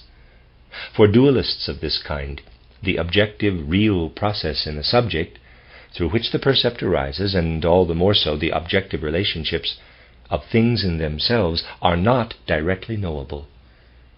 In their view, human beings can only construct conceptual representations of what is objectively real. The bond of unity that links things, both among themselves and to our individual spirit as a thing in itself, lies beyond consciousness, in a being in itself, of whom likewise we can only have a conceptual representative in our consciousness. Dualism believes that the whole world would evaporate into an abstract conceptual schema if real connections were not affirmed alongside the conceptual connections of objects.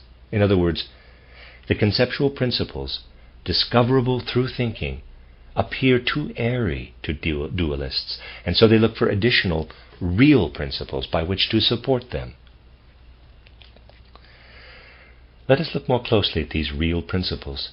The naive person, that is, a naive realist, regards the objects of external experience as realities. The evidence for the reality is that they can be grasped by the hand and seen by the eye, i.e., quote, nothing exists that cannot be perceived, unquote, is actually the first axiom of the naive human being. And its converse is seen as equally valid, quote, everything that can be perceived exists, unquote.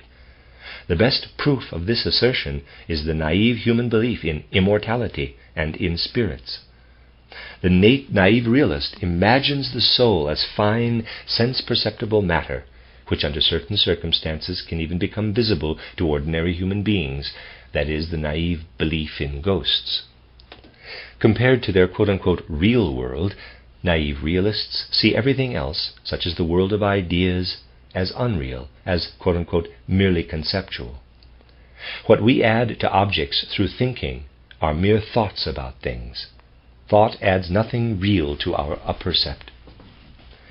But naive persons hold sense perception to be the sole evidence of reality, not only for the existence of things, but also for events. In this view, one thing can only affect another if a sense-perceptible force proceeds from the one and touches the other. In ancient physics it was believed that very fine matter streams out from objects and penetrates our souls through our sense organs, for instance Plato's Timaeus. Actually, seeing such matter was said to be impossible, only because of the crudeness of our senses in comparison to the fineness of the matter.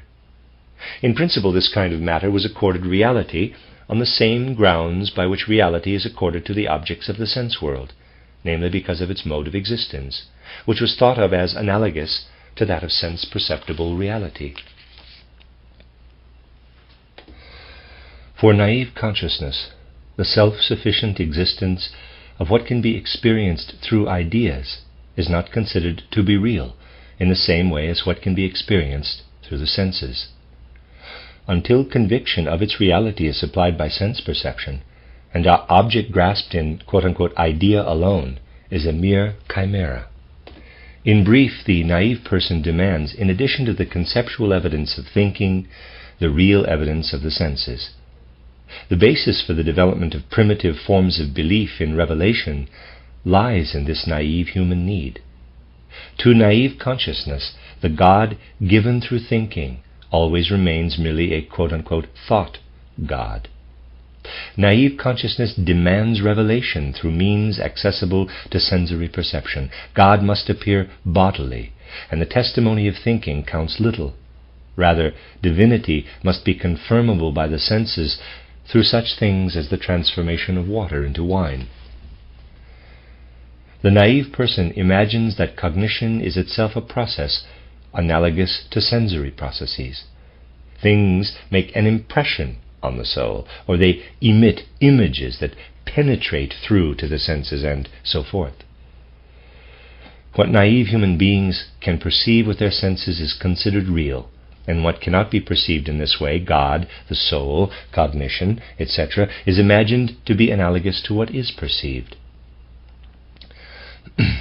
If naive realism wants to establish a science, it can do so only through the exact description of perceptual contents.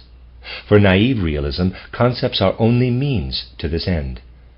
They exist to provide conceptual counter-images of the percepts. They have no significance for the things themselves.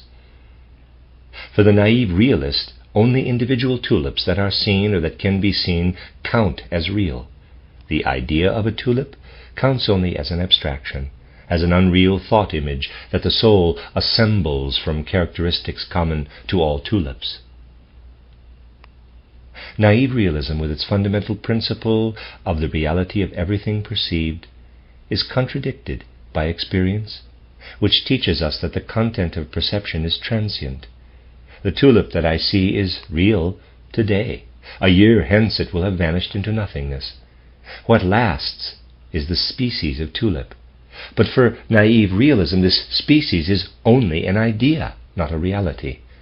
Thus the naive realist worldview is in the position of seeing its realities come and go, while what it regards as unreal is more lasting than the real. In addition to percepts, naive realism has to acknowledge something conceptual. It has to include entities that cannot be perceived with the senses. It reconciles itself to this by conceiving their modes of existence as analogous to that of sense objects. The invisible forces through which sense-perceptible things affect one another are just such hypothetically assumed realities. So too is heredity, which has effects above and beyond the individual, and which is the reason for the development out of one individual of a new individual that is similar to the first, so that the species persists.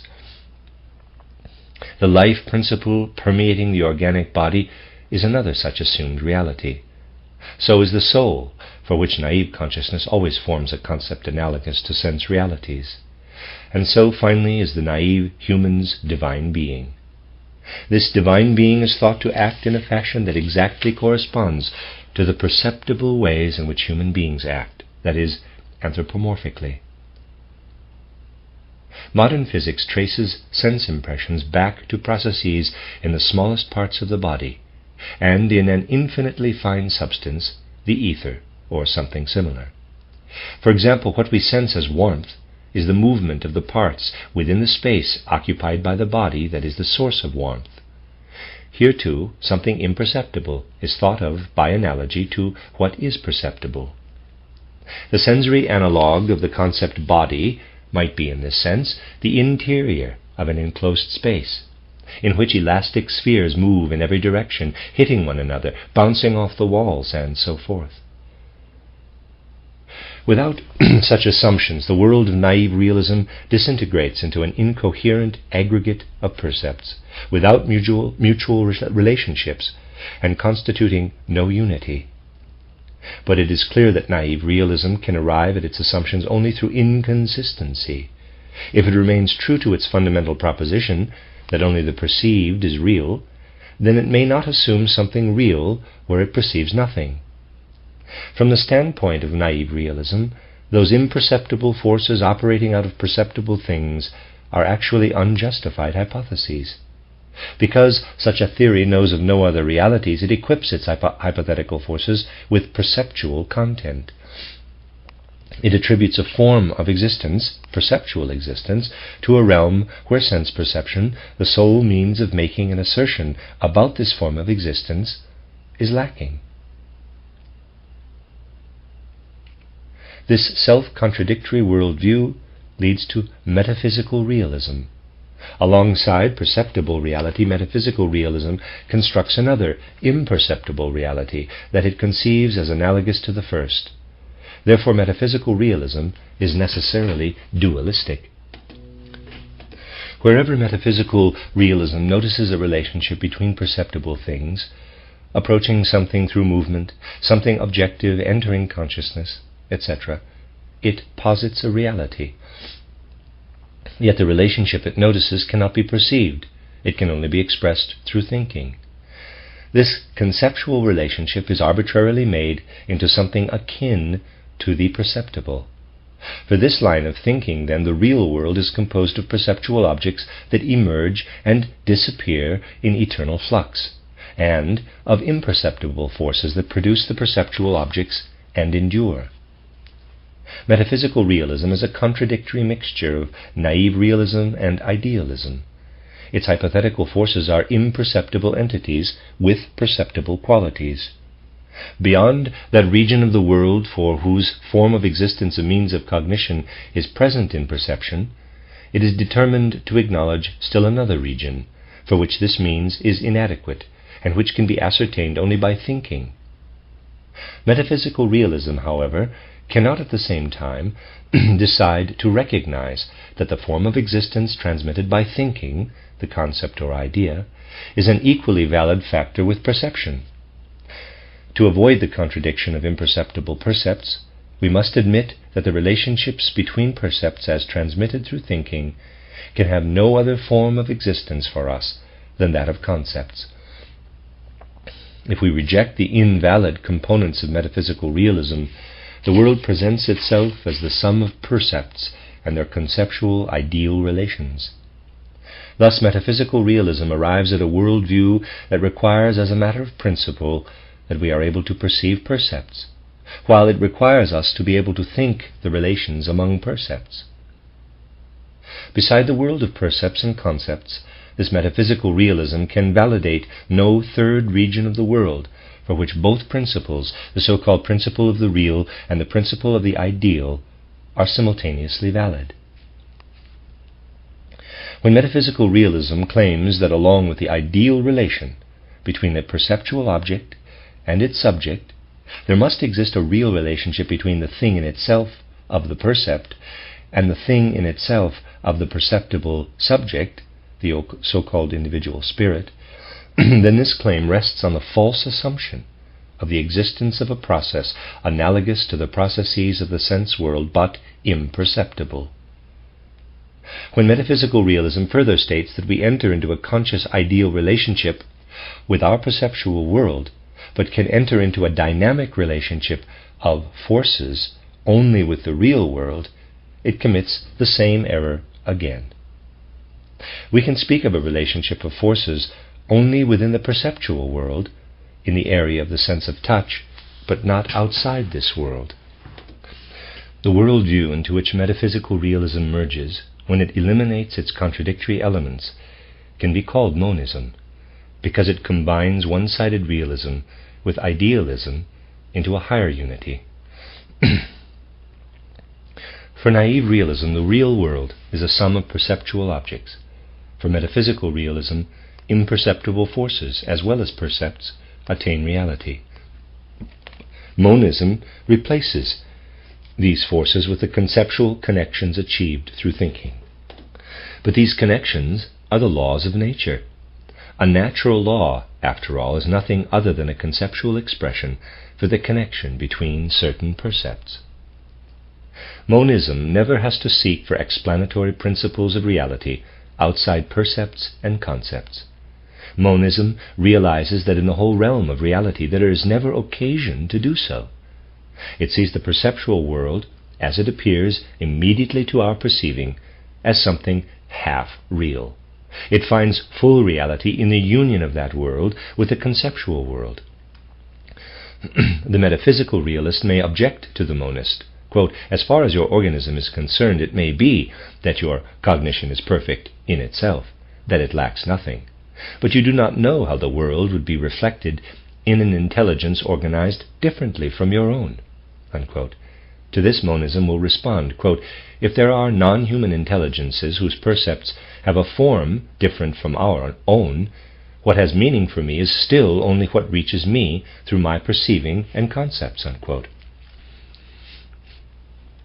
Through my perceiving, in fact, through specifically human perceiving, I am located as a subject over against an object. The connection between things is thus interrupted. The subject then restores that connection through thinking. Thereby it reintegrates itself into the world as a whole. Since it is only through our own subject that the whole appears to be torn apart at the place between our percept and our concept, it is also in union of those two that true cognition is given.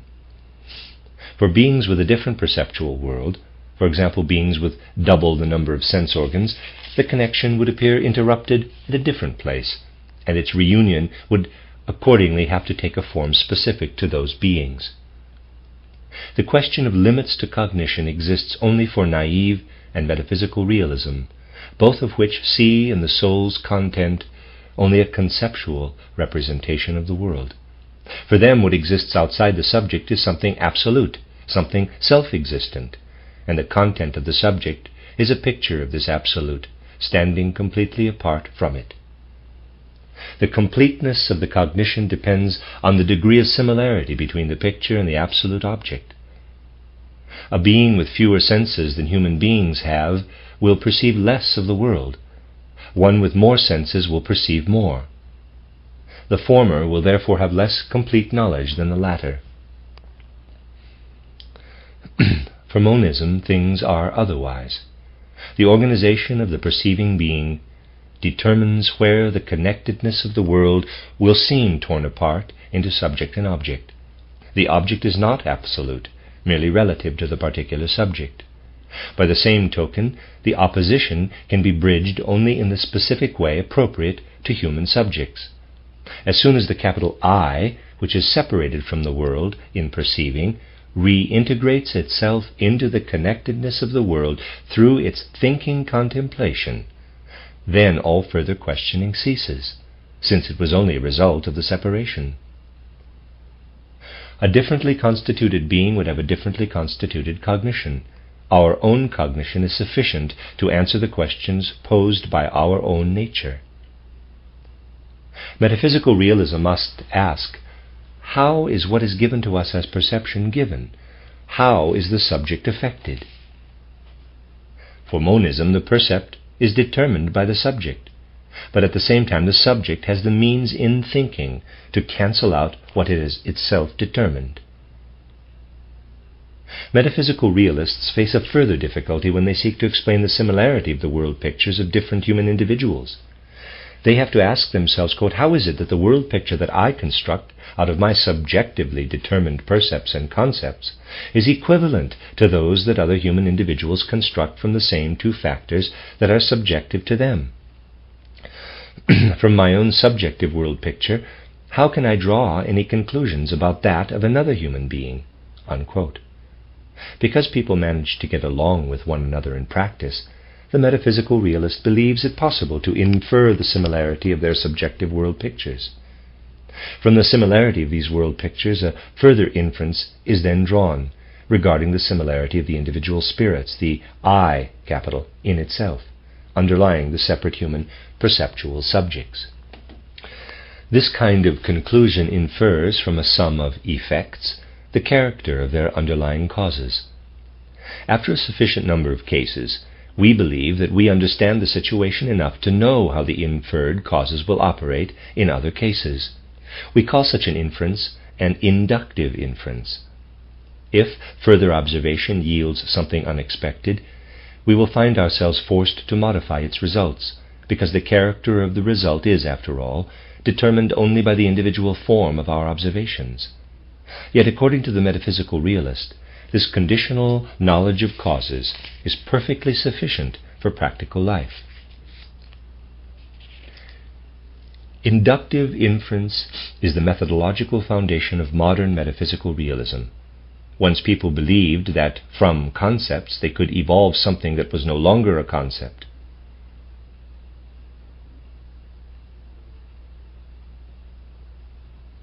They believed that through concepts they could know the metaphysically real entities that metaphysical realism necessarily requires. Today, this kind of philosophy belongs to a vanquished past. Instead, we believe that from a sufficient number of perceptual facts, we can infer the character of the thing in itself underlying those facts. Just as earlier people sought to develop the metaphysical from concepts, they seek today to develop it from percepts. Some concepts were present to people in transparent clarity.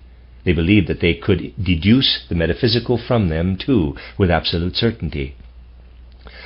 But percepts are not so transparent to us. Each successive percept appears somewhat different from those of the same kind that preceded it. What is inferred from the earlier ones is consequently somewhat modified by each successive percept. Therefore, the form that we thus give to the metaphysical can be called only relatively correct. It is subject to correction by future cases. Edward von Hartmann's metaphysics is characterized by this methodological principle. Hence, on the title page of his first major work, he placed the motto, "Speculative results following the inductive method of natural science." Unquote. The form that metaphysical realists give to things in themselves today is arrived at through inductive inferences. By reflecting on the process of cognition, they have convinced themselves of the existence of an objectively real-world continuity alongside what is, quote-unquote, subjectively cognizable through percept and concept. They believe they can determine how the subjective reality is constituted by inductive inference from their percepts. That is the end of Chapter 7. This is the addendum to the new edition, 1918. Certain ideas based on natural scientific study will always pose distractions for the kind of unprejudiced observation of experience in percepts and concepts that I have tried to present in the preceding discussion. According to modern science, for instance, the eye perceives colors in the light spectrum from red to violet. Beyond violet there are forces of radiation, corresponding to no color percept in the eye, but rather only to a chemical effect. In the same way, beyond the red limit, there are radiations that manifest only as warmth. Consideration of these and similar phenomena leads to the view that the range of the human perceptual world is determined by the range of the human senses, and humans would face an altogether different world if they had additional or completely different senses. Anyone who indulges in extravagant fantasies, for which the brilliant discoveries of current natural science offer quite seductive opportunities, can easily conclude that after all nothing enters the human field of observation but what can affect the senses formed by our bodily organization. We have no right, then, to regard what we perceive because of our bodily organization as any standard of reality. Each new sense would place before us a different picture of reality. Within appropriate limits, this view is thoroughly justified. But those who allow themselves to be misled by this opinion and prevented from an unprejudiced observation of the relationship between percepts and concepts expressed here are sealing off the path to a knowledge of the world and of human beings that is rooted in reality. To experience the essence of thinking, that is, actively to elaborate the conceptual world, is something completely different from the experience of something perceptible through the senses. Whatever senses human beings might have, not one could give us reality if our thinking did not permeate what is perceived through them with concepts. However constituted, any sense permeated by concepts in this way offers human beings the possibility of living in reality. The fantasy of the completely different perceptual picture possible with other senses has nothing to do with the question of how human beings stand in the real world. We must realize that every perceptual picture takes its form from the organization of the perceiving entity, but that the perceptual picture permeated by an actually experienced thinking contemplation leads us into reality. It is not the fantasy depiction of how differently a world would look for other than human senses that can enable us to seek knowledge of our relationship to the world. Rather, it is the insight that every percept gives only a part of the reality hidden within it, and that it thus directs us away from its own reality. This insight is then joined by another, that thinking leads us into the part of the percept's reality that was hidden by the percept itself. In the field of experimental physics, it is sometimes necessary to speak not of elements that are immediately perceptible, but of unobservable quantities, such as lines of electric or magnetic force. This can also distract us from the unprejudiced observation of the relationship described here between the percept and the concept worked out in thinking. It can appear as if the elements of reality that physics describes have nothing to do either with what is perceptible or with the concept worked out in active thinking. Yet such a view would be based on self-deception. We must realize in the first place that everything worked out in physics, except unjustified hypotheses that ought to be excluded, is achieved with percepts and concepts. A physicist's accurate cognitive instinct transposes what is apparently an unobservable content to the field where percepts exist, where it is then thought out in familiar concepts from that field.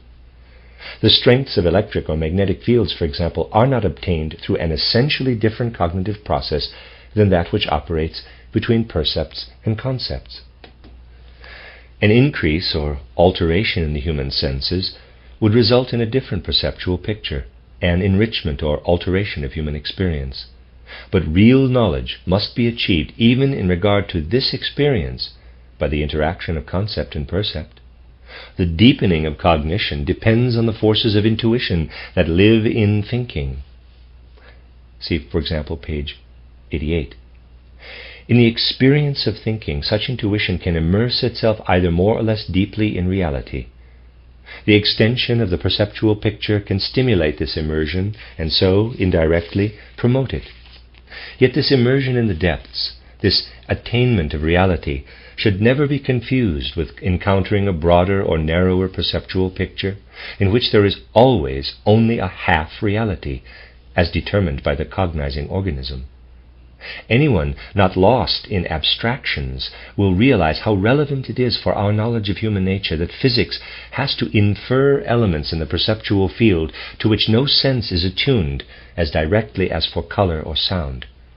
Concretely, the essence of the human is determined not only by the kind of immediate perception with which we confront ourselves through our organization, but also by our excluding other things from this immediate perception. Just as both the conscious waking state and the unconscious state of sleep are necessary for life, so both the sphere of sense percepts and a much greater sphere of elements that are not sense perceptible, in the field from which sense percepts originate, are necessary for human self-experience. Let me read that again.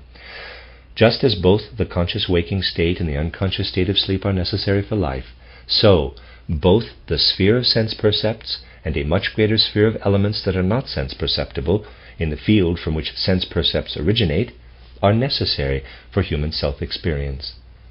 All of this was already expressed indirectly in the original presentation of this text.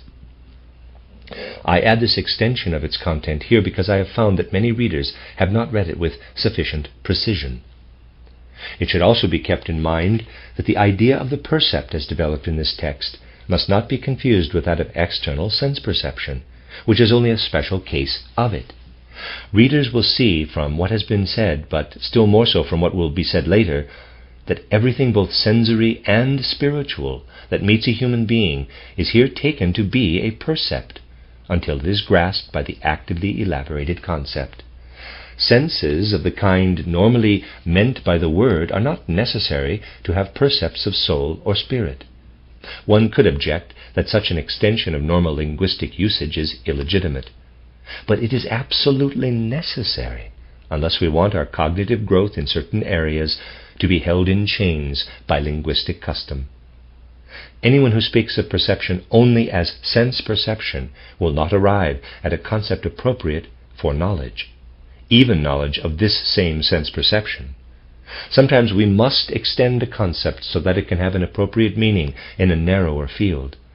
Sometimes, too, we must add something to what a concept initially calls to mind, so that what is thought of initially can be justified or adjusted. Thus, on page 100 of this book, we read that, quote, "A mental picture, then, is an individualized concept," unquote. I have heard the objection that this is an unusual use of words. But if we are to understand what a mental picture really is, this usage is necessary.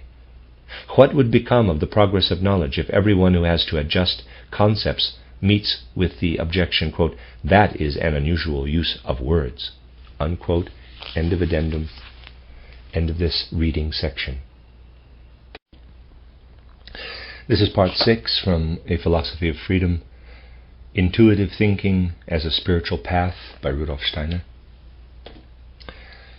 This is part 2, Practice, the Reality of Freedom. Chapter 8, The Factors of Life.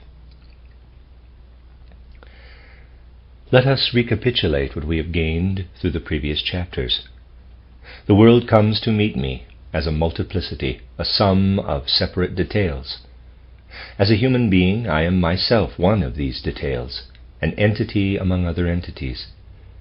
We call this form of the world simply the given, and insofar as we do not develop it through conscious activity, but find it ready-made, we call it percept. Within the world of percepts we perceive ourselves. But if something did not emerge out of this self-percept that proved capable of linking both percepts in general and also the sum of all other percepts with the percept of our self-percept would remain simply one among many. This emerging something, however, is no longer a mere percept, nor is it, like percepts, simply present. It is produced through activity and initially appears linked to what we perceive as ourself. But its inner meaning reaches beyond the self. It adds conceptual determinates to individual percepts, but these conceptual determinates relate to one another and are grounded in a whole.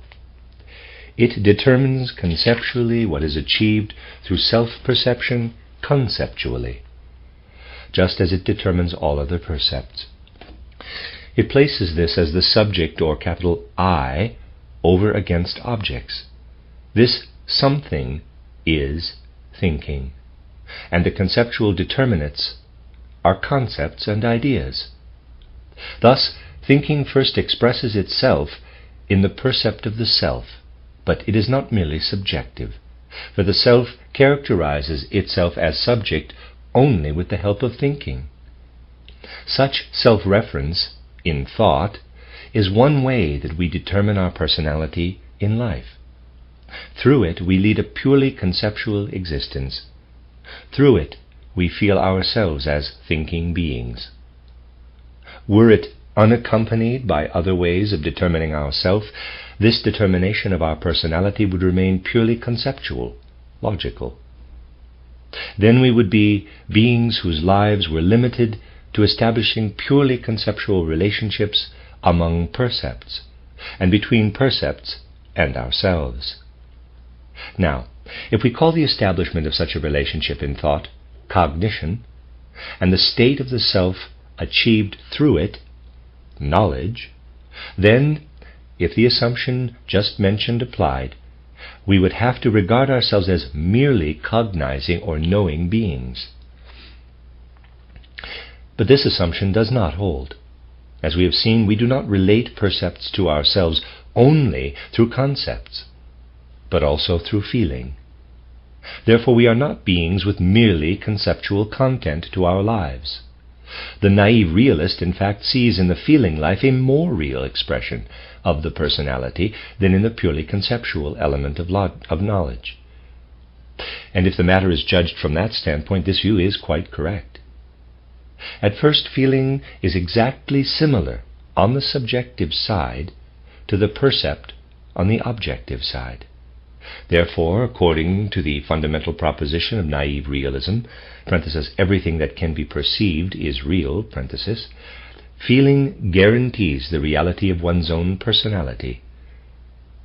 Yet monism, as understood here, must acknowledge that a feeling, if it is to appear to us in its full reality, requires the same kind of completion as any other percept. For monism, feeling is an incomplete reality, that in the form in which it is given to us at first, does not yet contain its second factor, the concept or idea. This is why feeling, like perceiving, always appears before cognizing. First, we merely feel ourselves as existing, and in the course of our gradual development, we reach the point at which, out of our own dimly felt existence, the self-concept dawns upon us. But what emerges for us only later is originally inseparably united with feeling. This is what makes naive persons believe that existence reveals itself directly in feeling, but only indirectly in knowledge.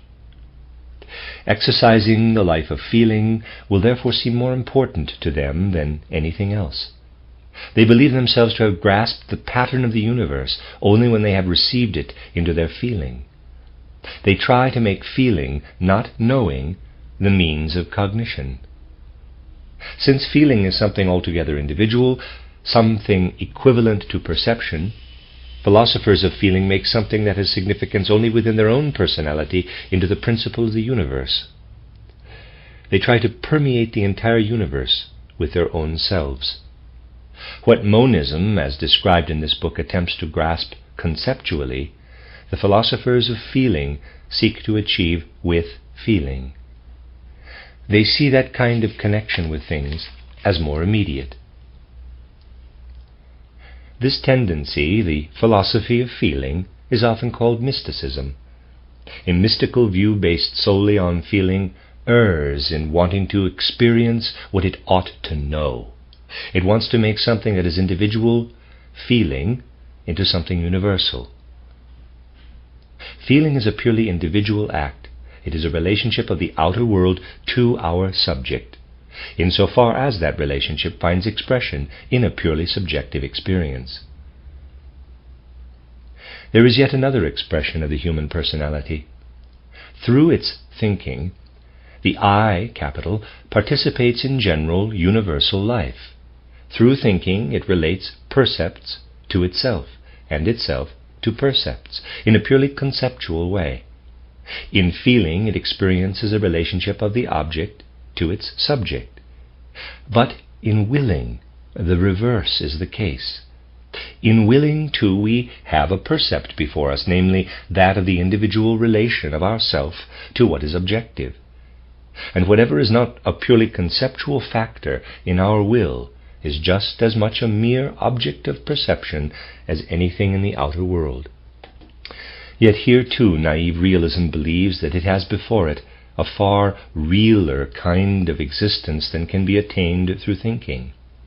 In contrast to thinking, which formulates the event only afterward in concepts, naive realism sees an element in the will in which we are immediately aware of an event or cause. From this point of view, what the I achieves through its will is a process that is experienced immediately. Adherents of this philosophy believe that in the will they have hold of a corner of the world process. They believe that in willing we experience a real event quite immediately, while we can only follow other events from the outside. They make the form of existence in which the will appears within the self into an actual principle of reality. Their own willing appears to them as a special case of the universal world process, and the universal world process appears as a universal will. Here the will becomes a world principle, just as feeling becomes a cognitive principle in mysticism. This point of view is called the philosophy of the will, or thelism, Thelism. It makes something that can be experienced only individually into a constitutive factor of the world. The philosophy of will can no more be called science than can the mysticism of feeling, for both maintain that to permeate the world with concepts is inadequate. In addition to a conceptual principle of existence, both demand a real principle as well. There is some justification in this. But since we can grasp these so-called real principles only through our perception, the claims of both mysticism of feeling and philosophy of the will are identical with the view that we have two sources of knowledge, thinking and perceiving, the latter expressing itself as individual experience in feeling and in will. According to this view, since what flows from one source, our experiences, cannot be received directly into what flows from the other, thinking, both kinds of cognition, thinking and perceiving, remain side by side, without any higher mediation between them. Beside the conceptual principle attainable through knowledge, there is supposed to exist a real principle of the world that can be experienced, but not grasped by thinking. In other words, because they subscribe to the proposition that what is directly perceived is real, mysticism of feeling and the philosophy of will are both types of naive realism. Yet compared to the original naive realism, they commit the further inconsistency of making a specific form of perceiving, feeling, or willing into the sole means of cognizing existence. But they can do so only by subscribing to the general proposition that what has been perceived is real. On that basis, however, they would also have to ascribe an equivalent cognitive value to external perceiving. The philosophy of will becomes metaphysical realism when it transfers the will into those realms of existence where immediate experience of it is not possible in the same way as it is in one's own subject. It assumes the existence outside the subject of a hypothetical principle, the sole criterion for whose reality is subjective experience. As metaphysical realism, the philosophy of the will succumbs to the criticism given in the previous chapter, which the contradictory aspect of every metaphysical realism must recognize and overcome, that the will is only a universal world process to the extent that it relates to the rest of the world conceptually. The end of chapter 8. This is the addendum to the new edition, 1918. The difficulty of grasping thinking in its essence by observing it consists in this. When the soul wants to bring it into the focus of attention, this essence has all too easily already slipped away from the observing soul. All that is left for the soul, then, is the dead abstraction, the corpse of living thinking. If we look only at this abstraction, we can easily feel drawn to the mysticism of feeling or the metaphysics of will, which seems so quote-unquote full of life. We find it strange if anyone seeks to grasp the essence of reality in quote-unquote mere thoughts. But whoever truly manages to experience life within thinking sees that dwelling in mere feelings or contemplating the element of the will cannot even be compared with, let alone ranked above, the inner richness and the experience, the inner calmness and mobility in the life of thinking. It is precisely the richness, the inner fullness of experience that makes its reflection in normal consciousness seem dead and abstract. No other activity of the human soul is as easily misunderstood as thinking. Feeling and willing warm the human soul, even when we look back and recollect their original state, while thinking all too easily leaves us cold. It seems to dry out the life of the soul. Yet this is only the sharply contoured shadow of the reality of thinking, a reality interwoven with light, dipping down warmly into the phenomena of the world. This dipping down occurs with a power that flows forth in the activity of thinking itself, the power of love in spiritual form. One should not object that to speak of love in active thinking is to displace a feeling, love, into thinking. This objection is actually a confirmation of what is being said here. For whoever turns toward essential thinking finds within it both feeling and will, and both of these in the depths of their reality. Whoever turns aside from thinking toward pure feeling and willing loses the true reality of feeling and willing. If we experience thinking intuitively, we also do justice to the experience of feeling and will. But the mysticism of feeling and the metaphysics of will cannot do justice to the penetration of existence by intuitive thinking. Those views all too easily conclude that it is they who stand within reality, while intuitive thinkers, devoid of feeling and estranged from reality, form only a shadowy, cold picture of the world in abstract thoughts. End of the addendum. Chapter 9. The idea of freedom. For cognition, the concept of a tree is determined by the percept of a tree.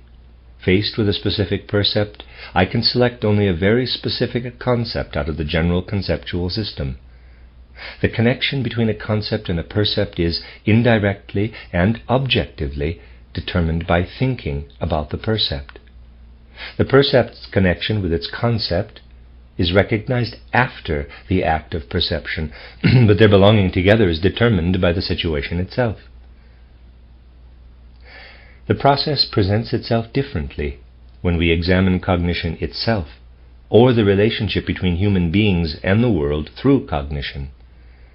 In the preceding discussion, an attempt was made to show that it is possible to clarify this relationship through unprejudiced observation.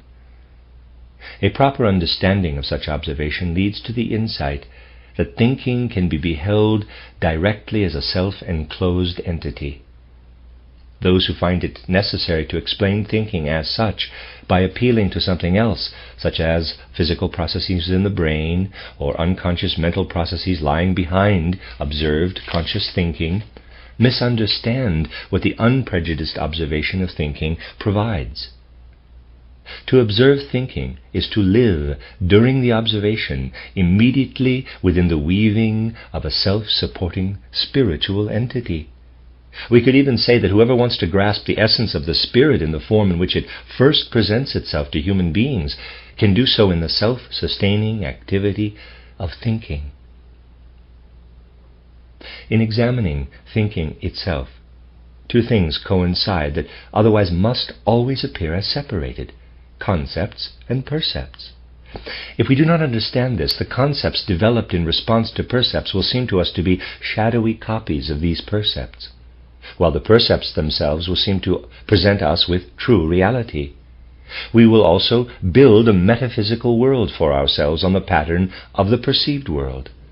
Following the style of our mental imagery, we will call this metaphysical world the atomic world, the world of the will, or of the unconscious spirit, and so forth. And we will fail to see how in all of this we have built up only a hypothetical metaphysical world on the pattern of our perceptual world.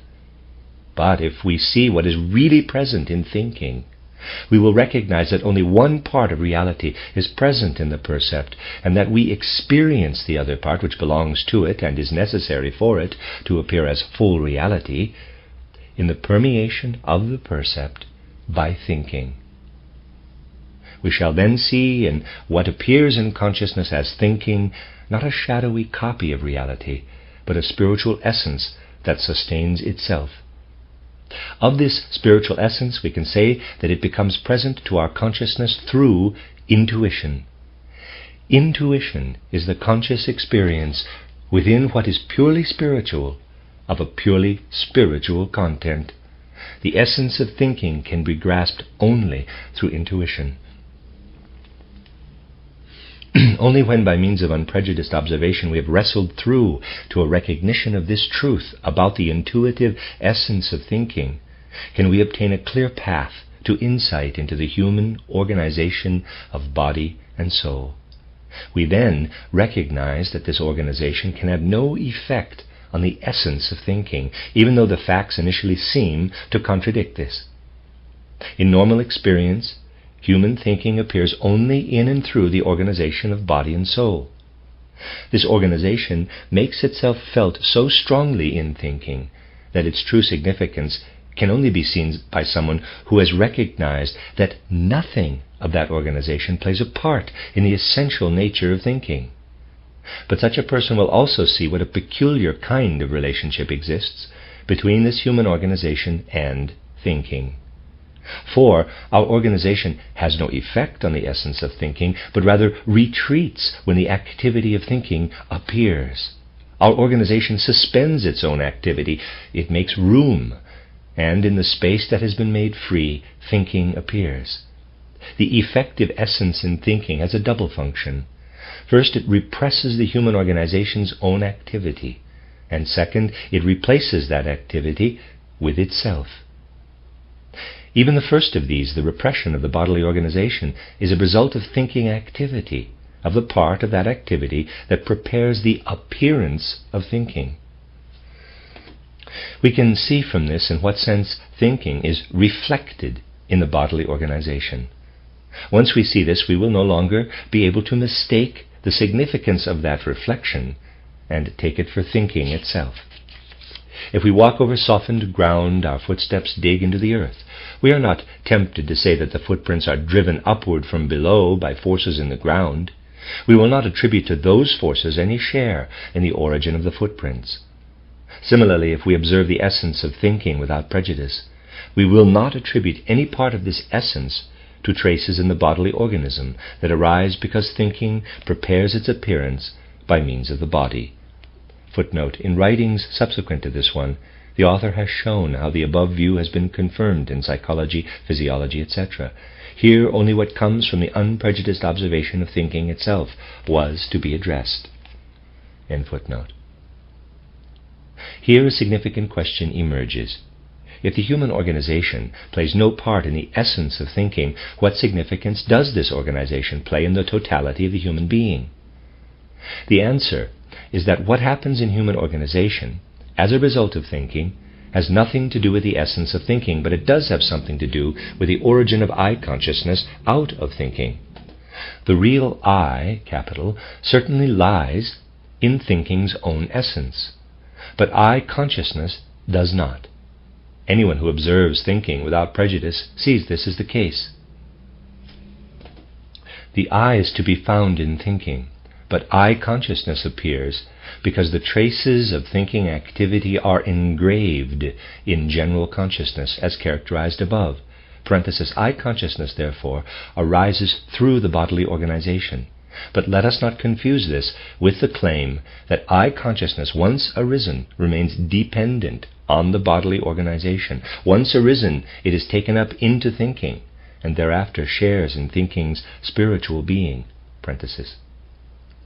I consciousness is based on the human organization from which our acts of will flow. Following the preceding discussion, insight into the connection between thinking, the conscious, let me read that again. Following the preceding discussion, insight into the connection between thinking, the conscious I, and acts of will can be achieved only if we first observe how an act of will proceeds from the human organization. For an individual act of will, we must consider both the motive and the motive power. The motive is a conceptual or mentally pictured factor. The motive power is the factor of willing that is conditioned directly within the human organization.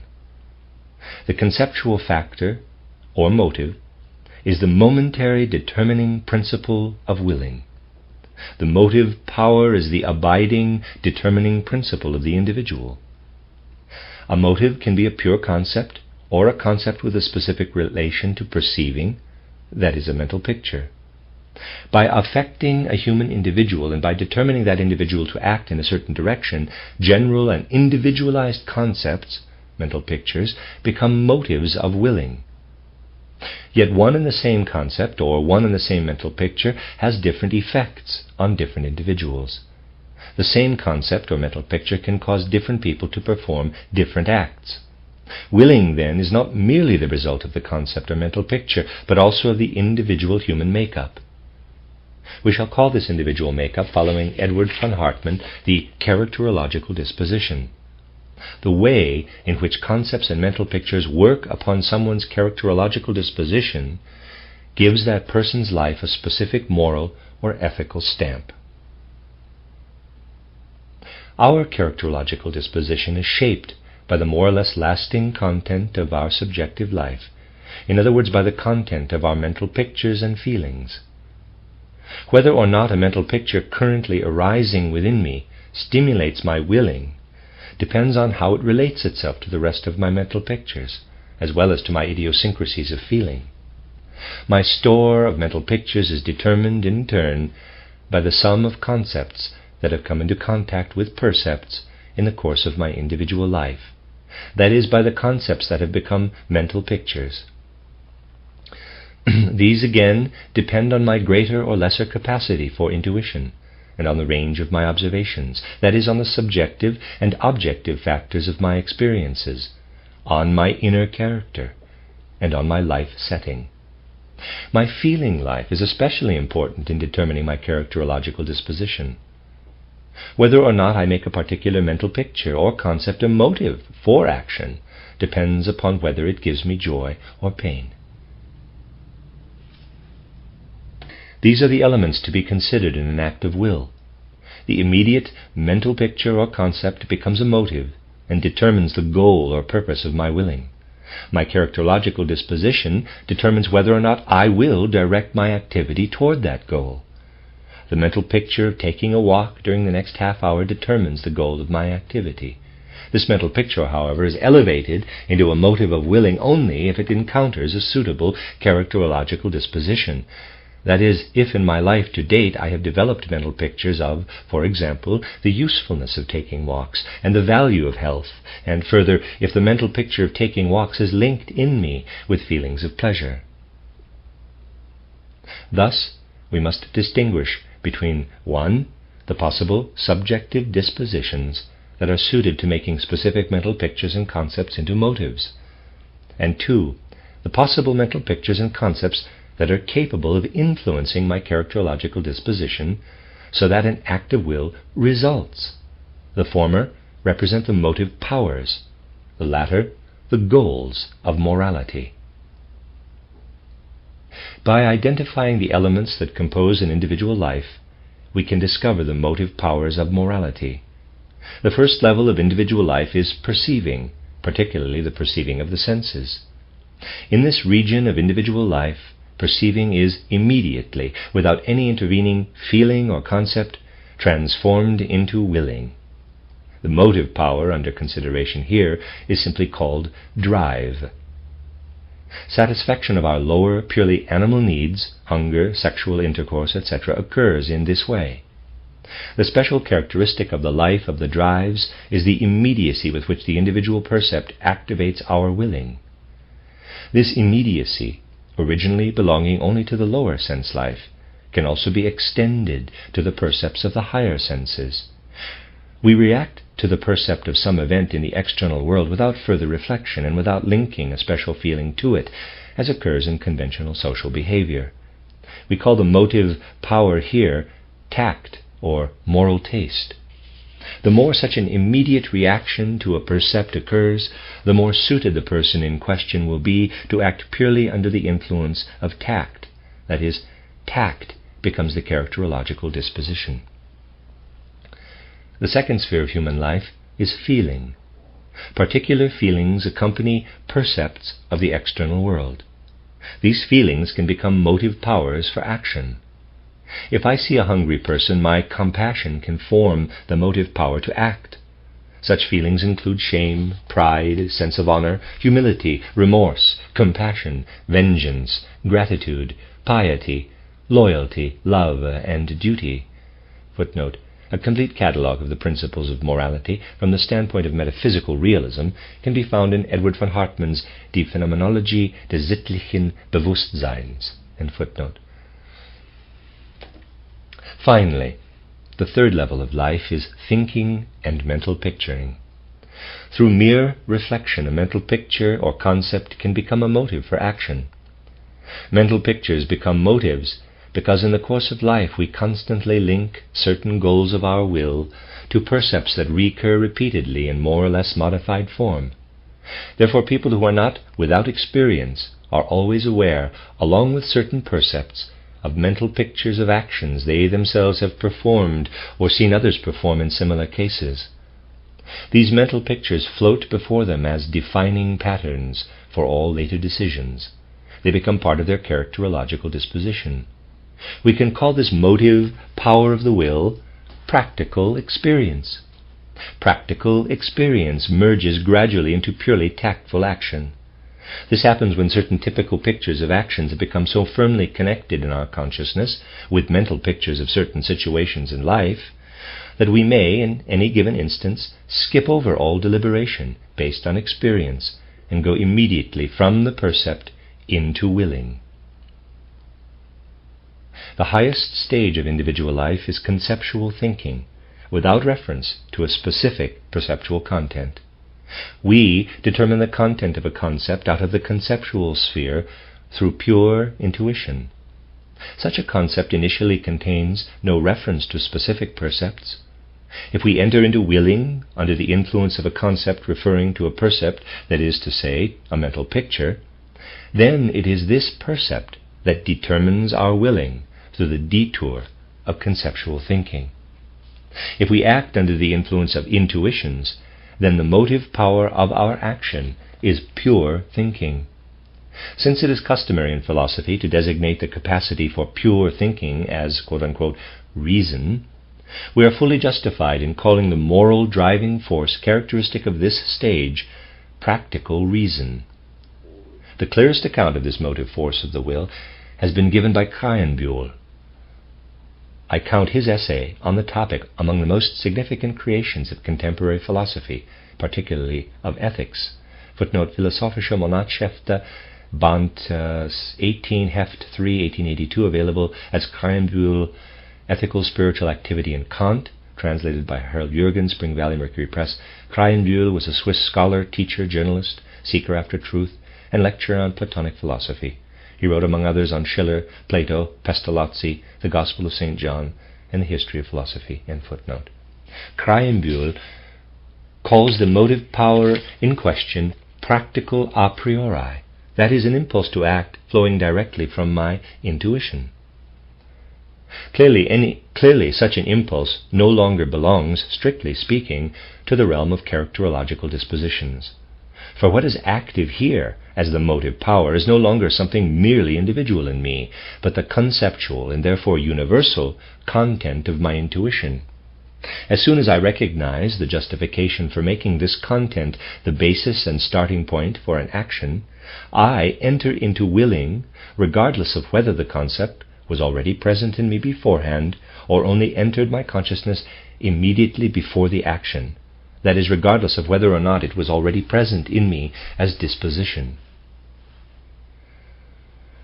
An act of will is real only if a momentary impulse of action influences the characterological disposition in the form of a concept or mental picture. Such an impulse then becomes a motive of willing. The motives of morality are mental pictures and concepts.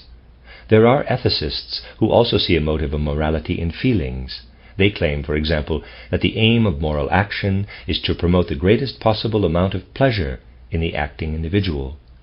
But only the mental picture of pleasure, not pleasure itself, can become a motive. The mental picture of a future feeling, but not the feeling itself, can affect my characterological disposition. For the feeling itself is not present in the moment of action. Rather, it must first be produced through the action. The mental picture of one's own or another's well-being is quite properly recognized as a motive of willing. The principle of producing through one's actions the greatest amount of pleasure for oneself, that is, of attaining individual happiness, is called egoism. This individual happiness is sought either through thinking ruthlessly only of one's own welfare and striving for it even at the expense of the happiness of other individuals, pure egoism, or through promoting the good of others because one hopes for indirect advantages from their happiness, or through fear of endangering one's own interests by harming others, morality of prudence. The particular content of egoistic moral principles will depend on what mental picture we form of our own or others' happiness. We will determine the content of our egoistic striving according to what we regard as good in life: luxurious living, hope of happiness, deliverance from various evils, and so forth. The purely conceptual content of an action should be seen as a different kind of motive. Unlike the mental picture of one's own pleasure, this content relates not just to a single action, but to the derivation of an action from a system of moral principles. These moral principles can regulate ethical conduct in the form of abstract concepts, without an individual's worrying about the origin of the concepts. We then feel that our subjection to the moral concept which hovers over our actions as a commandment is simply a moral necessity. We leave the establishment of this necessity to whoever demands our moral subjection, that is, to whatever moral authority we recognize: the head of our family, the state, social custom, ecclesiastical authority, divine revelation. A special kind of moral principle is involved when the commandment does not announce itself to us through outer authority, but from within ourselves. We may call this moral autonomy. We then hear within ourselves the voice to which we must submit. The expression of this voice is conscience. This is the end of this part of the recording. I'm on page 146, starting with paragraph 20 of chapter 9, which I will finish chapter 9 in the next reading. This is a reading of A Philosophy of Freedom, Intuitive Thinking as a Spiritual Path by Rudolf Steiner. I am on the 7th section that I have recorded. This is the beginning of the 7th part. On page 146, the 20th paragraph. Moral progress occurs when a person does not simply accept the commandment of an outer or inner authority as a motive for action, but rather strives to see why any given principle should work as a motive. This is to progress from an authoritarian morality to action based on ethical insight. At this level of morality, we consider the needs of a moral life and allow our actions to be determined by knowledge of them. Such deeds are 1. The greatest possible welfare of all humanity, purely for the sake of that welfare. 2. The progress of civilization, or the moral evolution of humanity to ever greater perfection. And 3. The realization of individual moral goals that have been grasped purely intuitively. The greatest possible welfare of all humanity will naturally be formulated differently by different people. This phrase does not refer to a particular mental picture of such welfare, but to the idea that those individuals who recognize this principle strive to do whatever they think will most promote the welfare of all humanity. For those who associate a feeling of pleasure with the benefits of civilization, the progress of civilization turns out to be a special case of the moral principle of greatest possible welfare. But they will have to accept into the bargain the demise and destruction of many things that also contribute to the welfare of humanity. However, it is also possible that someone could see ethical necessity in the progress of civilization, quite apart from the feeling of pleasure associated with it. For such a person, then, it is a distinct moral principle in addition to the previous one. The principle of the welfare of all, like that of the progress of civilization, depends on a mental picture, that is to say, on the relationship that we make between the content of ethical ideas and particular experiences, percepts. But the highest ethical principle of which we can think is that which contains no such relationship in advance, but rather springs from the source of pure intuition, and only afterwards seeks a relationship to a percept, to life. Here the determination of what is to be willed proceeds from a different source than in the previous examples. Those who honor the ethical principle of the good of all will in their actions ask first what their ideals contribute to that good. Those who adhere to the ethical principle of the progress of civilization will do the same. Yet there is a higher way that does not proceed from one definite single ethical goal in each case, but assumes a certain value to all ethical maxims, and in each case asks whether one or the other moral principle is more important. In certain circumstances I might regard promotion of cultural progress as right, and make it into the motive of my action. In others, promotion of the good of the whole, and in a third case, promotion of my own welfare. But if all other reasons determining action move to second place, then conceptual intuition itself has primary consideration. The other motives now step down from the leading position, and the ideal content of the action alone operates as its motive. We described the stage of characterological disposition that works as pure thinking or practical reason as the highest. We have now described conceptual intuition as the highest motive. More exact reflection soon reveals that motive power and motive coincide at this level of morality. That is, neither a previously determined characterological disposition nor an outer ethical principle, taken as a standard, influences our action. The action is therefore not executed robotically according to certain rules, nor is it action performed automatically in response to outer pressure, but rather it is action determined solely by its own conceptual content. Such an action presupposes the capacity for moral intuitions.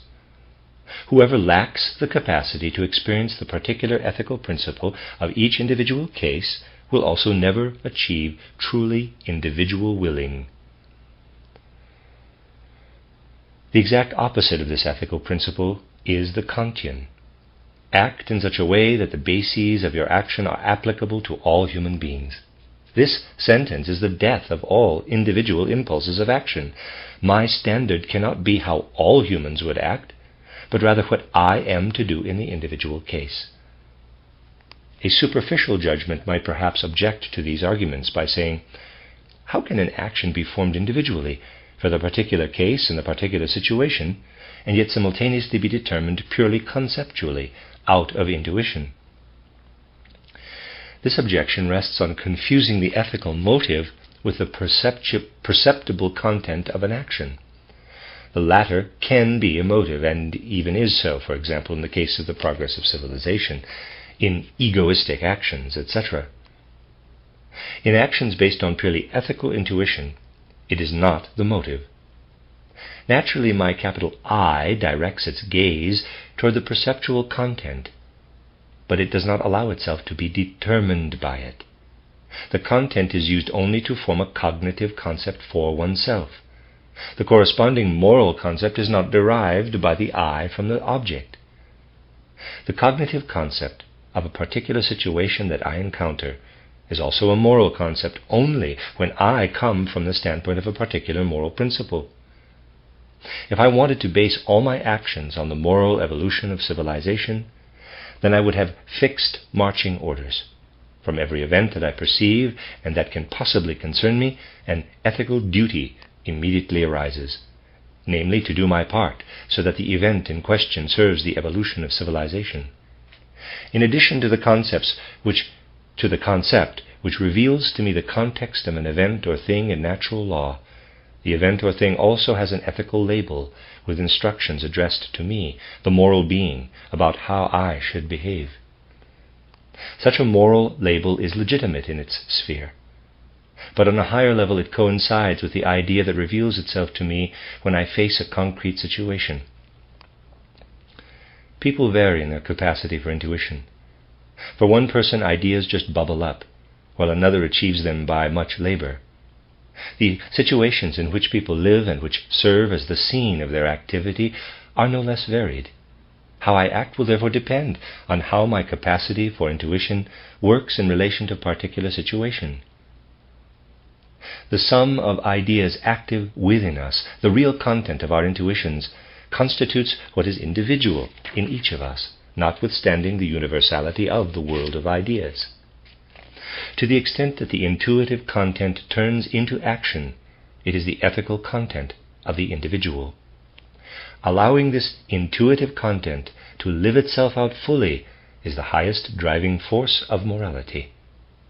At the same time, it is the highest motive of those who realize that in the end all other moral principles unite within it. We can call this standpoint ethical individualism. What is decisive in an intuitively determined action in a concrete instance is the discovery of the corresponding completely individual intuition. At this level of morality, we can speak of general moral concepts, norms or laws, only to the extent that they result from the generalization of individual impulses. General norms always presuppose concrete facts from which they can be derived, but facts are first created by human action. When we seek for laws or concepts in the actions of individuals, peoples, and eras, we discover an ethics that is not a science of ethical norms, but a natural history of morality. Only the laws obtained in this way relate to human conduct as natural laws relate to a particular phenomenon. But they are by no means identical with the impulses on which we base our actions. If we want to understand how a human action springs from ethical willing, we must look first to the relationship of that willing to the action in question.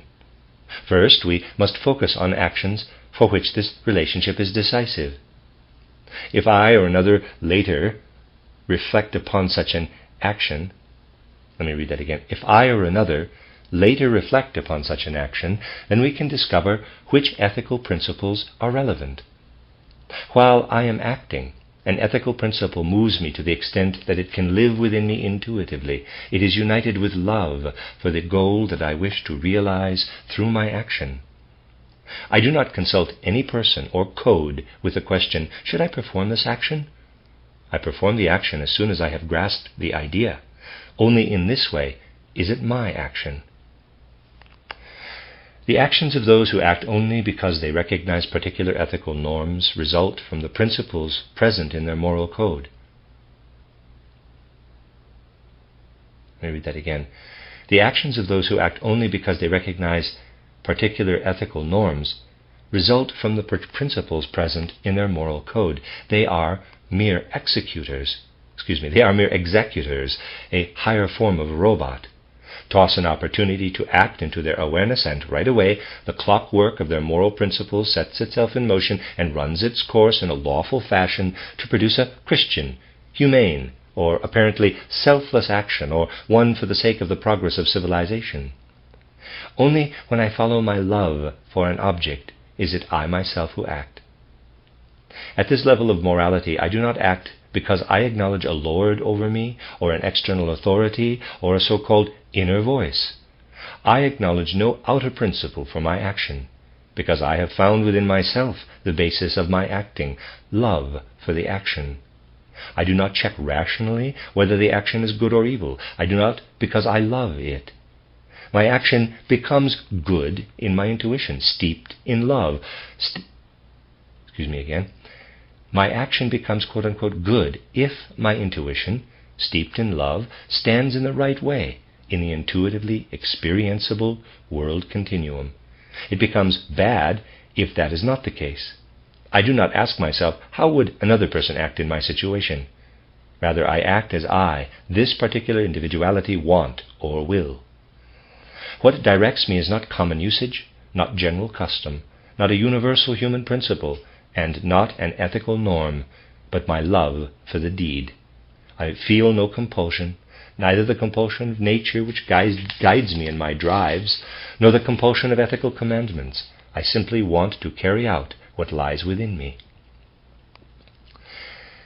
Defenders of universal ethical norms might object to these arguments as follows.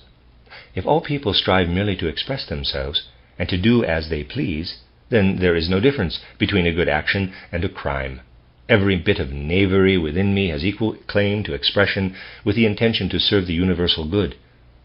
As an ethical human being, what should be decisive for me is not the mere fact that I have focused on the idea of an action, but rather my determination of whether the action is good or evil. Only if I have determined that it is good should I carry it out. My response to this objection, which seems plausible, but arises only from a misunderstanding of what is meant here, is this. Anyone who wants to know the essence of human willing must distinguish between the path that brings willing up to a certain stage of development and the special form that it assumes when it nears its goal. On the path to this goal, norms play their justifiable role. The goal consists in the realization of ethical aims that are grasped purely intuitively. Humans achieve such aims to the degree that they possess any capacity to lift themselves to the intuitive conceptual content of the world. In any individual act of willing, other things are generally mixed in with such aims as motive or motive power. But intuition can still determine or co-determine human willing. What we should do, we do. We offer the stage upon which should becomes do. An action is our own if we allow it to emerge as such from within ourselves. Here, the impulse can only be completely individual. In truth, only an act of will emerging from intuition can be individual. Only if blind drives are reckoned to belong to the human individuality can we see a criminal deed or evil as an expression of individuality equivalent to the incarnation of pure intuition. But the blind drive that drives someone to commit a crime does not come from intuition. It does not belong to what is individual within a person. It belongs to what is commonest, to what is equally present in all individuals, and out of which we must work our way with our individuality. What is individual in me is not my organism with its drives and feelings, but my own world of ideas that lights up within this organism. My drives, instincts, and passions establish no more in me that I belong to the general species human being. The fact that something conceptual expresses itself in a special way in those drives, passions, and feelings establishes my individuality. Through my instincts, my drives, I am the kind of person of whom there are 12 to the dozen. I am an individual by means of the particular form of the idea by which, within the dozen, I designate myself as I.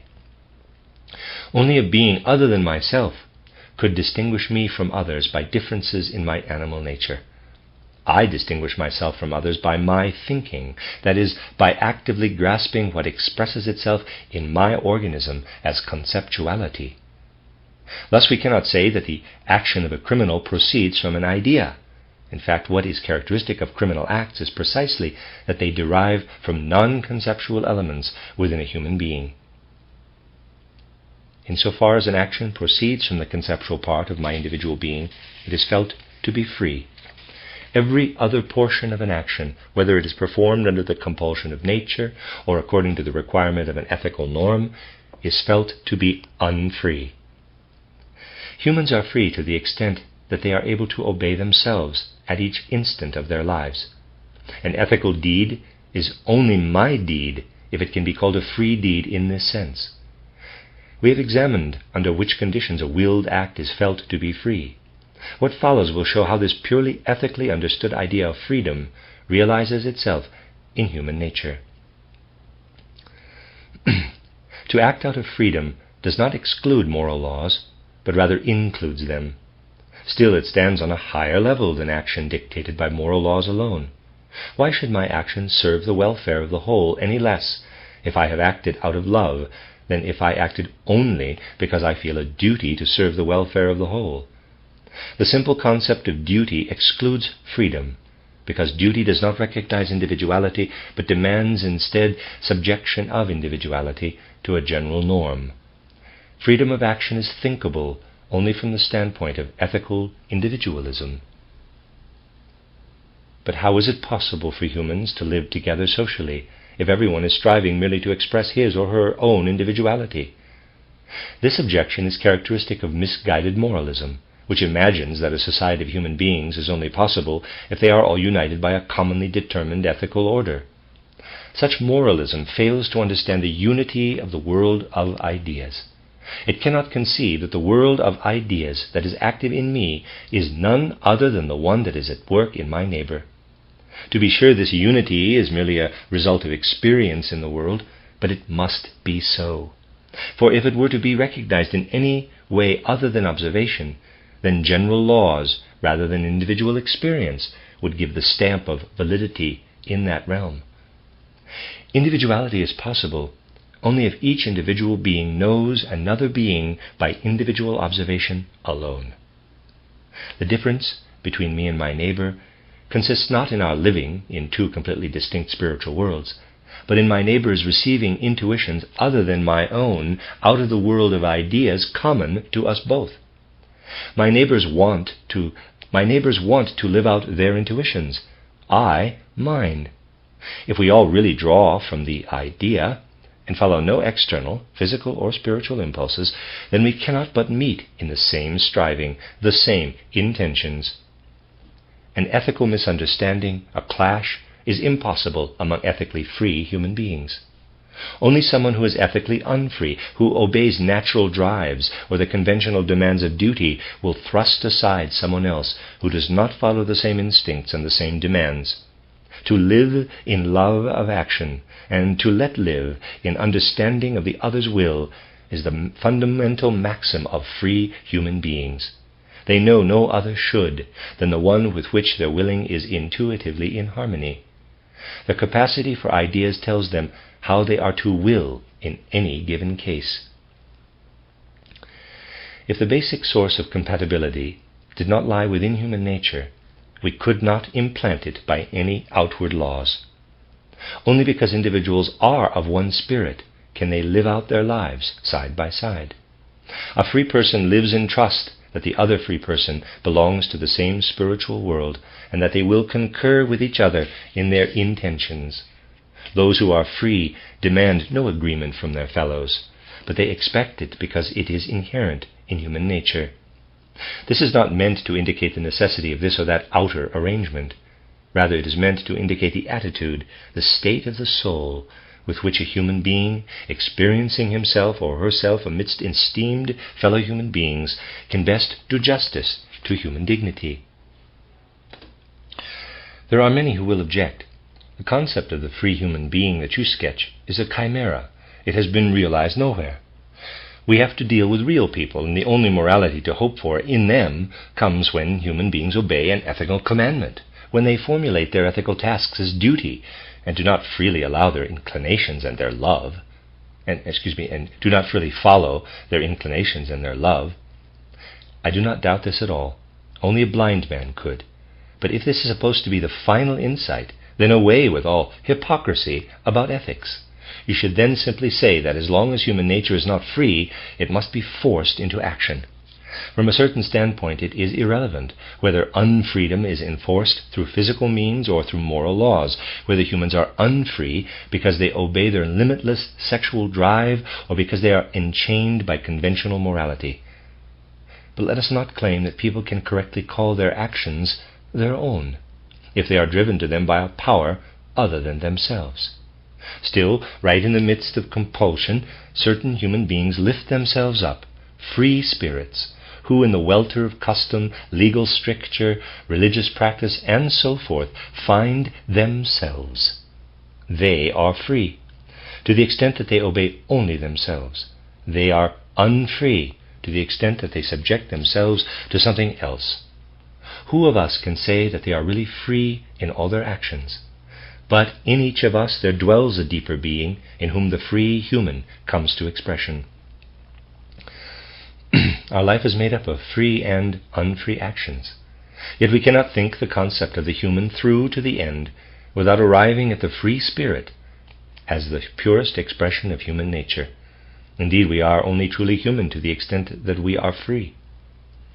That is an ideal, many will say. No doubt. But it is an ideal that works as a real element in our being and manifests in its effects on the surface. It is no thought-up or dreamed-up ideal, but one that has life and makes itself clearly known in even its most imperfect form of existence. Were human beings merely natural creatures, it would be absurd to look for ideals, that is, ideas that are not currently effective and requiring realization. With things of the external world, the idea is determined by the percept, and we have done our part once we have recognized the connection between idea and percept. But this is not so with humans. The totality of human existence is not determined apart from the human beings themselves. Their true concepts as ethical human beings, free spirits, are not united in advance, objectively, with the perceptual picture of human beings, needing merely to be confirmed afterward by cognition. As human beings, we must each unite our own concept with the percept of human through our own activity. Concept and percept coincide here only if we ourselves make them coincide. But we can do so only if we have discovered the concept of the free spirit, which is our own concept. In the objective world, the percept is divided from the concept by the way we are organized. In cognition, we overcome this division. The division is no less present in our subjective nature. We overcome it in the course of our development by bringing our own concept to full outward manifestation. Thus the intellectual, as well as the moral life of human beings, lead us to the dual nature of humans, perceiving, immediate experience, and thinking. This is the dual nature, perceiving and thinking. Intellectual life overcomes the duality through cognition. Moral life overcomes it through the actual realization of the free spirit. Every being has its inborn concept, the law of its being and activity. But in external things, the concept is inseparably bound up with the percept and only separated from it in our spiritual organism. In human beings, the concept and the percept are actually separate at first, to be just as actually united by human beings themselves. It could be objected that a particular concept corresponds to our percept of a human being at every instant of a person's life, just as it does to every other thing, that I can create the concept of a stereotypical human for myself, and can also have such a human given me as percept. Were I then to add to that the concept of the free spirit, I would have two concepts for one and the same object. This is one-sided thinking. As a perceptual object, I am subject to continual transformation. As a child, I was one thing, as a youth another, as an adult still another. In fact, at every moment the perceptual picture of myself is different from what it was a moment before.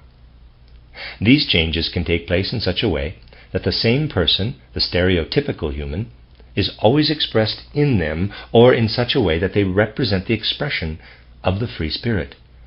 My actions, too, as objects of perception, are subject to such changes. There is a possibility for the human perceptual object to transform itself, just as within the plant seed there lies the possibility of becoming a whole plant. The plant will transform itself because of the objective lawfulness lying within it. Humans remain in an incomplete state if they do not take in hand the transformative substance within themselves and transform themselves through their own power. Nature makes human beings merely natural creatures. Society makes them law-abiding actors. But they can only make themselves into free beings. At a certain stage of their development, nature releases human beings from her chains. Society carries this development up to a further point, but human beings must give themselves the final polish. The standpoint of free morality does not claim that the free spirit is the only form in which a human being can exist. Free morality sees in free spirituality only the final stage of human evolution. This is not to deny that acting in accordance with norms has its justification as one stage of evolution, but it cannot be acknowledged as the absolute standpoint of morality. The free spirit overcomes such norms, in that free spirits do not merely feel commandments as motives, but order their actions according to their impulses, intuitions. Kant says, "Duty, you exalted mighty name, you who contain nothing lovable, nothing ingratiatingly agreeable, but who demand submission, you who establish a law before which all inclinations fall dumb, though in secret they may work against it." Unquote. This is from his Critique of Practical Reason. Duty it started with. To this a human being out of the consciousness of the free spirit replies, quote, "Freedom, you friendly human name, you who contain everything morally beloved, everything that most dignifies my humanity, and who make me into no one's servant, you who do not merely establish a law, but wait for what my moral love itself will recognize as law, because it feels unfree in the face of every merely imposed law." Unquote. This is the contrast between morality that is merely lawful and morality that is free. Philistines who see morality embodied in something externally fixed might even see a free spirit as a dangerous person. They will do so, however, only because their view is limited to a particular epoch. But if they could look beyond it, they would immediately find that free spirits need to move beyond the laws of the state as little as the Philistines themselves, and that they never have to place themselves in real opposition to these laws. For the laws of the state, like all other objectively ethical laws, all sprang from the intuitions of free spirits. There is no law enforced by family authority that was not once intuitively conceived and formulated as such by an ancestor. Even the conventional laws of morality are first established by specific persons, and the laws of the state always arise in the heads of state officials. These minds have set up laws over other people, and no one becomes unfree except by forgetting that origin and making the laws either into extra-human commandments, into objective ethical concepts of duty independent of human participation, or into the commanding voice of one's own falsely conceived, mystically compelling inner self. But those who do not overlook the origin, but seek the human being within it, will see it as belonging to the same world of ideas from which they too draw their moral intuitions. If they believe that they have better intuitions, then they try to substitute their own for the existing ones. If they find that the existing ones are justified, then they act in accordance with them as if they were their own. We must not establish the formula that human beings exist to realize an ethical world order cut off from themselves. Anyone who claimed as much would still be standing, in relation to the science of humankind, at the same point at which natural science stood when it believed that a bull has horns in order to butt. Fortunately, natural scientists have done away with such concepts of purpose. It is harder for ethics, similarly, to free itself. But just as horns do not exist because of butting, but butting exists through the horns, so human beings do not exist because of morality, but morality exists through human beings. Free human beings act morally because they have moral ideas, but they do not act in order for morality to arise.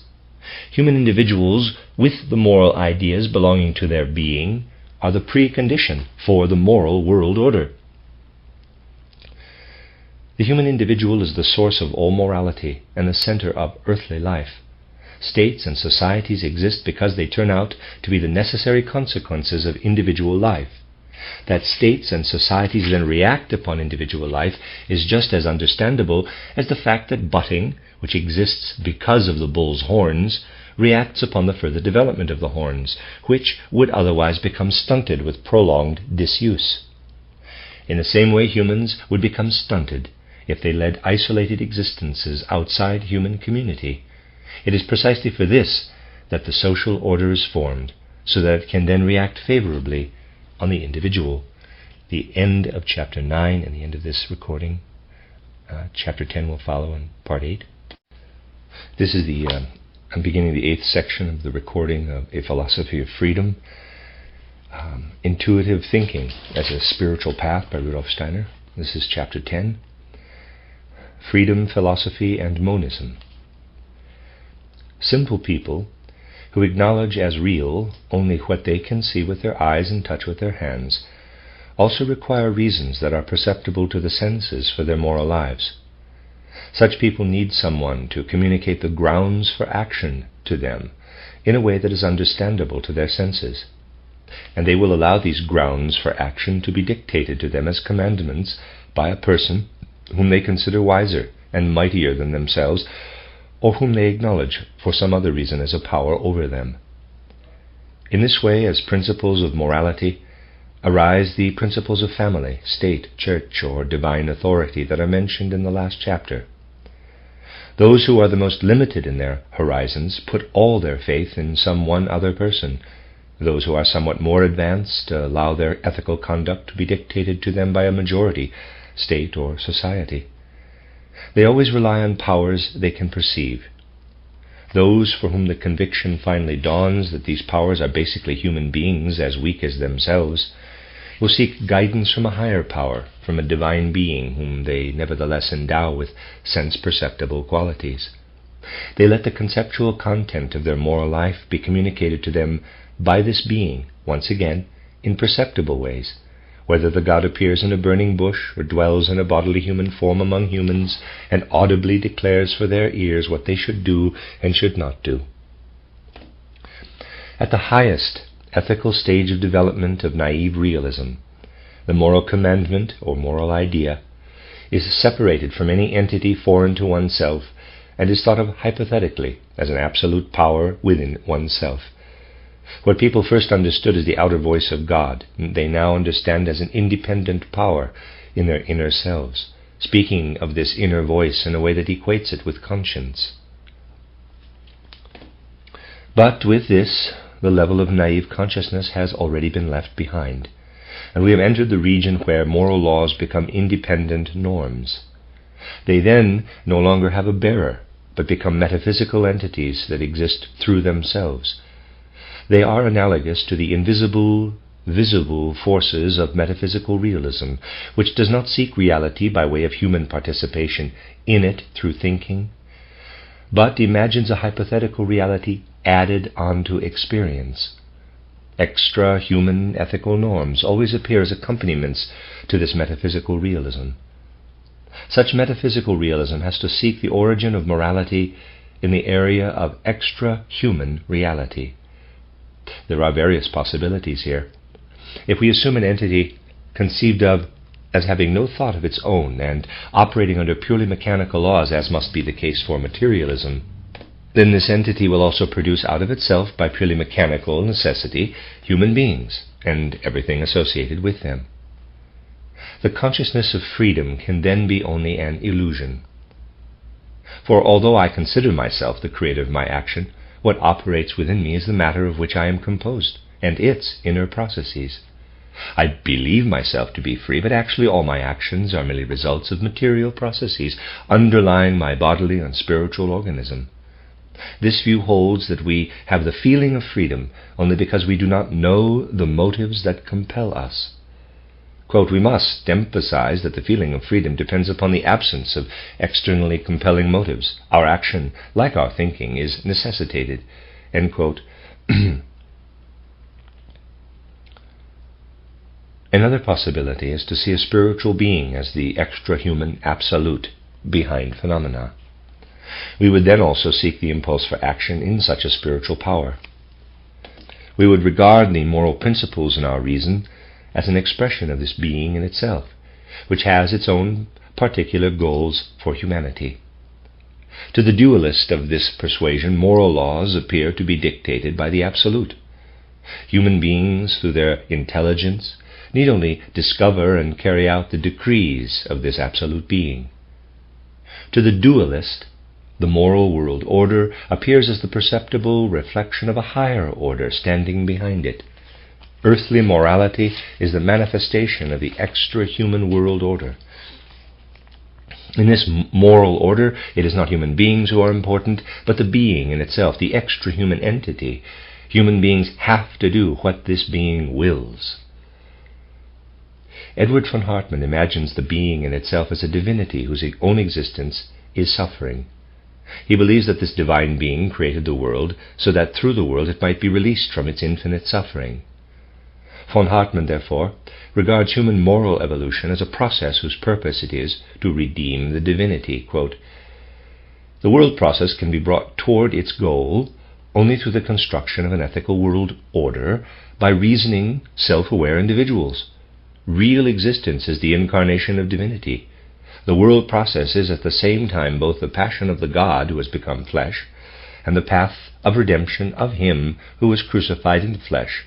Morality, however, is cooperation in the shortening of this path of suffering and redemption. End quote. In this view, human beings do not act because they will it, but have to act because it is God's will to be redeemed. Just as materialist dualists make human beings into automata whose actions are merely results of purely mechanical laws, so spiritualist dualists make human beings into slaves to the will of the Absolute, because they see the Absolute, the being in itself, as something spiritual, in which human beings do not participate with their conscious experience. Freedom has no place either in materialism or in one-sided spiritualism, nor has it a place in metaphysical realism, which infers something extra-human as true reality, but does not experience it. For one and the same reason, naive and metaphysical realism must both logically deny freedom. Both see in human beings merely executors of principles that have been necessarily imposed upon them. Naive realism kills freedom through subjection to the authority of a perceptible being, to a being thought of as analogous to a percept, or finally to the abstract inner voice that it interprets as conscience. Metaphysical realists who merely infer something extra-human cannot acknowledge freedom because they see human beings as determined mechanically or morally by a being in itself. Because it acknowledges the validity of the world of percepts, monism must acknowledge the partial validity of naive realism. Anyone incapable of producing moral ideas through intuition must receive them from others. To the extent that humans receive their ethical principles from without, they are in fact unfree. But monism ascribes equal significance to ideas and to percepts. Ideas, however, can become manifest in human individuals. To the extent that human beings obey impulses from that side, they feel themselves to be free. But monism denies any validity to a merely inferential metaphysics, and therefore also to impulses to action deriving from so-called beings in themselves. According to the monistic view, human beings can act unfreely if they obey perceptible external compulsion. They can act freely if they only obey themselves. But monism cannot acknowledge an unconscious compulsion lying behind both percepts and concepts. If one person maintains that another's action was unfree, then the first must show the thing or person or situation in the perceptible world that occasioned the action. If the assertion is based on causes for action lying outside the world that is real to the senses and the spirit, then monism cannot accept such an assertion. In the monistic view, human action is part unfree, part free. We find ourselves unfree in the world of percepts and realize within ourselves the free spirit. For the monist, ethical commandments, which the merely inferential metaphysician must regard as expressions of a higher power, are human thoughts. For the monist, the ethical world order is the imprint neither of a purely mechanical natural order nor an extra-human world order. It is entirely the free work of human beings. Humans have to carry out their own will, not that of a being outside them in the world. They realize their own resolves and intentions, not those of some other being. Monism does not see behind an active human being the goals of an external world executive who determines human actions according to its will. Rather, to the extent that they realize intuitive ideas, human beings pursue only their own human goals. In fact, each individual pursues his or her special goals. For the world of ideas is expressed not in the human community, but only in human individuals. What emerges as the common goal of a human collective is only a result of separate deeds of will by its individual members, usually a few select individuals whom the others obey as authorities. Each of us is meant to be a free spirit, just as each rose seed is meant to be a rose. Therefore, in the realm of truly ethical action, monism is a freedom philosophy. As a philosophy of reality, monism rejects metaphysical, unreal restrictions on the free spirit, just as it recognizes the physical and historical (naive, realistic) restrictions on the naive person. Because monism does not regard human beings as finished products who reveal their full being at every moment of life, it views as inconsequential the argument over whether a human being as such is or is not free. Monism sees an evolving essence in humans and asks whether on this path of evolution the stage of the free spirit can be attained. Monism knows that nature does not release human beings from her arms as ready-made free spirits, but leads them to a certain stage. From this, as still unfree beings, they must develop themselves further, to the point where they discover themselves. Monism understands that a being acting under physical or moral compulsion cannot be truly ethical. It considers the passage through automatic actions following natural drives and instincts, and the passage through obedient action following ethical norms, as necessary preliminary stages in morality. But it also understands the possibility of overcoming both transitional stages through the free spirit. Monism liberates a truly moral worldview, both from the inward fetters of naive ethical maxims and from the outward ethical maxims of speculative metaphysicians. Monism cannot eliminate these naive ethical maxims, just as it cannot eliminate the percept. But it rejects the outward maxims of speculative metaphysicians because it seeks within the world, not outside it, all explanatory principles for the illumination of world phenomena. Just as monism declines even to think of cognitive principles other than human ones, it also decisively rejects the thought of ethical maxims other than those applying to human beings. Human morality, like human cognition, is conditioned by human nature. And just as other beings will have a different understanding of cognition, so they will also have a different morality. For the follower of monism, morality is a specifically human quality, and freedom is the human way of being moral. That's the end of Chapter 10, the addenda to the new edition, 1918. 1 difficulty in evaluating what has been presented in the last 2 chapters is that readers may think they have encountered a contradiction. On the one hand, the discussion mentions the experience of thinking, which is felt to be of universal significance, equally valid for every human consciousness. On the other hand, it is noted that the ideas realized in moral life, which are of the same kind as the ideas worked out in thinking, are expressed in an individual way in each human consciousness. But if we feel compelled to remain at the level of this quote-unquote contradiction, if we do not recognize that a piece of the essence of human beings is revealed precisely in the living contemplation of this actually present contrast, then we shall be able to see neither the idea of cognition nor that of freedom in their true light. For those who think of its concepts as merely borrowed, abstracted from the sense world, and who do not give intuition its full weight, what is claimed here as a reality remains a mere contradiction. For those who understand how ideas are intuitively experienced as a kind of self-sufficient essence, it is clear that when we cognize in the world of ideas, we live our way into something that is the same for all human beings. But that when we borrow intuitions from that world of ideas for our acts of will, we individualize an element of that world through the same activity that we develop in the spiritual conceptual process of cognition as something universally human. What appears as a logical contradiction, the universal formation of cognitive ideas and the individual formation of ethical ideas, becomes, when it is beheld in its reality, a living concept. Here lies something characteristic of the human entity. What can be grasped intuitively in the human being moves back and forth as in a living pendulum between universally valid cognition and individual experience of the universal.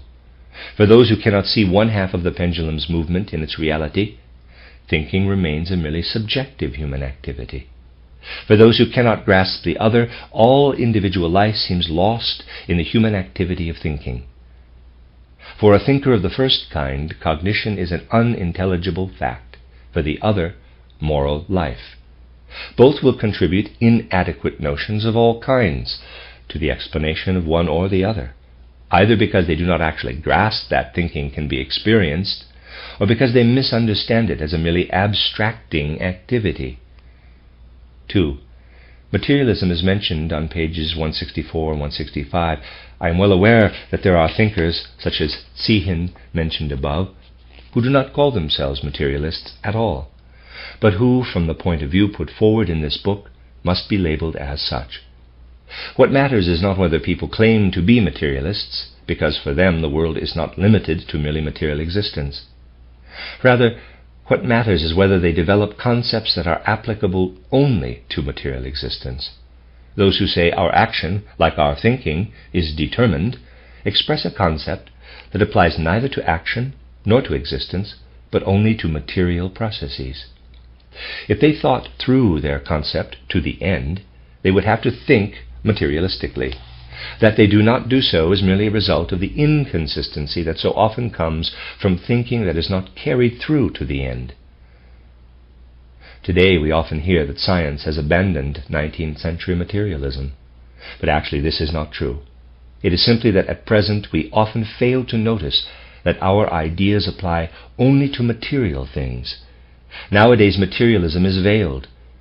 In the second half of the 19th century it showed itself openly. The veiled materialism of the present is no less intolerant toward a view that grasps the world spiritually than was last century's admitted materialism. But materialism today deceives many into thinking that they can reject a worldview involving spirituality, because after all, natural science has long since abandoned materialism, in quotes. That's the full end of chapter 10. Chapter 11, World Purpose and Life Purpose, Human Destiny.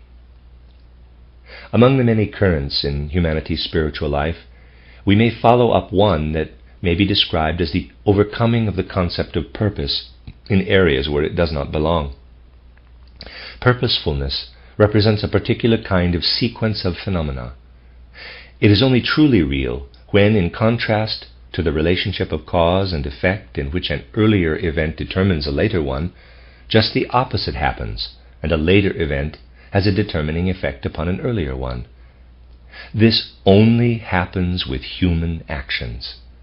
Human beings perform actions of which they have previously made mental pictures, and they allow themselves to be determined in their actions by those mental pictures. With the help of a mental picture, what comes later, the action, has an effect upon what came earlier, the actor. Yet the detour through the mental picture is absolutely necessary for a purposeful chain of events. In processes that break down into causes and effects, we must distinguish percepts from concepts. The percept of the cause precedes the percept of the effect. If we could not connect them through their corresponding concepts, cause and effect would remain simply side by side in our consciousness. The percept of an effect must always follow the percept of a cause. An effect could have a real influence on the cause only through a conceptual factor. For the perceptual factor of an effect simply does not exist before the perceptual factor of the cause. Anyone claiming that a blossom is the purpose of a root, that the former influences the latter, can do so only with regard to the factor in the blossom that can be established by thinking. At the time of the root's origin, the perceptual factor of the blossom does not exist yet.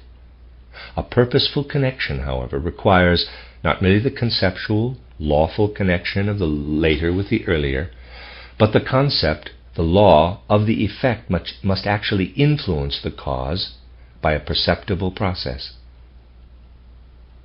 But we can observe a concept's perceptible influence on something else only in the case of human actions. Only there, then, is the concept of purpose applicable.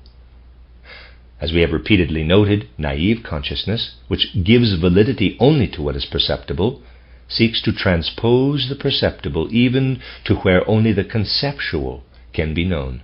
It seeks perceptible connections in perceptible events. Let me read that again.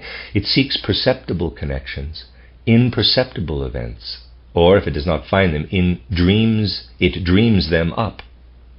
The concept of purpose, appropriate to subjective action, is well suited for such dreamed up connections. Naive persons know how they bring about an event and conclude from this that nature will do the same. They see not only invisible forces, but imperceptible, real purposes in the purely conceptual connections of nature. Human beings make their tools for a purpose. Naive realists have the Creator construct organisms according to the same formula. This false concept of purpose is disappearing from the sciences only very gradually. To this day it still works quite a bit of mischief in philosophy, where the question is raised as to the extra-worldly purpose of the world, of the extra-human destiny, and consequently also the purpose of human beings, and so forth. Monism rejects the concept of purpose in all spheres, with the single exception of human action. It looks for laws of nature, but not purposes of nature. Purposes of nature, like imperceptible forces, are arbitrary assumptions. From the standpoint of monism, purposes of life, if not set by humans for themselves, are likewise unjustified assumptions. Only what a human being has made purposeful is purposeful, for it is only through the realization of an idea that purposefulness arises. But the idea becomes effective in a realistic sense only in human beings. Therefore, human life has only the purpose and direction that human beings give it. To the question, what kind of task do human beings have in life? Monism can answer only the one they set for themselves. My mission in the world is not predetermined, but at each moment it is the one I choose for myself. I do not enter my life's path with fixed marching orders. Ideas are realized purposefully only through human beings. It is therefore invalid to speak of the embodiment of ideas through history. From a monistic point of view, such phrases as, quote, history is the evolution of human beings toward freedom, unquote, or, quote, the realization of the moral world order, unquote, and so forth, are untenable. Advocates of the concept of purpose believe that if they relinquish this concept, they must also abandon all order and unity in the world. Here is Robert Hemmerling, quote, as long as there are drives in nature, it is foolish to deny purposes there. Just as the formation of a limb in the human body is not determined and conditioned by an idea of this limb hovering in the air, but by its connection with the greater whole, the body to which the limb belongs, so too the formation of every natural creature, whether plant, animal, or human, is not determined and conditioned by an idea of it hovering in the air, but by the formative principle of the greater whole of nature, which lives itself out and organizes itself purposefully. End quote. And again in the same volume it is called Atomistik des Willens, Volume 2, quote, the theory of purpose claims only that despite the 1,000 discomforts and distresses of this creaturely life, a high purposefulness and planfulness is unmistakably present in the forms and evolutions of nature, but a planfulness and purposefulness that realizes itself only within natural laws, and cannot aim at a sluggard's world in which life would face no death and growth no decay, with all of the more or less unpleasant but finally unavoidable intermediate stages. If opponents of the concept of purpose oppose to the miraculous world of purposefulness that nature reveals to us in all areas a laboriously assembled heap of partial or complete, imagined or real unpurposefulnesses, I find this just as silly. End quote. What is meant here by purposefulness? The coherence of percepts into a whole. But since laws, ideas, that we find through our thinking lie at the base of all percepts, the planful coherence of the members of a perceptual whole is precisely the conceptual coherence of the members of a conceptual whole contained within this perceptual whole.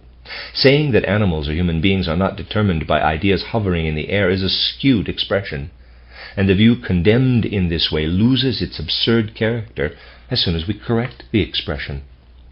Of course, animals are not determined by ideas hovering in the air, but animals are determined by an inborn idea that makes up their lawful being. Precisely because this idea is not outside the object, but works within it as its essence, there can be no talk of purposefulness. Precisely those who deny that natural creatures are determined from without, whether through an idea hovering in the air or an idea existing outside the creature in the mind of a world creator, is in this context completely irrelevant, must admit that such natural creatures are not determined purposefully and planfully from without, but causally and lawfully from within. I construct a machine purposefully when I bring its parts into a relationship that they do not have by nature.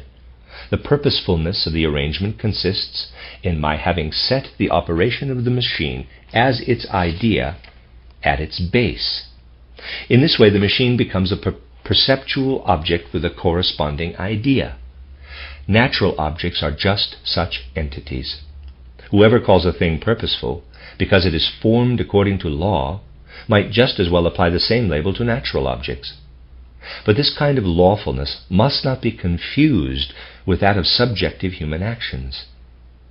For a purpose, it is absolutely necessary that the effective cause of a concept, in fact the concept of the let me read that again. For a purpose, it is absolutely necessary that the effective cause be a concept. In fact, the concept of the effect. But nowhere in nature can we establish that concepts are causes. The concept always proves to be merely the conceptual link between a cause and an effect. In nature, causes exist only in the form of percepts. Dualism may talk of world purposes and the purposes of nature. Where a lawful linkage of cause and effect communicates itself to our perception, the dualist may assume that we are seeing only a faint copy of a connection in which the absolute world being has realized its purposes. For monism, any reason to assume the existence of world purposes and purposes of nature falls away, along with the assumption of an absolute world being that cannot be experienced but only inferred hypothetically. End of chapter 11. Addendum to the new edition, 1918.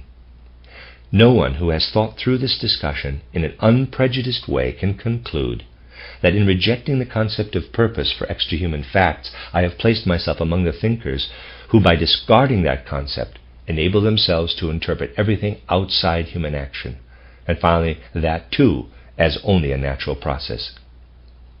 This should be clear from my portrayal of the process of thinking as purely spiritual. If the concept of purpose is rejected here, even in relation to the spiritual world lying outside human action, it is because in that world something is revealed that is higher than the kind of purpose that could be realized in humanity. And if I say that the thought of a purposeful destiny for the human race, conceived on the pattern of human purposefulness, is false, I mean that individual humans set themselves purposes, and the outcome of the total activity of humanity is composed from these. This outcome is then something higher than the purposes of individual humans that are its parts. That's the end of the addendum. Chapter 12. Moral Imagination. Darwinism and Ethics. Free spirits act out of their impulses, that is, from intuitions chosen by thinking from the totality of their world of ideas. The reason that unfree spirits separate particular intuitions from their world of ideas to make them the basis of an action lies in what the perceptual world has given them, that is, in their previous experiences. Before coming to a decision, unfree spirits remember what someone did or recommended or what God commanded in such a case and so forth. Then they act accordingly. Free spirits have other sources of action than these preconditions. They make absolutely original decisions. They worry neither about what others have done in their situation, nor about what they have been commanded to do. Purely conceptual reasons move them to select a particular concept from the sum of their concepts and translate it into action. Their action, however, belongs to perceptible reality. What they perform there will thus be identical to a quite specific perceptual content. The concept will have to realize itself in a concrete, individual event. But as a concept, it cannot contain that event. It can relate to it only as any concept relates to a percept. For example, as the concept of lion relates to an individual lion. The link mediating between a concept and a percept is the mental picture. For an unfree spirit, this link is given in advance. Motives are present in advance as mental pictures in consciousness. When unfree spirits want to do something, they do it as they have seen it done or as they have been told to do in this particular case. Authority, therefore, works best through examples, that is, through the transmission of quite specific individual acts to the consciousness of unfree spirits. A Christian acts less in accordance with the teachings than with the model of the Redeemer. With regard to positive action, rules have less value than they do for the restraint of particular actions. Only when they forbid actions only when they forbid actions and not when they command them to be done, do laws take on universal conceptual form. Laws concerning what unfree spirits should do must be given to them in quite concrete form. clean the street in front of your doorway, pay your taxes at just this rate at tax office X, and so forth. The laws forbidding actions take the conceptual form, thou shalt not steal, thou shalt not commit adultery. But these laws, too, affect unfree spirits only by their appeal to concrete mental pictures, such as that of the corresponding secular punishment, torments of conscience, eternal damnation, and so forth. As soon as an impulse to action is present in the form of a general concept, for example, thou shalt do good to thy neighbor, or thou shalt live so as best to further any well-being. Let me read that again. As soon as an impulse to action is present in the form of a general concept, for example, thou shalt do good to thy neighbor, or thou shalt live so as best to further thy well-being, then a concrete mental picture of the action, the relation of the concept to a perceptual content, must first be found in each individual case. This translation of concept into mental picture is always necessary for a free spirit, who is driven neither by a model nor by fear of punishment. Imagination is the chief means by which human beings produce concrete mental pictures from the sum of their ideas. Free spirits need moral imagination to realize their ideas and make them effective. Moral imagination is the source of a free spirit's actions. Therefore, only people who have moral imagination are really morally productive. Simple moral preachers, that is, people who spin out codes of ethics without being able to condense them into concrete mental pictures, are morally unproductive. They are like critics who can rationally discuss what works of art should be like, but cannot themselves produce anything at all. To turn a mental picture into a reality, moral imagination must set to work in a specific field of percepts. Human action does not create percepts. It recasts already existing percepts and gives them a new form. To be able to transform a specific perceptual object or group of objects in accordance with a moral mental picture, one must have understood the laws of the perceptual picture to which one wants to give new form or new direction. That is, one must have understood how it has worked until now. Further, one must find the method by which those laws can be transformed. This part of moral efficacy depends on knowledge of the phenomenal world with which one is dealing. This knowledge must therefore be sought in a branch of general scientific knowledge. Hence, along with the faculty for moral ideas and imagination, moral action presupposes the capacity to transform the world of percepts without interrupting its coherence in natural law. Footnote: only a superficial view could see, in the use of the word faculty here and in other passages, a return to an older psychology's teaching of soul faculties. Connecting it with what was said on pages 88 and 89 yields the exact meaning of the word. End of footnote. The capacity to transform the world of percepts is moral technique. It is learnable in the sense that any knowledge is learnable. Generally, people are better equipped to find concepts for the world that is already finished than to determine productively out of their imagination future, not yet existent actions. Therefore, those without moral imagination may well receive the moral mental pictures of other people and skillfully work them into reality. The reverse can also occur. People with moral imagination can lack technical skill and may have to make use of others to realize their mental pictures. Insofar as knowledge of the objects within our field of action is necessary for moral action, our actions are based upon this kind of knowledge. What is relevant here are natural laws. We are dealing with natural science, not with ethics. Moral imagination and the moral capacity for ideas can become objects of knowledge only after an individual has produced them. By then they no longer regulate life, they have already regulated it. They can be regarded as effective causes, like any others. They are purposes only for the subject.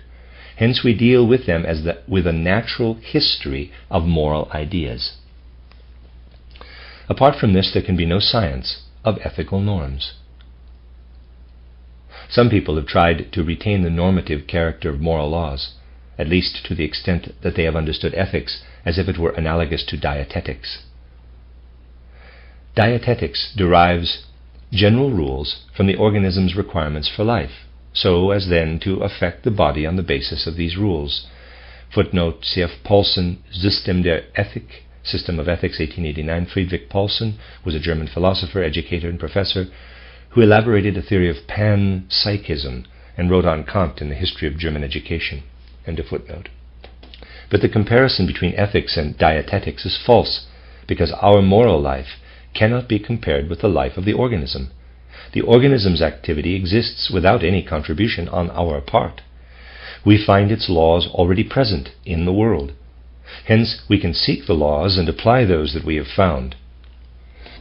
But moral laws are first created by us. Before they are created, we cannot apply them. The error arises because moral laws are not created at each moment with a new content, but are inherited. Thus, moral laws inherited from one's ancestors appear to be given, like the natural laws of the organism, but they are in no way applied by a later generation with the same legitimacy as the rules of diet. For moral laws deal with the individual, and not, like natural law, with an example of a species. I, as an organism, am just such an example of a species. I will live according to nature if I apply the natural laws of the species to my particular case. But as a moral being, I am an individual and have laws of my very own. Footnote, when Paulsen says, quote, different natural predispositions and life conditions require both a different corporeal diet and a different spiritual moral diet, unquote, he is quite close to the right understanding, yet he misses the decisive point. To the extent that I am an individual, I do not need a diet. Dietetics is the art of bringing the particular example into harmony with general laws. But as an individual, I am not an example of a species. End footnote. The view presented here seems to contradict the fundamental teaching of modern natural science known as the theory of evolution, but it only seems to be so. People understand evolution to mean the real development, according to natural laws, of what is later from what was earlier.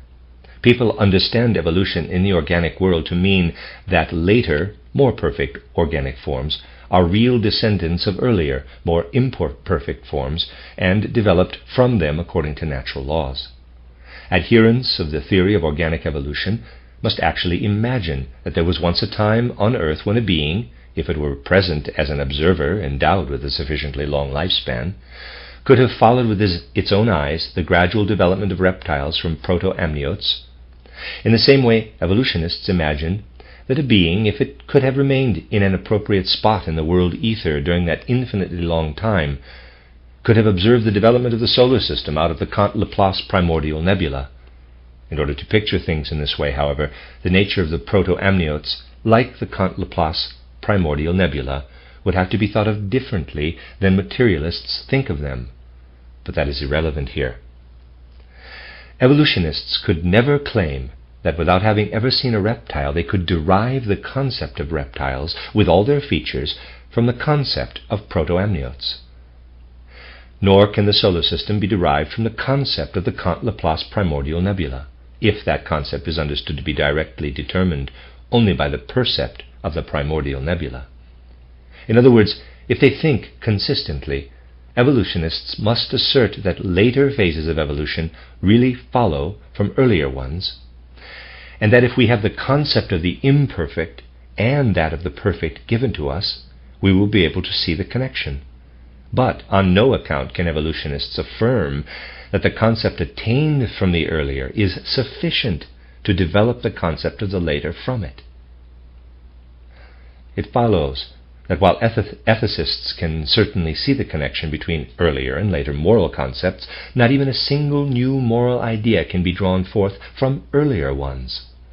As moral beings, individuals produce their own content.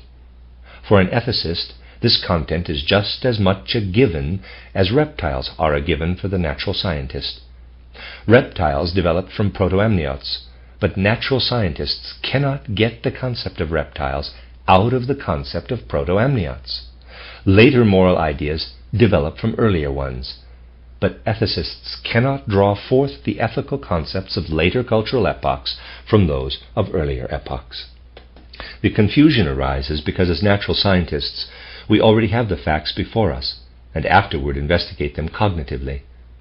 While for ethical action, we must ourselves first create the facts that we cognize afterward. In the evolutionary process of the ethical world order, we accomplish something that on a lower level is accomplished by nature. We alter something perceptible. Thus, initially, the ethical norm cannot be cognized like a natural law. Rather, it must be created. Only once it is present can it become the object of cognition.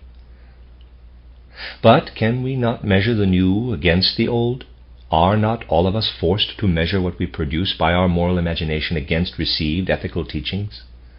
If we are to be ethically productive, this is as absurd as if we were to measure a new natural form against an old one and say reptiles are an unjustifiable pathological form because they do not match proto-amniotes. Thus, ethical individualism does not contradict the theory of evolution when it is properly understood, but follows directly from it. Haeckel's genealogical tree, running from protozoa to human beings as organic beings, ought to be traceable, without interrupting natural law or breaking the uniformity of evolution, right up to the individual as an ethical being in a specific sense. Footnote: Ernst Heinrich Philipp August Haeckel, 1834 to 1919, German biologist and philosopher, the first German advocate of Darwin's theory of evolution. Haeckel formulated the famous dictum, quote, "Ontogeny recapitulates phylogeny," unquote. Haeckel was the first to draw up a genealogical tree relating all the various orders of animals and proposed that all life was a unity originating in crystals and evolving to humanity. End of footnote. But nowhere could we derive the nature of a subsequent species from the nature of an ancestral species. It is true that an individual's ethical ideas evolve from those of his or her predecessors, but it is equally true that individuals are ethically sterile if they lack moral ideas of their own. The same ethical individualism that I have developed on the basis of the preceding views could also be derived from the theory of evolution. The final conviction would be the same, only the path by which it was attained would be different. To the theory of evolution, the emergence of completely new ethical ideas from moral imagination is no more amazing than the development of a new animal species from an old one. But as a monistic worldview, evolutionary theory must reject, in ethics as in science, every merely inferred, otherworldly, metaphysical influence that cannot be experienced conceptually. In so doing, it is following the same principle as when it seeks causes of new organic forms, without appeal to the interference of an otherworldly being, who by supernatural influence summons each new species according to a new creative thought. Just as monism cannot employ supernatural creative thoughts to explain living creatures, so likewise it cannot derive the ethical order of the world from causes lying outside the experienceable world. For monism, the moral essence of someone's will is never fully explained by tracing it back to some continuous supernatural influence on ethical life, divine world rule from without, to a specific temporal revelation, transmission of the Ten Commandments, or to the appearance of God on earth, Christ. What happens in a human being and to a human being by means of these becomes ethical only if it is appropriated in human experience by individuals who make it their own. For monism, ethical processes are products of the world like everything else that exists, and their causes must be sought in the world, that is to say, in human beings, because humans are the bearers of morality. Thus, ethical individualism becomes the pinnacle of the edifice that Darwin and Haeckel sought to build for natural science. It is a spiritualized evolutionary theory transferred to moral life. Those who narrow-mindedly confine the concept of what is natural to an arbitrarily limited region easily reach the point of not being able to find any room there for free individual action. Consistent, systematic evolutionists cannot fall into any such narrow-mindedness. They cannot close the natural path of evolution with the apes and then give humanity a supernatural origin. Evolutionists must seek the spirit too in nature, even in the search for natural human ancestors. They cannot stop at human organic processes, finding those alone to be natural. They must also regard the morally free life as a spiritual continuation of organic life. According to their fundamental principles, theorists of evolution can claim only that present ethical behavior follows from other kinds of occurrences in the world. To characterize an action, for instance, to define it as free, must be left to immediate observation of the action itself. After all, evolutionists also claim only that humans evolved from non-human ancestors. What humans are actually like must be ascertained through observation of human beings themselves.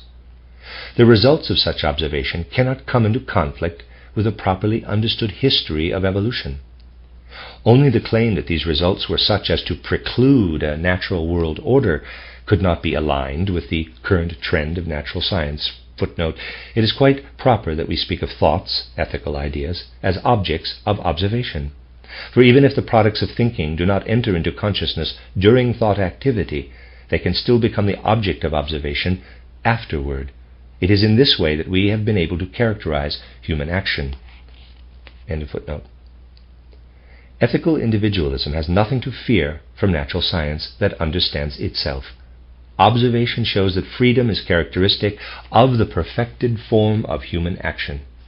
This freedom must be ascribed to the human will insofar as the will realizes pure conceptual intuitions. For these intuitions do not result from necessity working upon them from without, they are self-sustaining. We feel the action to be free when we find that it is the image of such an ideal intuition. The freedom of an action lies in this characteristic. From this standpoint, what can be said about the distinction made in Chapter 1 between the two sentences, quote, "to be free means to be able to do what one wills," unquote, and, quote, "the real meaning of the dogma of free will is to be able to desire or not desire as one pleases," unquote. Question: Hammerling based his view of free will precisely on this distinction, describing the first of these as correct and the second as an absurd tautology. He says, quote, "I can do what I will, but to say that I can will what I will is an empty tautology," unquote. Whether I do transform into reality what I will, that is, what I have intended as the idea of my action, depends on outer circumstances and on my technical skill. To be free means to be able on my own, through moral imagination, to determine the mental pictures, motives, underlying an action. Freedom is impossible if something outside myself, whether a mechanical process or a merely inferred otherworldly God, determines my moral mental pictures. Therefore, I am free only when I produce these mental pictures myself, not merely when I can carry out motives that another has placed within me. Free beings are those who can will what they themselves hold to be right. Those who do something other than what they want must be driven to it through motives that do not lie within them. They are acting unfreely. To choose to will or want what I consider right or not right, therefore, means to choose to be free or unfree. But this, naturally, is just as absurd as to see freedom in the capacity to do what one has to will. Yet this is exactly what Hammerling claims when he says that it is perfectly clear that the will is always determined by motives, but it is absurd to say that it is therefore unfree. For we can neither wish for nor think of a greater freedom of the will than for it to realize itself according to its own strength and determination. But we can wish for a greater freedom, and only then is it true freedom, namely to determine for ourselves the motive of our will. Under certain circumstances, we can be induced to refrain from what we want to do, to allow ourselves to be told what we ought to do, that is, to want what others and not we ourselves consider to be right. To this we submit only to the extent that we do not feel free. Outer forces can prevent me from doing what I will. In that case, they simply condemn me to inaction or to unfreedom. Only if they subjugate my spirit, drive my motives from my head, and replace them with their own, only then do they really intend to make me unfree. This is why the Church is not merely against actions, but particularly against impure thoughts, the motives for my actions. The Church makes me unfree when it sees as impure all motives that it has not itself decreed. A church or any other community creates unfreedom when its priests or teachers turn themselves into keepers of conscience, so that the faithful in the confessional must take the motives for their actions from them. That is the end of Chapter 12, the addendum to the new edition 1918.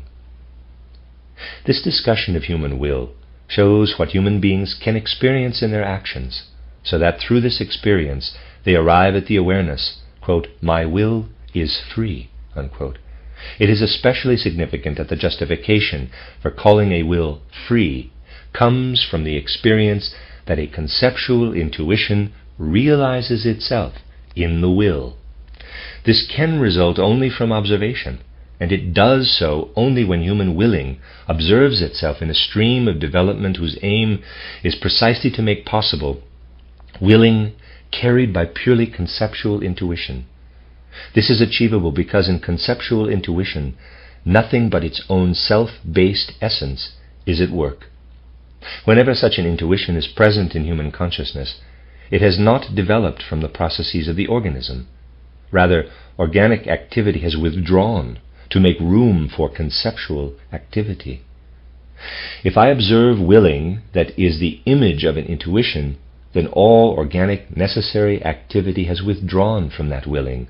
The will is free. Such freedom of will cannot be observed by someone unable to see that free willing consists in the fact that the necessary activity of the human organism is first numbed and suppressed by the intuitive element, and then replaced by the spiritual activity of the idea-filled will. Only someone who cannot make this observation of the twofold nature of a free act of will believes that all willing is unfree.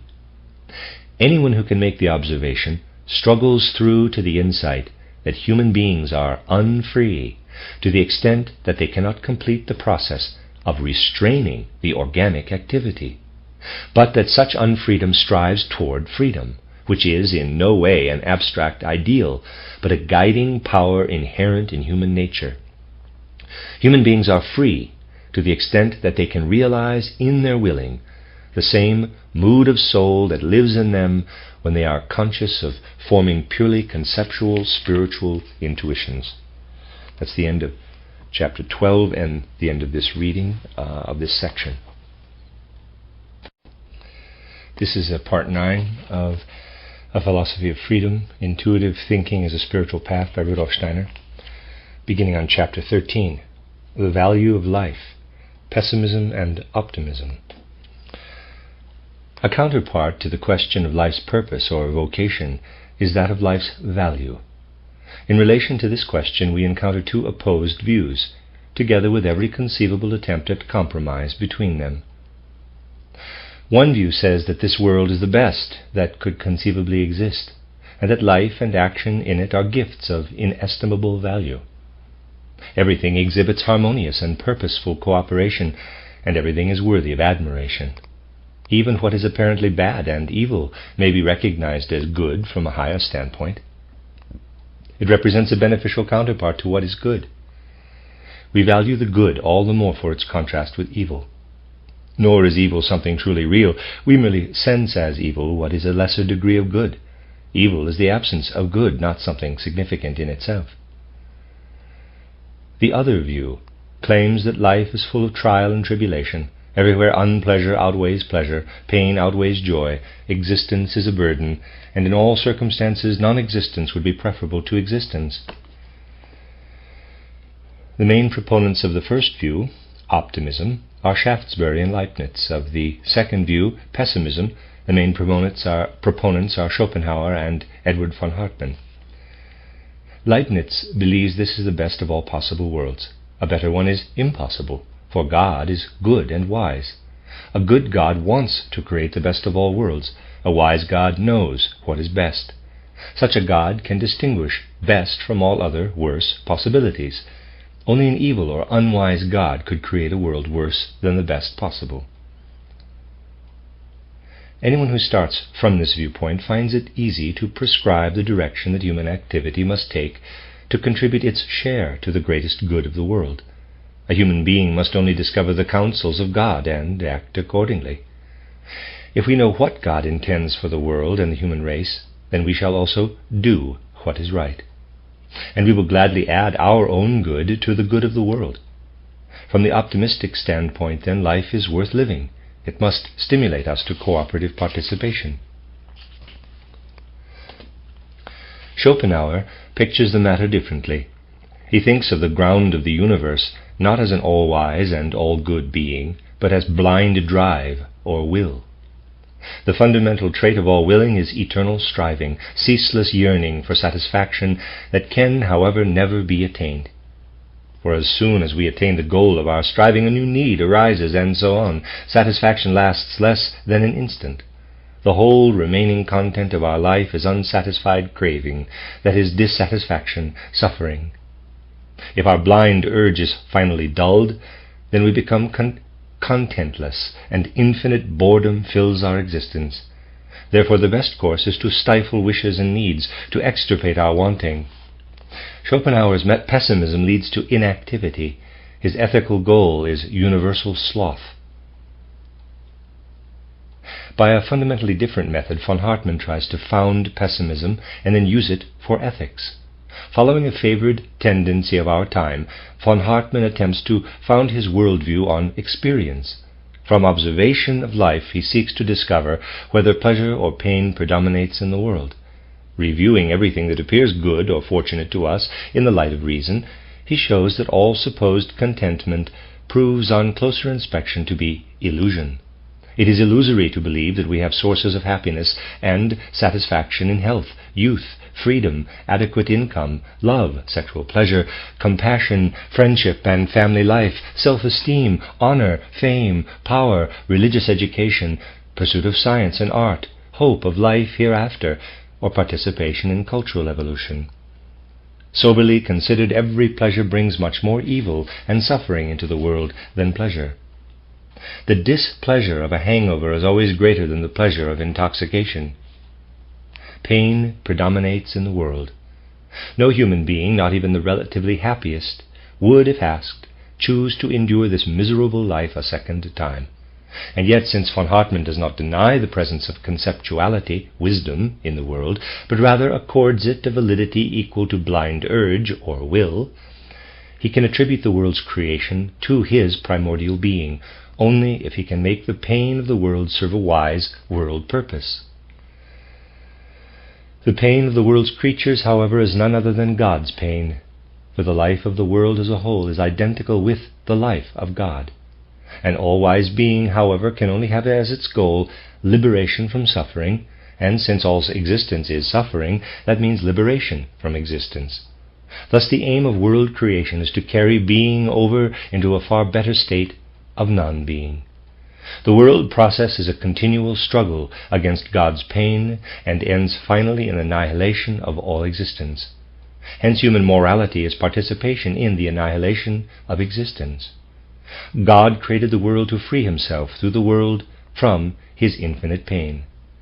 According to von Hartmann, that pain must, quote, be considered in a certain way as an itching rash on the absolute, unquote.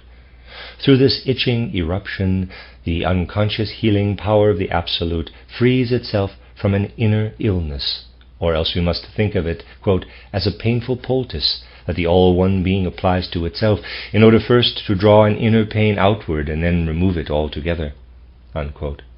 Human beings are integral members of the world. God suffers in them. He created them to disperse his infinite pain. The pain that each one of us suffers is only a drop in the infinite ocean of God's pain. Human beings must steep themselves in the awareness that the quest for individual satisfaction, egoism, is foolish. All they need to do is dedicate themselves through selfless devotion to the world process, the redemption of God. Thus, in contrast to Schopenhauer's pessimism, Hartmann's pessimism leads to devoted activity in a lofty task. But What about the claim that this view is based on experience? To strive for satisfaction is to reach in one's life activity beyond life's, let me read that again. To strive for satisfaction is to reach in one's life activity beyond life's given content. A creature is hungry, that is, when the furtherance of its organic functions requires new life content in the form of nourishment, it strives to be filled. To strive for honor means to regard one's personal actions and omissions as valuable only when they are recognized from without. The striving for knowledge arises when, before we have understood it, something seems missing from the world we see, hear, and so on. Fulfillment of striving creates pleasure in the striving individual. Lack of fulfillment creates pain. It is important to note here that pleasure or pain depend only on the fulfillment or non-fulfillment of striving. Striving itself can in no way count as pain. If it turns out that in the moment one's striving is fulfilled, a new striving immediately appears. I cannot say for me pleasure has given birth to pain, because enjoyment always creates a desire for its repetition or for new pleasure. I can speak of pain only when this desire hits up against the impossibility of its fulfillment. Even when an enjoyment that I have experienced creates a longing for a greater or more refined experience of pleasure, I can speak of it as pain created by the earlier pleasure only if I lack the means to experience that greater or more refined pleasure. Only when pain appears as a natural consequence of enjoyment, as when a woman's sexual pleasure is followed by the suffering of childbirth and the cares of child-rearing, can I consider enjoyment the creator of pain. If striving by itself evoked pain, then every reduction of striving should be accompanied by pleasure, but the opposite is the case. A lack of striving in our lives produces boredom, which is connected with displeasure. Since striving can, in the nature of things, last a long time before receiving any fulfillment, and since for the moment it remains content with that hope, it must be acknowledged that pain has nothing to do with striving as such, but depends merely on its non-fulfillment. Schopenhauer then is certainly wrong when he holds desire or striving in itself, the will, to be the source of pain. In reality it is just the reverse. Striving, desiring as such, brings joy. Who does not know the enjoyment offered by hope of a goal that is distant but intensely desired? This joy is the companion of work whose fruits will come our way only in the future. Such pleasure is quite independent of attaining our goal. If this goal is finally attained, the pleasure of fulfillment is then added as something new to the pleasure of striving. But if anyone claims that the pain of disappointed hope adds to the pain of an unattained goal, and makes the pain of unfulfillment greater in the end than the pleasure there might have been in the fulfillment, we would have to reply that the opposite can also occur.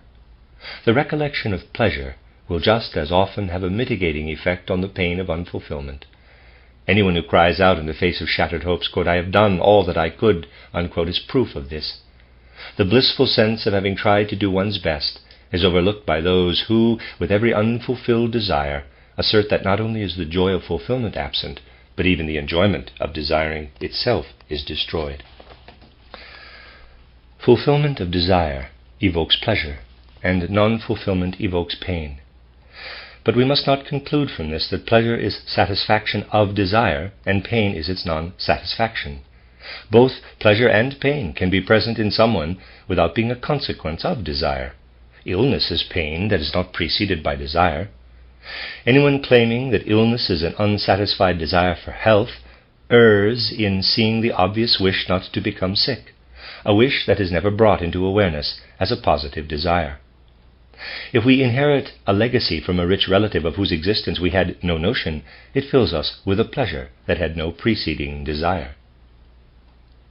Those who wish to investigate whether there is an excess on the side of pleasure or pain must take into account the pleasure of desiring, the pleasure of the fulfillment of desire, and the pleasure that comes to us without effort.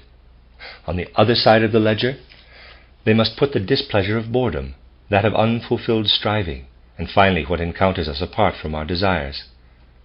To this column belongs the pain caused by work imposed upon us that we have not chosen for ourselves.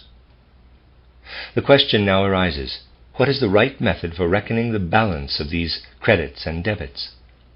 Edward von Hartmann believes that it is reason that weighs them. To be sure, he also says, quote, pain and pleasure exist only to the extent that they are felt, unquote. It follows from this that there is no other yardstick for pleasure than the subjective one of feeling. I must feel whether the sum of my pleasurable and unpleasurable emotions results in a balance of joy or pain within me. Regardless of this, von Hartmann claims, quote, though the value of every creature's life can be found only by looking at its own subjective yardstick, this is not to say that every creature calculates the total emotional contents of life correctly, or in other words, that its total estimate of its own life is correct with regard to its subjective experiences, unquote. Thereby rational judgment about feeling is made once more into the proper evaluator. Footnote, anyone who wants to calculate whether the sum total of pleasure or of pain predominates forgets that a calculation is being set up about something that is never experienced. Feeling does not calculate, and for the real evaluation of life, what matters is real experience, not the result of an imaginary calculation. End of footnote. Those who adhere more or less exactly to the views of such thinkers as Edward von Hartmann might believe that to evaluate life properly, they have to clear away the factors that falsify our judgment about the balance of pleasure and pain. There are two ways that they can try to do this.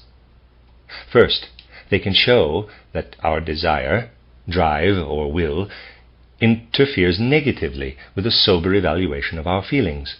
For example, while we ought to realize that sexual enjoyment is a source of troubles, the power of the sexual drive seduces us, promising greater pleasure than it delivers. We want the enjoyment, and so do not admit to ourselves that it makes us suffer. Second, adherents of this view can submit feelings to a critique and try to demonstrate in the light of reason that the objects to which our feelings attach are illusory, and that they are destroyed as soon as our ever-growing intelligence sees through the illusions. In other words, they can consider the question in the following way. If an ambitious man, for instance, wants to know whether pleasure or pain has played the greater part in his life thus far, he must free himself from two sources of error in judgment. Since he is ambitious, this fundamental character trait will make him magnify the joys over the recognition of his achievements, and diminish the humiliations caused by his setbacks. But when he actually experienced the setbacks, he felt the humiliations deeply, precisely because he is ambitious. In memory, however, these setbacks appear in a milder light, while the joys of recognition to which he is so susceptible engrave themselves all the deeper. Certainly for the ambitious man, it is a real benefit that this should be so. Illusion diminishes his displeasure in the moment of self-observation, yet his judgment is false. The sufferings over which a veil is drawn for him had to be really experienced in all their strength, and so he actually enters them incorrectly on his life's balance sheet. To arrive at a proper judgment, the ambitious man would have to rid himself of his ambition at the moment of contemplation.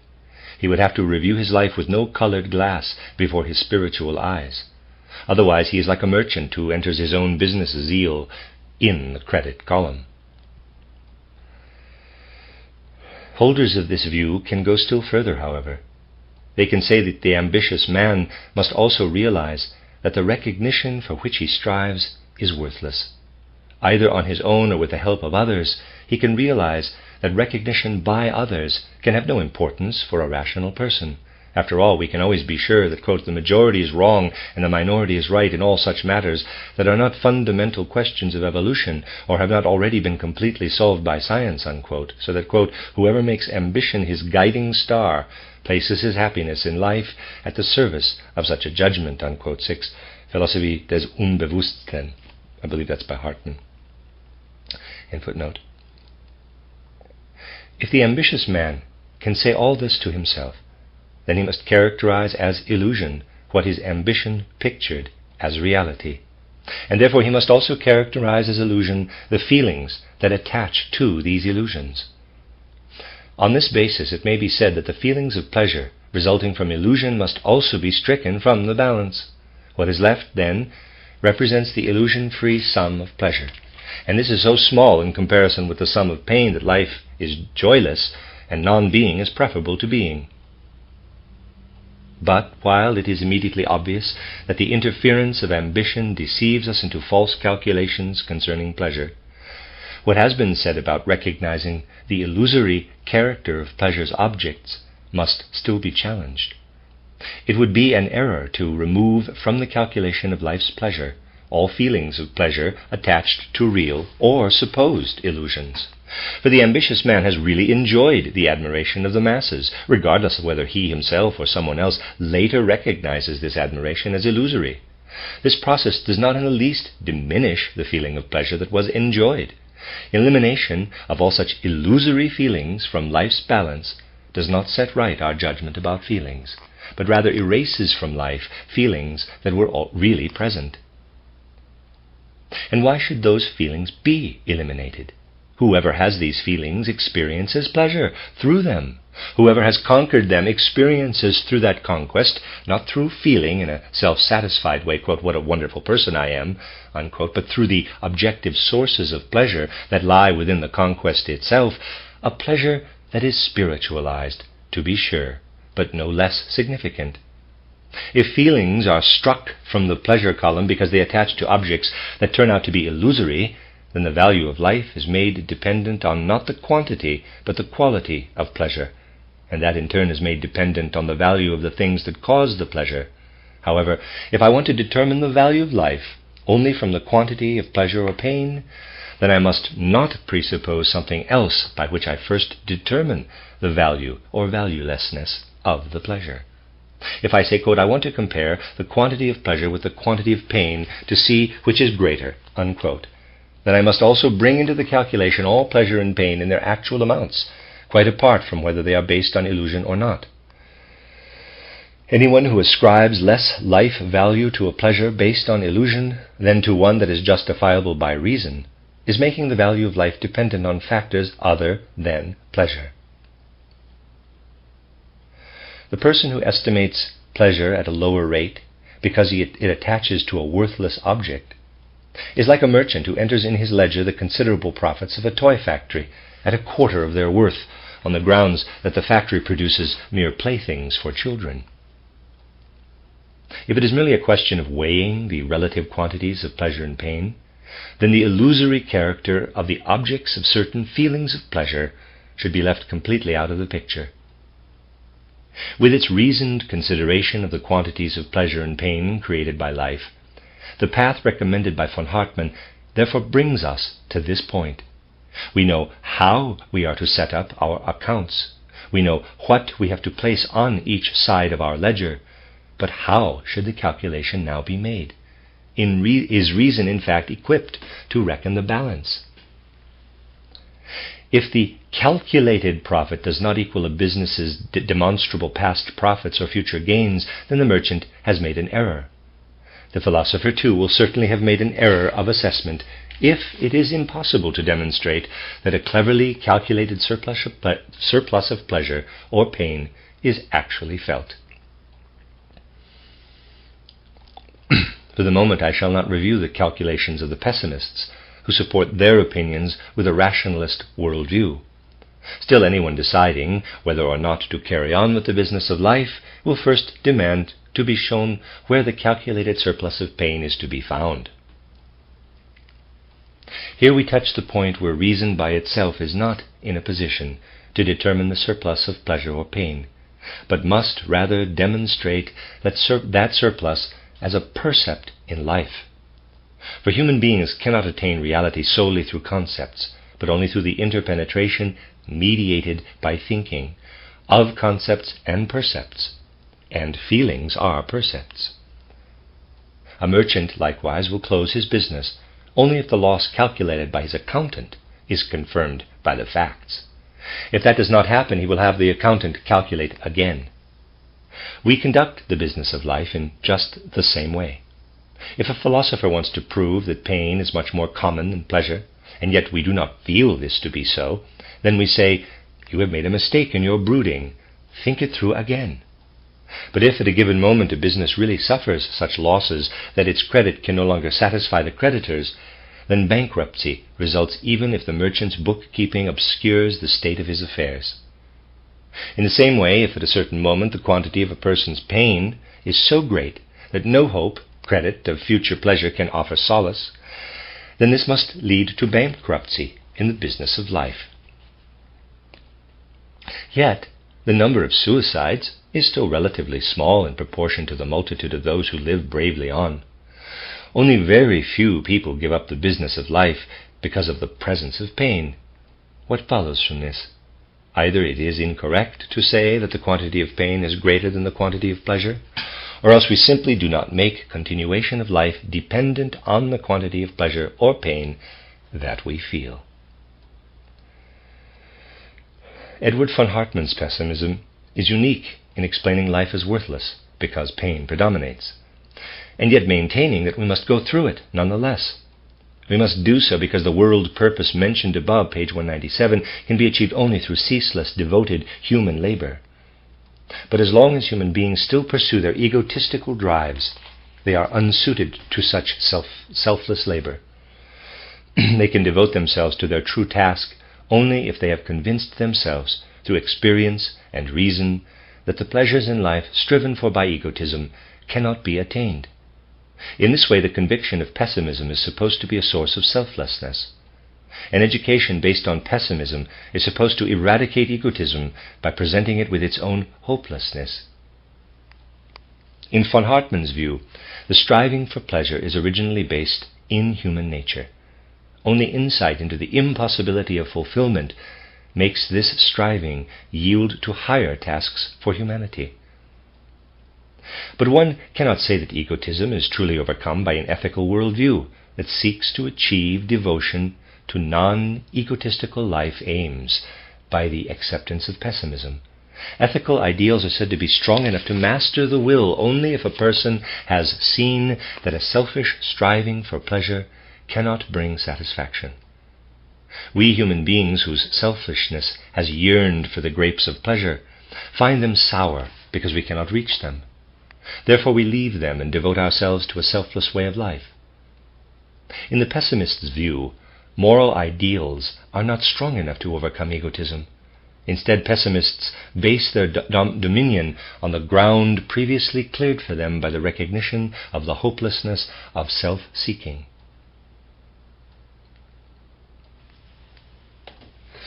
If human beings strove for pleasure by nature and were unable to attain it, then annihilation of existence and salvation through non-existence would be the only rational goal.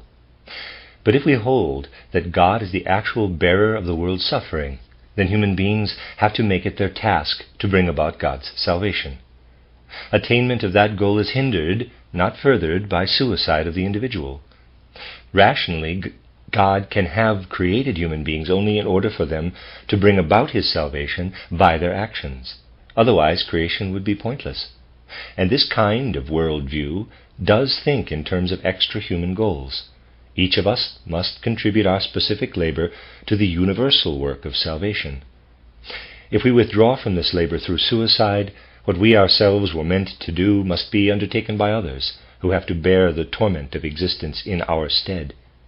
And since God resides in each being as the actual bearer of pain, the suicide does nothing to diminish God's suffering. Rather, it imposes on God the new difficulty of creating a substitute. All of this presupposes that pleasure is the measure of life's worth. Life is expressed through a number of drives, needs. If the value of life depended on whether it brought more pleasure or pain, any drive bringing its bearer a surplus of pain would be considered worthless. Let us now look at drives and pleasures to see whether the former can be measured by the latter. To avoid the suspicion that we consider that life begins with, quote, the aristocracy of intellect, unquote, we shall begin with a, quote, purely animal, quote, need, hunger.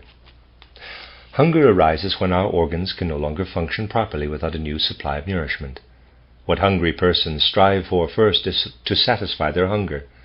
As soon as sufficient nourishment has been supplied and hunger ceases, everything striven for by the drive for food has been attained.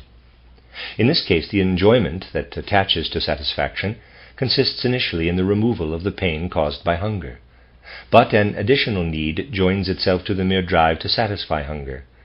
The person does not want only to bring the disturbed organic functions back into good order through the intake of nourishment, nor simply to overcome the pain of hunger. The person also wants this to be accompanied by pleasant sensations of taste.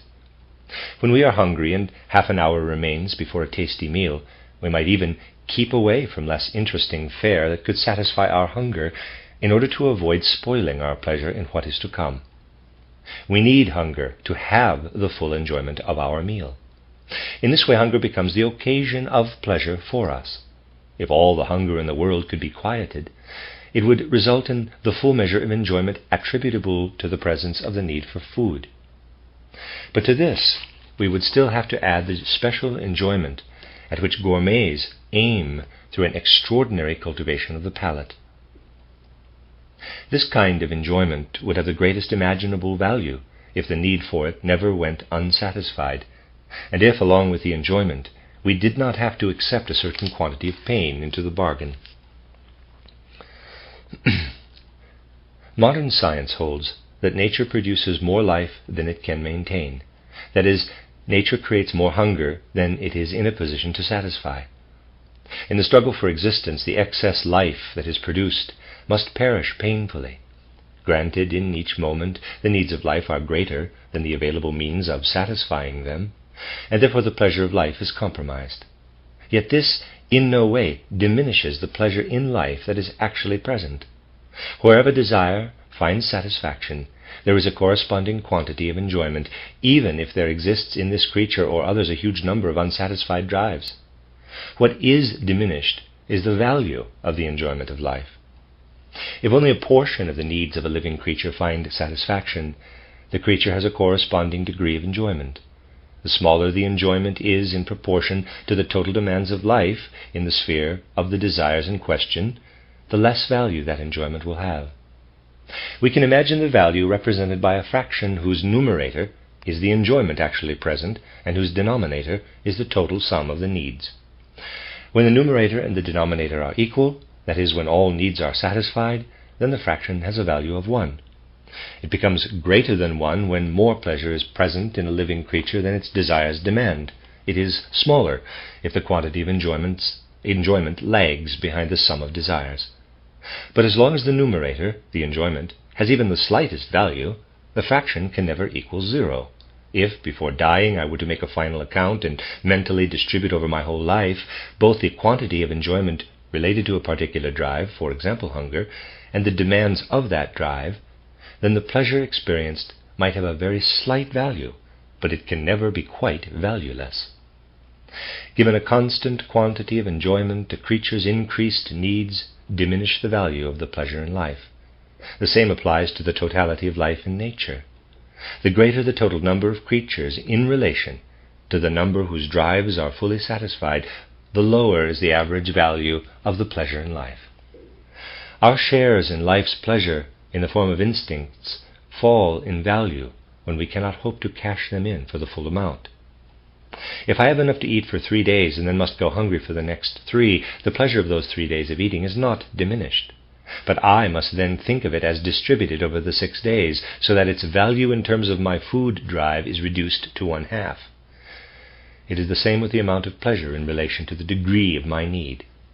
If I have enough hunger for 2 pieces of buttered bread, but I only get 1, then the pleasure derived from it has only half of the value that it would have if I had been satisfied by that 1 piece alone. This is how the value of pleasure in life is determined. It is measured against life's needs. Our desires are the yardstick.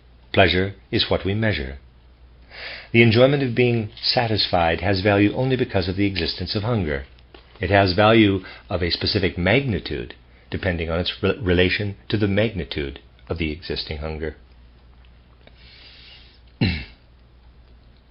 Unfulfilled demands in life cast a shadow even over desires that are satisfied, and thus diminish the value of pleasurable hours. But we can also speak of the present value of a feeling of pleasure. The smaller a pleasure in relation to the duration and the intensity of our desire, the less the present value of a feeling of pleasure will be. A quantity of pleasure has full value for us when its duration and degree exactly coincide with our desire. When it is smaller than our desire, the value of a given quantity of pleasure is diminished. When the pleasure is greater, we have an undesired surplus, which is felt as pleasure only for as long as we can heighten our desire during the enjoyment itself. If we are in no position to keep the growth of our desire in step with the increase of pleasure, then pleasure turns into displeasure. The object that would otherwise content us assails us without our wanting it, and we suffer from it. This is one proof that pleasure has value for us only as long as we can measure it against our desire. An excess of pleasant feeling changes into pain. We can observe this especially in persons whose desire for any kind of pleasure is very slight. In persons whose drive for food is stunted, eating quickly leads to nausea. Again, we can see from this that desire is the yardstick for the value of pleasure. Pessimists might say that an unsatisfied drive for food brings into the world not merely displeasure because of lost enjoyment, but also positive pain, suffering, and misery. They can appeal here to the nameless misery of those who are starving and to the totality of pain arising indirectly for such people from lack of food. And if pessimists want to extend their claim to non-human nature as well, they can point to the sufferings of animals who starve at certain times of the year because of lack of nourishment. Pessimists claim that such ills far outweigh the quantity of enjoyment brought into the world by the drive for food. Doubtless we can compare pleasure and pain and determine the surplus of one or the other, just as we can with profit and loss. But if pessimists believe that an excess exists in the column of displeasure, and infer the worthlessness of life from that, then they err in making a calculation that is never made in real life. In a given instance, our desire is oriented toward a specific object. As we have seen, the greater our pleasure is in relation to our desire, the greater is the value of pleasure in satisfying the desire. But the quantity of pain that we are willing to accept in order to attain the pleasure also depends on the magnitude of our desire. We compare the magnitude of the pain not with the pleasure, but with the magnitude of our desire. Someone who takes great pleasure in eating will, because of enjoyment in better times, be able to sustain a period of hunger better than someone who lacks this joy in eating. A woman who wants children does not compare the pleasure of having one to the quantity of pain in pregnancy, childbirth, child-rearing, and so forth, but to her desire to have a child. We never strive for an abstract pleasure of a certain magnitude, but for a concrete satisfaction in a very specific way. If we strive for a pleasure that must be satisfied by a specific object or sensation, then we cannot be satisfied by another object or sensation that would offer a pleasure of the same magnitude. For someone who is striving to satisfy hunger, the pleasure in doing so cannot be replaced with an equally pleasurable walk. Only if our desire were for a specific quantity of pleasure in the abstract would it disappear as soon as the price of achieving it turned out to be a greater quantity of pain. But since satisfaction is sought in a specific way, the pleasure of fulfillment arises even if a pain that outweighs the pleasure must also be taken with it. Because the instincts of living creatures move in a specific direction and aim at a concrete goal, it is impossible to reckon as an equivalent factor the quantities of pain that may obstruct the path to this goal. Provided that the desire is strong enough to be present to some degree after overcoming the pain, however great this may be in absolute terms, the pleasure of satisfaction can still be tasted to its full extent. Thus desire does not compare pain directly with the attained pleasure. It indirectly compares its own relative magnitude with that of the pain. It is not a question of whether the pleasure or the pain involved will be greater, but rather whether the desire for the goal or the hindrance of pain will be greater. If the hindrance is greater than the desire, then the latter bows to the inevitable, weakens, and strives no further.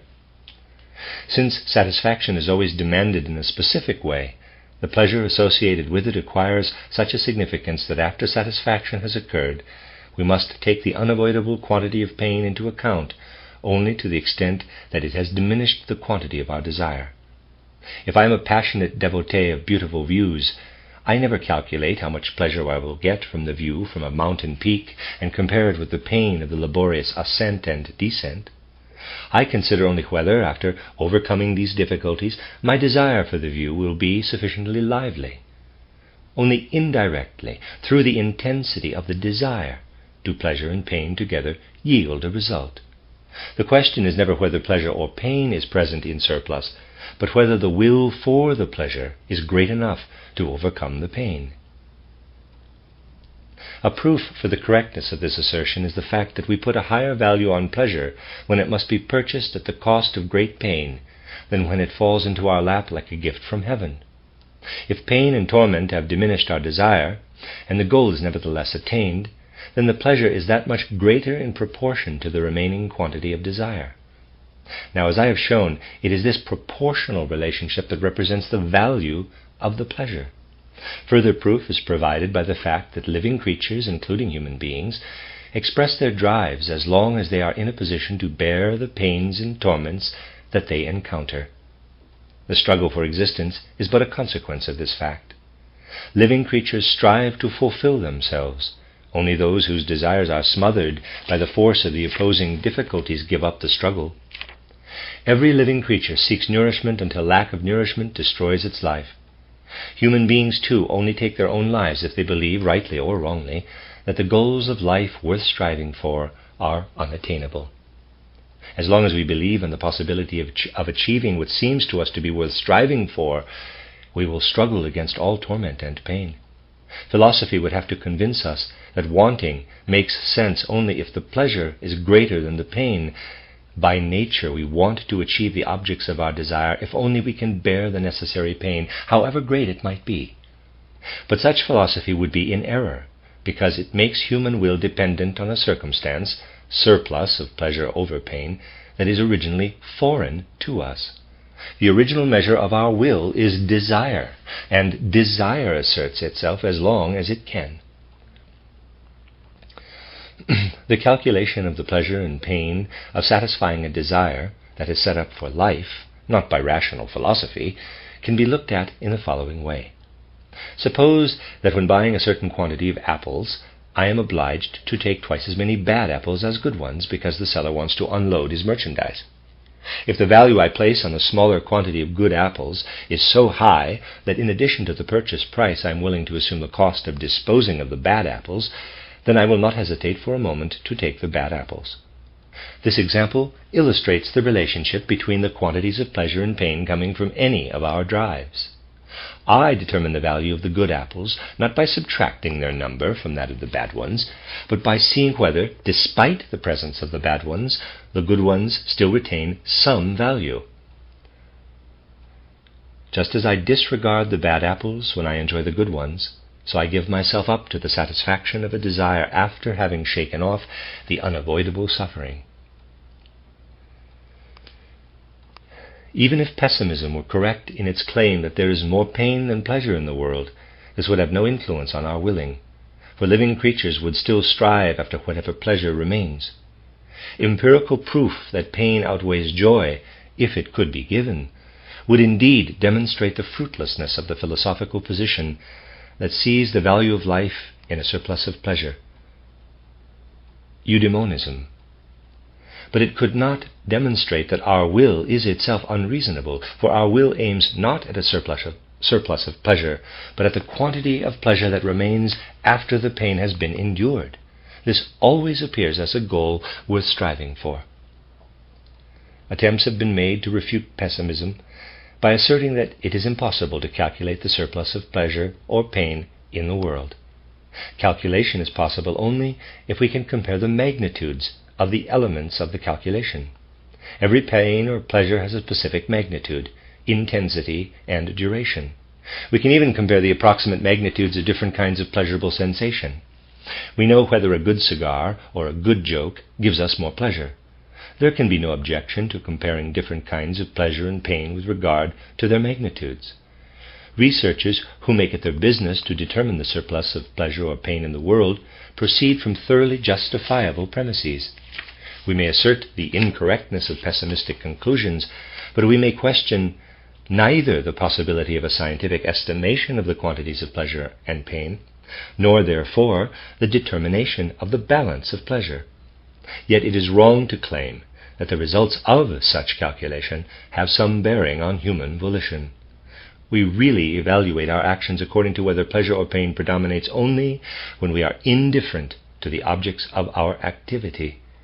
If it is a matter merely of deciding between enjoying a game or a light conversation after a day's work, and I am indifferent as to which of the two I choose, then I shall ask myself which brings me the greater surplus of pleasure.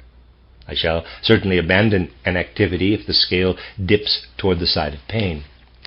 When we buy a toy for a child, our choice depends on what we think will give the most pleasure. In all other circumstances, however, we do not base our decisions exclusively on the balance of pleasure. If pessimistic ethicists believe that by proving that pain exceeds pleasure, they are paving the way for selfless devotion to the work of culture, they are not taking into account that human will, by its very nature, is not influenced by this knowledge. Human striving is governed by the quantity of possible satisfaction after all difficulties have been overcome. Hope of such satisfaction is the basis of all human activity. The work of each individual and the whole work of culture springs from this hope. Pessimistic ethics believes it must present the human pursuit of happiness as impossible, so that people will devote themselves to the proper ethical tasks. But these ethical tasks are nothing other than our actual natural and spiritual drives, and their satisfaction will be striven for despite the accompanying pain. The pursuit of happiness that pessimism wishes to eliminate is quite non-existent. We perform the tasks we must, because once we have really recognized their nature, it is in our very nature to want to perform them. Pessimistic ethics asserts that we can devote ourselves to what we recognize as our life's task only once we have abandoned the pursuit of happiness. But no ethics can invent any life tasks other than realizing what human desires demand and fulfilling our ethical ideals. No ethics can take away our pleasure in the fulfillment of our desires. If the pessimist says, quote, "Do not strive for pleasure, you can never attain it, but strive for what you recognize to be your task," unquote, the response must be, quote, "But this is how human beings already are," unquote. The claim that humans strive merely for happiness is the invention of a philosophy gone astray. We strive for satisfaction of what our essential nature desires, and we have in view the concrete objects of this striving and not some abstract happiness. Fulfillment of such striving is a pleasure. When pessimistic ethics demands that you strive not for pleasure, but for what you have recognized as your life's task, it is pointing to what humans by their nature want. Human beings do not need to be turned upside down by philosophy. They do not need to throw away their nature in order to be ethical. Morality lies in striving for a goal recognized as just, and it is human nature to pursue the goal as long as the pain involved does not cripple the desire for it. This is the nature of all real willing. Ethics is not based on the extirpation of all striving for pleasure so that bloodless abstract ideas can assert their dominance unchallenged by a strong yearning for enjoyment in life. Ethics is based on strong will, born by conceptual intuitions, that attains its goal even if the path is thorny. Ethical ideas spring from human moral imagination. Their realization depends upon their being desired strongly enough to overcome pain and suffering. Ethical ideals are human intuitions, the driving forces that our own spirit harnesses. We want them because their realization is our highest pleasure. We do not need ethics to forbid us to strive for pleasure and then tell us what we should strive for. We shall strive for ethical ideals if our moral imagination is active enough to endow us with intuitions that give our willing the strength to make its way against the obstacles, including the unavoidable pain lying within our organization. Those who strive toward ideals of sublime greatness do so because such ideals are the content of their being, and to realize them brings an enjoyment compared with which the pleasure that pettiness derives from satisfying everyday drives is trivial. Idealists revel spiritually in the transformation of their ideals into reality. Whoever would extirpate the pleasure in fulfilling human longing must first make humans into slaves who act not because they want to, but only because they ought to. For the achievement of what we want gives pleasure. What is called the good is not what we ought to do, but what we want to do when we express our full, true human nature. Those who do not recognize this must first drive out of us what we want, and then must impose from without the content we are to give to what we want. We value the fulfillment of our desire because it springs from our own being. What we have attained has a value because it is wanted. If we deny any value to the goal of human willing as such, then we must find valued goals that have value in something that human beings do not want. The ethics built upon pessimism springs from a neglect of moral imagination. Only those who consider the individual human spirit incapable of providing itself with the content of its striving can see the totality of what we want in the yearning for pleasure. The person without imagination creates no ethical ideas. Such a person must receive these ideas from without.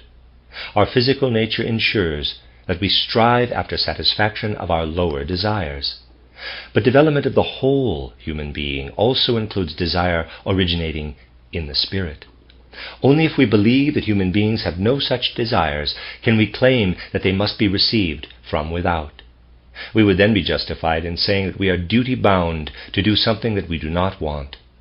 Every ethics that requires us to repress what we want in order to fulfill tasks that we do not want fails to reckon with the whole human being, and reckons instead with a human being devoid of the capacity for spiritual desire.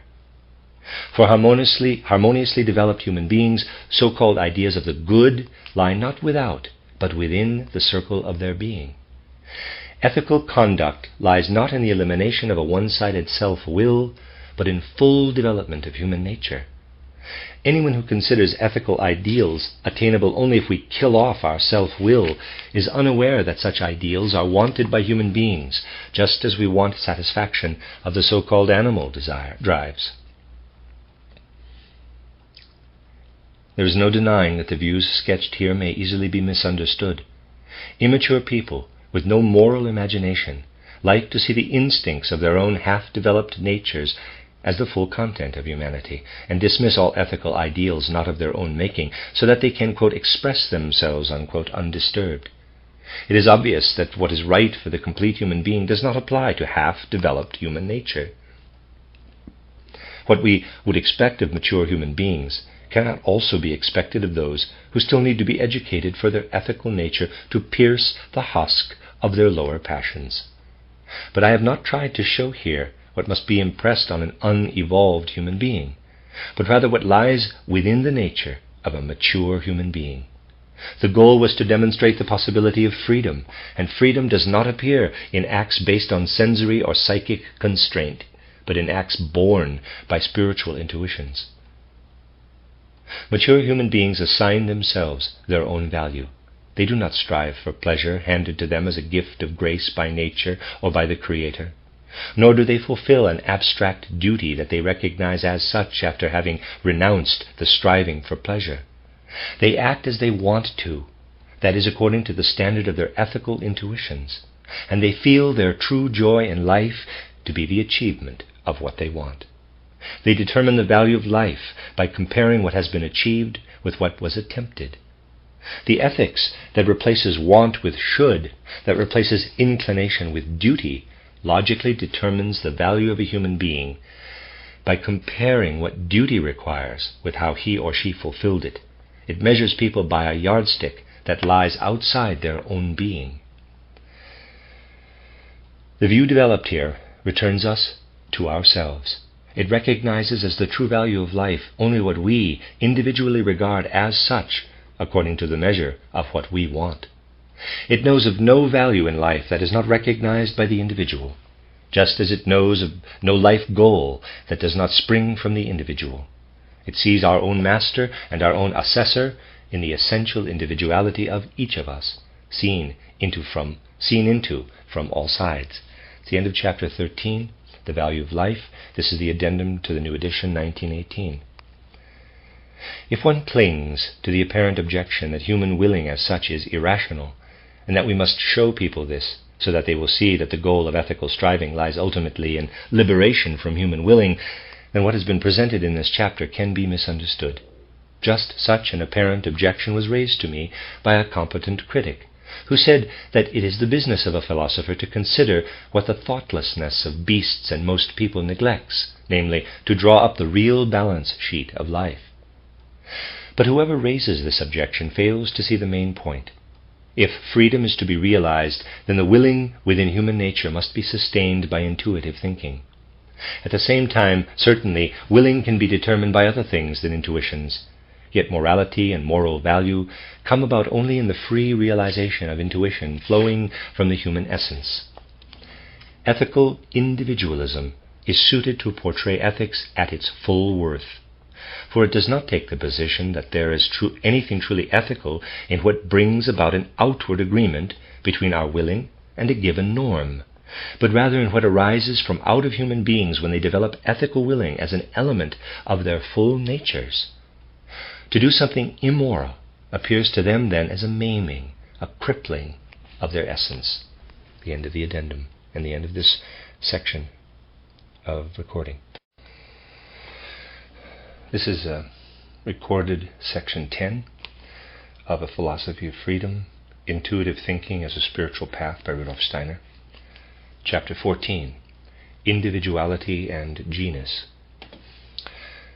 The view that human beings are capable of self-enclosed, free individuality seems to be contradicted by the fact that as human beings we both appear as parts within a natural whole, race, tribe, people, family, male or female gender, and act within that whole, state, church, and so forth. We bear the general characteristics of the community to which we belong, and we give to our actions a content that is determined by the place that we occupy within a larger group. Given all this, is individuality possible at all?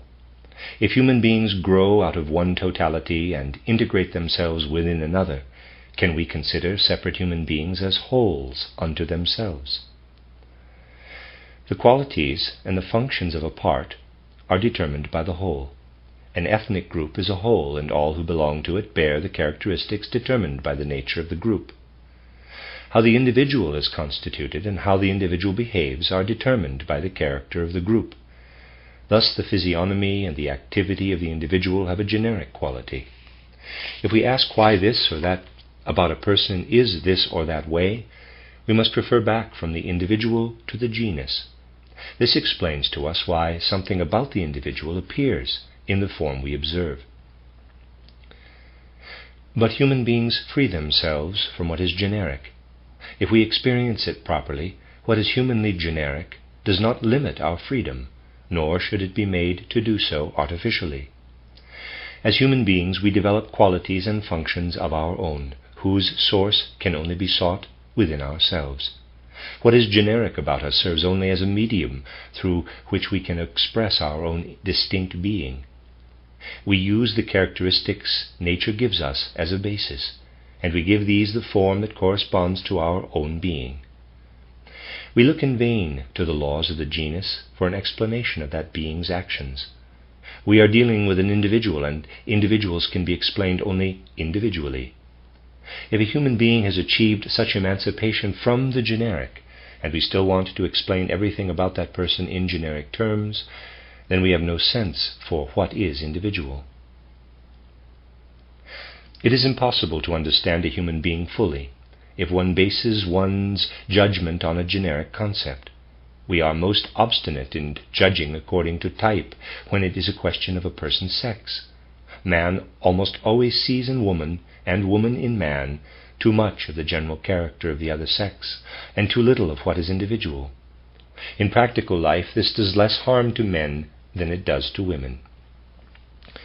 The social position of women is unworthy, for the most part, because it is at many points determined not as it should be by the individual characteristics of an individual woman, but by the general mental picture that others form of the natural duties and needs of the female. The activity of a man in life is determined by his individual capacities and inclinations. That of a woman is supposed to be determined exclusively by the fact that she is, precisely, a woman. Woman is supposed to be a slave of the generic, of what is universally womanish. As long as men debate whether women are suited to this or that profession, quote, according to their natural disposition, unquote, the so-called woman question cannot evolve beyond its most elementary stage. What women are capable of according to their nature should be left to women to decide. If it is true that women are suited only to the profession that is currently allotted to them, then they will hardly be able to attain any other on their own. But they must be allowed to decide for themselves what is appropriate to their nature. Anyone who fears a cataclysm in our social conditions if women are accepted not as generic entities, but as individuals, should be told that social conditions in which one half of humanity leads an existence unworthy of human beings are conditions that stand in great need of improvement. Footnote: as soon as this book appeared, 1894, the objection was raised against these comments, that within what is appropriate to their sex, women can already live as individually as they like and much more freely than men, who become de-individualized through school, war, and profession. I know that this objection will be raised today, 1918, perhaps even more strongly than ever. Still, I must let these sentences stand and hope that there are readers who understand how completely such an objection runs counter to the concept of freedom developed in this book, and who judge the above sentences of mine by standards other than the de-individualization of men through school and profession. End of footnote, author's note. Those who judge human beings according to generic characteristics stop before the boundary beyond which people begin to be beings whose activity is based on free self-determination. What lies short of that boundary can, of course, be an object of scientific investigation. Racial, tribal, national, and sexual characteristics form the content of specific sciences. Only persons who want to live merely as examples of a genus can fit themselves into a generic picture derived from such scientific investigation. But all these sciences together cannot penetrate to the specific content of single individuals. Where the region of freedom in thinking and action begins, determination of individuals by the laws of the genus comes to an end. The conceptual content that, in order to have full reality, human beings must connect with a percept through thinking, cannot be fixed once and for all, and bequeathed in finished form to humanity. Individuals must gain their concepts through their own individual intuitions. How an individual should think cannot be derived from some generic concept. Each individual must set the standard all alone. Nor is it possible to tell from general human traits which concrete goals an individual chooses to seek. Anyone who wishes to understand a particular individual must penetrate to that individual's particular being, not remain at the level of typical characteristics. In this sense, every single human being is a separate problem. All science concerned with abstract thoughts and generic concepts is only a preparation for the kind of cognition imparted to us when a human individuality communicates to us in its way of viewing the world. And all such science is only preparatory for the kind of cognition we attain from the content of a human individuality's willing. When we have the sense that we are dealing with the aspect of a person that is free from typical styles of thought and generic desires, then we must make use of no concept from our own mind if we want to understand that person's essence. Cognition consists in linking a concept with a percept through thinking. For all other objects, the observer must penetrate to the concept by means of his or her own intuition. Understanding a free individuality is exclusively a question of bringing over into our own spirit, in a pure form, unmixed with our own conceptual content, those concepts by which the individuality determines itself. People who immediately mix their own concepts into any judgment of others can never attain understanding of an individuality. Just as a free individuality frees itself from the characteristics of the genus, cognition must free itself from the approach appropriate to understanding what is generic. People can be considered free spirits within the human community only to the degree that they free themselves from the generic in this way. No human is all genus, none is all individuality. But all human beings gradually free a greater or lesser sphere of their being, both from what is generic to animal life and from the controlling decrees of human authorities. Our remaining part, where we have yet to win such freedom, still constitutes an element within the total organism of nature and mind. In this regard we live as we see others live, or as they command. Only the part of our action that springs from our intuitions has moral value in the true sense. And what we have in the way of moral instincts, through inheritance of social instincts, becomes something ethical through our taking it up into our intuitions. All the moral activity of humanity arises from individual ethical intuitions and their acceptance in human communities. We could also say that the ethical life of humanity is the sum total of what free human individuals have produced through their moral imagination. This is the conclusion reached by monism. Final questions. The consequences of monism. The unitary explanation of the world, the monism portrayed here, takes the principles needed to explain the world from human experience. It also looks for the sources of action in the observable world, that is, in the human nature accessible to our self-cognition, particularly in moral imagination. Monism refuses to seek the ultimate causes of the world that appear to our perceiving and thinking by making abstract inferences about something outside that world. For monism, the unity brought to the manifold multiplicity of percepts through the experience of thinking, observation, is both what our human urge for cognition demands and the means by which this urge for cognition seeks entry into the physical and spiritual regions of the universe. Those who seek another unity behind the one sought in this way merely prove that they do not recognize the correspondence between what is discovered through thinking and what is demanded by our drive for knowledge. The single human individual is not, in fact, cut off from the world. The individual is a part of the world and has a real connection with the whole cosmos, which is broken only for our perception. At first, because we do not see the ropes and pulleys by which the fundamental powers of the cosmos turn the wheel of our own lives, we see our individual part as an entity existing by itself. Whoever remains at this standpoint sees a part of the whole as an actually independent entity, as a monad that somehow receives information about the rest of the world from outside. The monism advocated here shows how such independence will be believed in only as long as thinking does not weave what has been perceived into the network of the conceptual world. Once this happens, the existence of separate parts is unmasked as a mere illusion of perceiving. Only through the experience of intuitive thinking can we find our total self-contained existence within the universe. Thinking destroys the illusion of perceiving and integrates our individual existence into the life of the cosmos. The unity of the conceptual world, which contains objective percepts, also includes the content of our subjective personality.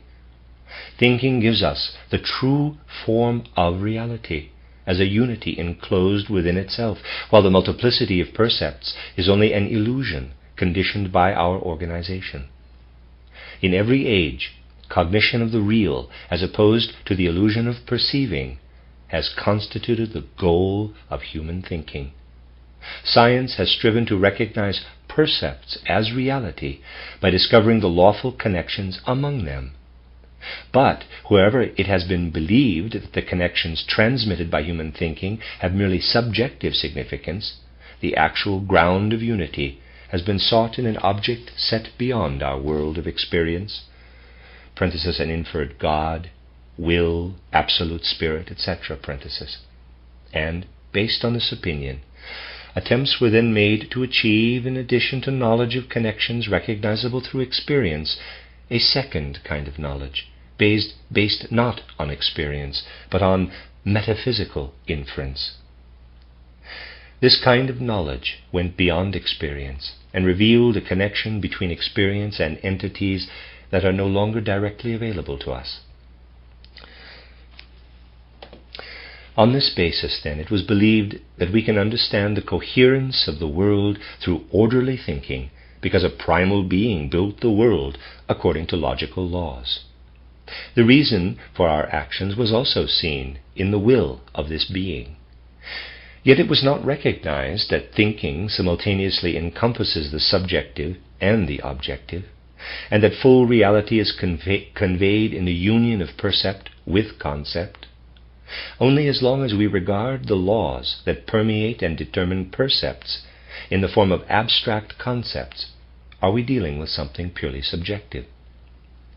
The content of a concept joined to a percept by thinking is not subjective. For the content of this concept is taken not from the subject, but from reality. It is the part of reality that perceiving cannot reach. It is experience, but not experience transmitted by perceiving. Those who cannot imagine that a concept is something real are thinking only of the abstract form in which they hold concepts in their mind. But concepts, like percepts, are present only in this separated form because of our organization. The tree that we see has likewise no separate existence by itself. The tree is only a part in the great system of nature, and is only possible in real connection with nature. An abstract concept by itself has just as little reality as a percept by itself. Percepts are a part of reality that is given objectively.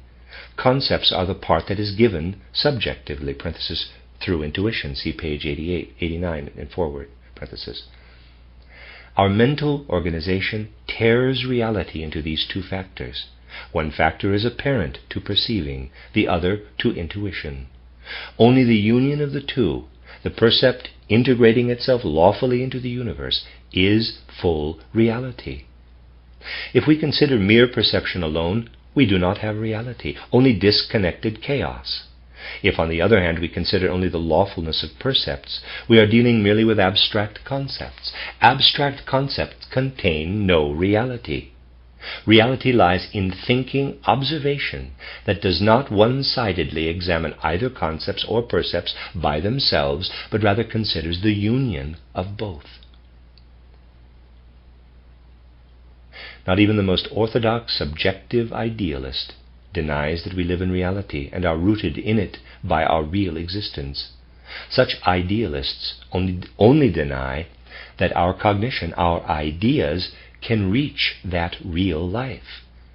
Monism, in contrast, shows that thinking is neither subjective nor objective, but a principle that spans both sides of reality.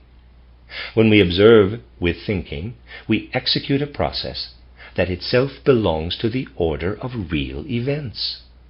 Through thinking, we overcome inexperience itself, the one-sidedness of mere perceiving.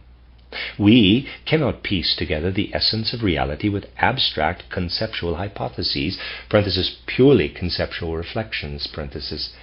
We live in reality by finding ideas to match our percepts. Monism does not seek to add anything to experience that is not experienceable or transcendental, but it sees the real in concepts and percepts. Monism spins no metaphysics for merely abstract concepts, for in the concepts by themselves it recognizes only one side of reality, which remains hidden to perceiving and makes sense only in connection with the percept. Monism evokes the conviction in us that we live in the world of reality, and that we need not seek outside our world for a higher reality that we cannot experience. Because it recognizes the content of experience itself as reality, it seeks absolute reality nowhere but in experience. It is satisfied by that reality because it knows that thinking has the power to guarantee it. What the dualist looks for only behind the observable world, a monist finds within this world itself. Monism shows that in cognizing, we grasp reality in its true form, not in a subjective picture that interposes itself between ourselves and reality. For monism, the conceptual content of the world is the same for all human individuals. According to monistic principles, one human individual considers another human individual to be of the same kind, because the same world content expresses itself in both. Let me read that again. According to monistic principles, one human individual considers another human individual to be of the same kind, because the same world content expresses itself in both. In the unitary world of concepts, there are not, for example, as many concepts of the lion as there are individuals who think about a lion. There is only one concept. The concept that A adds to the percept of the lion is the same as that of B, only it is grasped by means of a different perceptual subject. Thinking leads all perceptual subjects to the common conceptual unity within all multiplicity. The unitary world of ideas expresses itself in them as in a multiplicity of individuals. As long as we understand ourselves merely through self-perception, we see ourselves as the separate human beings that we are. As soon as we notice the world of ideas that lights up in us, embracing everything separate, we see what is absolutely real light up livingly within us. Dualism fixes on the divine primordial being as that which permeates all humans and lives within them all.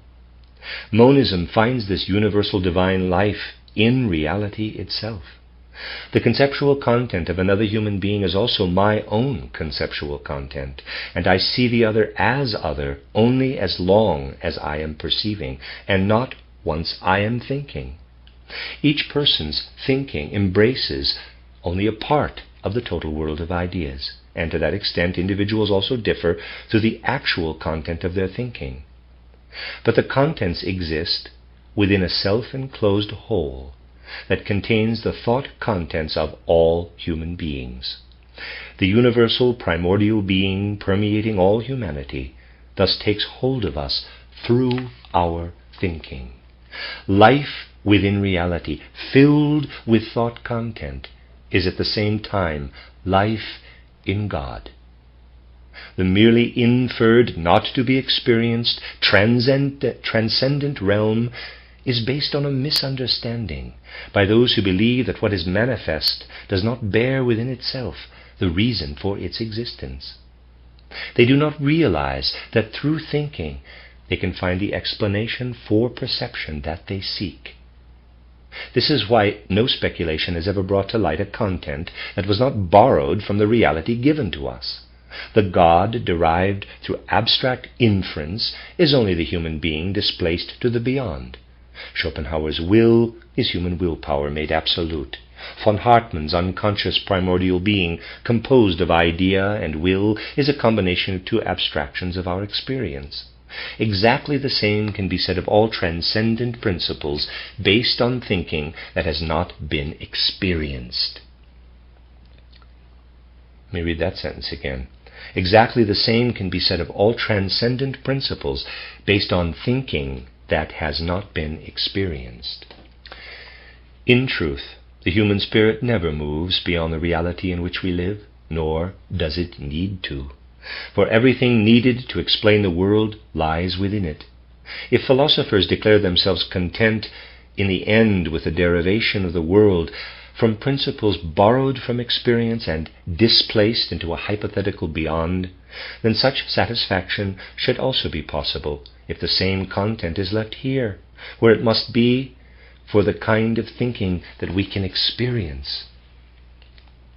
Every transcendence beyond this world is only apparent, and the principles transposed outside the world explain the world no better than those lying within it, nor does thinking that understands itself demand any such transcendence, since it is only within the world, not outside it, that a thought content must seek a perceptual content together with which it can form something real. The objects of imagination, too, are merely contents, They find their justification only in becoming mental pictures that point to a perceptual content. Through that perceptual content, the objects of imagination integrate themselves into reality.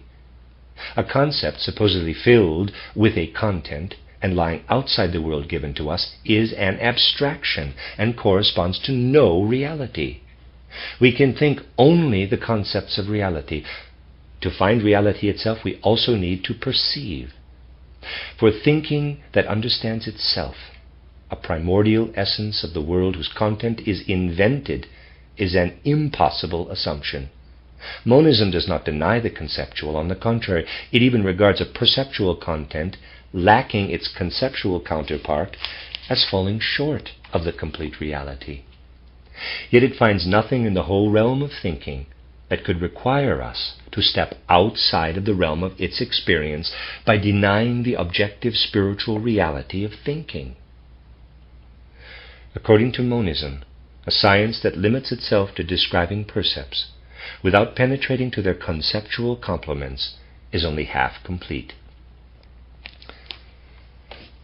But it also sees as incomplete all abstract concepts that find no complement in percepts and that cannot fit into the conceptual network that spans the observable world. Therefore, it recognizes no ideas that refer to something lying objectively beyond our experience and that are supposed to form the content of a merely hypothetical metaphysics. For monism, all such humanly created ideas are abstractions borrowed from experience, an act of borrowing that is simply overlooked by the borrowers. Just as little, according to monist principles, can the goals of our actions be taken from an extra-human beyond. To the extent they are in our thought, they must stem from human intuition. Human beings do not make the purposes of an objective, transcendent, primordial being their own individual purposes, but follow the purposes given to them by their moral imaginations. A person detaches the idea that realizes itself in an action from the single world of ideas and sets it at the base of his or her will. Thus, our actions express not commands from the beyond injected into our world, but human intuitions that belong to this world. Monism recognizes no world dictator who would assign aim and direction to our acts from outside ourselves. Human beings find no such primal source of existence whose advice could be sought to learn the goals that we must give our actions. We are returned to ourselves. We ourselves must give our actions their content. We seek in vain if we seek directives for our will outside the world in which we live. If we go beyond the satisfaction of natural drives for which Mother Nature has provided, we must seek such directives in our own moral imaginations, unless we find it easier to let ourselves be directed by the moral imagination of others. That is, we must either forego all action or act according to reasons that either we give ourselves from the world of our ideas or others give us from the same source. If we move beyond our sense-bound life of instinct and execution of the commands of other human beings, then we are determined by nothing other than ourselves. We must act out of an impulse that we set ourselves, and that is determined by nothing else. To be sure, this impulse is conceptually determined in the one world of ideas.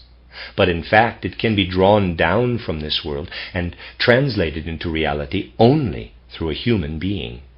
It is only within human beings themselves that monism can find a basis for the human translation of ideas into reality. Before an idea can become an action, a human being must first want it. Therefore, such wanting has its source in human beings themselves. Human beings are thus the ultimate determinants of their actions. They are free. That is the end of the last chapter, and I'm reading the addenda to the new edition, 1918. 1. The second part of this book has sought to establish that freedom is to be found in the reality of human action. For this it was necessary to separate out from the whole realm of human actions those aspects about which, from unprejudiced self-observation, one can speak of freedom. These are actions that realize conceptual intuitions. Other actions, when viewed without prejudice, cannot be called free. Yet precisely through unprejudiced self-observation we should consider ourselves well equipped to progress along the path toward ethical intuitions and their realization. But this unprejudiced observation of human ethical nature cannot by itself offer a final decision about freedom. For if intuitive thinking itself sprang from some other entity, if its own essence were not self-sustaining, then the consciousness of freedom flowing from morality would prove to be an illusion.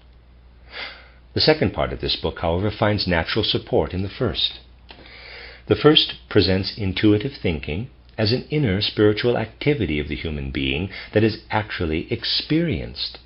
But to understand this essence of thinking experientially is equivalent to knowing the freedom of intuitive thinking.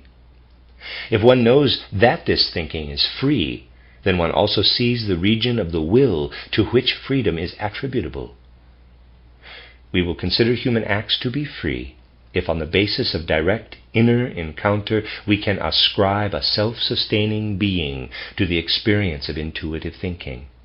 Those who cannot do so will also be unable to find an incontestable path to the acceptance of freedom.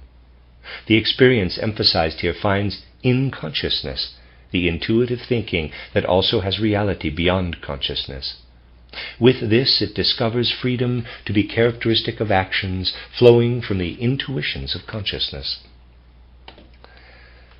The content of this book is built on intuitive thinking that can be experienced purely spiritually, and through which every percept is placed within reality during the act of cognition.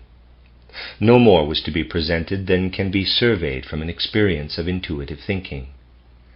But we must also emphasize what kind of thought formation the experience of thinking demands. It demands that intuitive thinking not be denied as a self-sustaining experience within the process of cognition. It also demands that we acknowledge its capacity, in conjunction with percepts, to experience reality, instead of seeking reality only in an inferred world outside experience, in the face of which the human activity of thinking would be merely subjective. Here, then, thinking is characterized as the element through which we, as human beings, enter spiritually into reality, and no one should confuse this worldview, based on the experience of thinking, with a mere rationalism. But on the other hand, it follows from the whole spirit of this portrayal that the element of perception can be considered as real for human cognition only if it is grasped in thinking.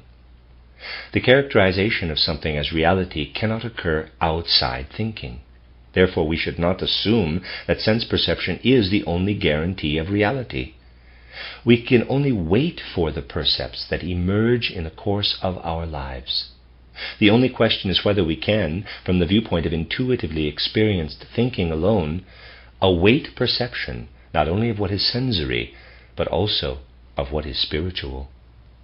We can indeed wait for this, for even if, on one hand, intuitively experienced thinking is an active process performed within the human spirit, on the other hand, it is also a spiritual percept grasped with no sensory organ.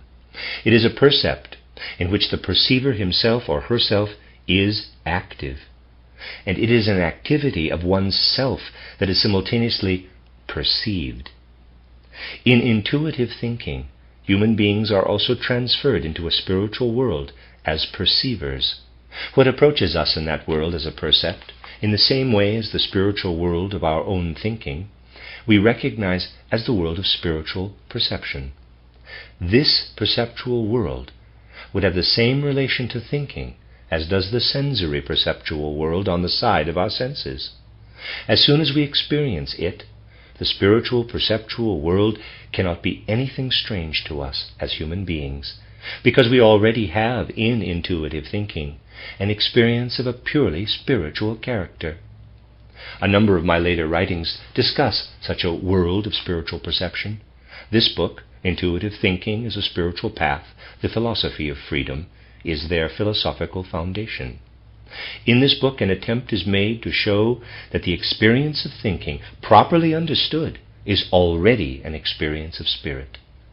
Therefore, it seems to me that whoever can adopt the point of view of this book in earnest will not stop short of entering the world of spiritual perception. To be sure, what is portrayed in my later books cannot be logically derived, inferred from the contents of this book. But a living grasp of what is meant in this book by intuitive thinking will naturally lead onward to a living entry into the world of spiritual perception. That's the end of the book, and I'm also going to add on here the appendices from 1918. Appendices 1918, number 1. Philosophical objections raised immediately after the publication of this book call for the addition of the following brief discussion to this new edition. I can imagine that there are readers who take an interest in the other contents of this book, but who will regard what follows as a superfluous, remote, and abstract web of concepts. They may leave this brief discussion unread. But problems crop up in a philosophical contemplation of the world that have their origin more in certain thinkers' prejudices than in the natural course of human thinking itself. Other issues treated in this book seem to me to present a task that concerns every human being who strives for clarity in regard to the essential nature of human beings and their relationship to the world. What follows, however, rather involves a problem some treatment of which is called for by certain philosophers in any discussion of the things portrayed in this book. This is because those philosophers have created for themselves certain difficulties that do not otherwise exist. If we bypass such problems completely, some people will be quick to make accusations of dilettantism and the like, and the opinion would gain ground that I have not sufficiently come to terms with viewpoints I have not discussed in the book itself. The problem to which I refer is this.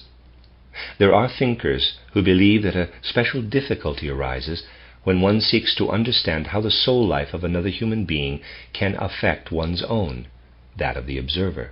They say, quote, "My conscious world is sealed off within me, just as any other, quote, "My conscious world is sealed off within me, just as any another conscious world is sealed off within itself. I cannot see into another person's world of consciousness. How then can I come to know that we both inhabit the same world?" Unquote. Those who hold the world view that it is possible to infer from the conscious world the existence of an unconscious world that can never become conscious try to solve this difficulty by saying, quote, "The world that I have in my consciousness is the representation in me of a real world that I cannot consciously reach. In this real world, unknown to me, lie the causes of my conscious world. My own real being, of which I have likewise only a representation in my consciousness, also lies there. But this real world also contains the essential being of my fellow human beings. Now, what another person experiences in consciousness corresponds to a reality in that person's essential being, which is independent of this consciousness. The person's being is active in a realm that cannot become conscious, the realm of my own necessarily unconscious being. It is through that realm that a representation is created in my consciousness of what is present in a consciousness altogether independent of my conscious experience." Unquote. We can see that a hypothetical world inaccessible to conscious experience is here added to the world accessible to my consciousness. Otherwise, these philosophers believe we would be forced to assert that all the external reality I seem to have before me is only the world of my consciousness, and this would lead to the solipsistic absurdity that other people also exist only within my consciousness. This question, which has been created by some recent epistemological trends, can be clarified if we attempt to survey the matter from the viewpoint of the spiritually oriented observation described in this book. What then do I have before me when I face another person? I look at what is immediately apparent.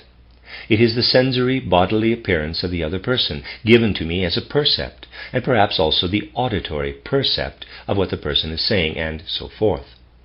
I do not really stare at all of this. Rather, it sets my thinking activity in motion. By my standing before the other person and thinking, the percept proves to be, to some extent, transparent to the soul. When I grasp the percept through thinking, I am bound to say to myself that it is not at all what it appears to be to the external senses. By what it is directly, the sensory phenomenon reveals something else that it is indirectly. Its presentation before me is at the same time its extinguishing as a mere sense phenomenon. But what it manifests during that extinguishing compels me as a thinking being to extinguish my own thinking for the period of its activity and to replace it with its thinking. I grasp this other thinking and my own thinking as an experience, as I do with my own. I have really perceived the thinking of the other person. The immediate percept, extinguishing itself as a sensory appearance, is grasped by my thinking. And this is a process lying completely within my consciousness, which consists in my thinking being replaced by the other thinking. Through the self-extinguishing of the sensory appearance, the separation between the two spheres of consciousness is actually suspended.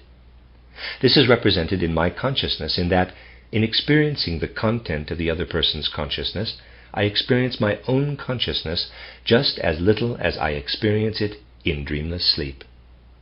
Just as my daytime consciousness is shut out in dreamless sleep, so is the content of my own consciousness when I perceive another person's. The illusion that this is not so persists because, first, when perceiving another person, what replaces my own content of consciousness is not unconsciousness, as in sleep, but rather the content of the other person's consciousness. And second, the oscillations between the extinction and re-illumination of my consciousness of myself follow one another too rapidly to be normally noticed. The whole problem cannot be solved by artificial conceptual constructs that infer from what is conscious other things that can never be conscious. It must be solved through true experience of what results from a union of thinking and percepts. This applies to many questions that appear in the philosophical literature. Thinkers ought to seek the path to unprejudiced, spiritually oriented observation, but instead they slide an artificial conceptual construction in front of reality.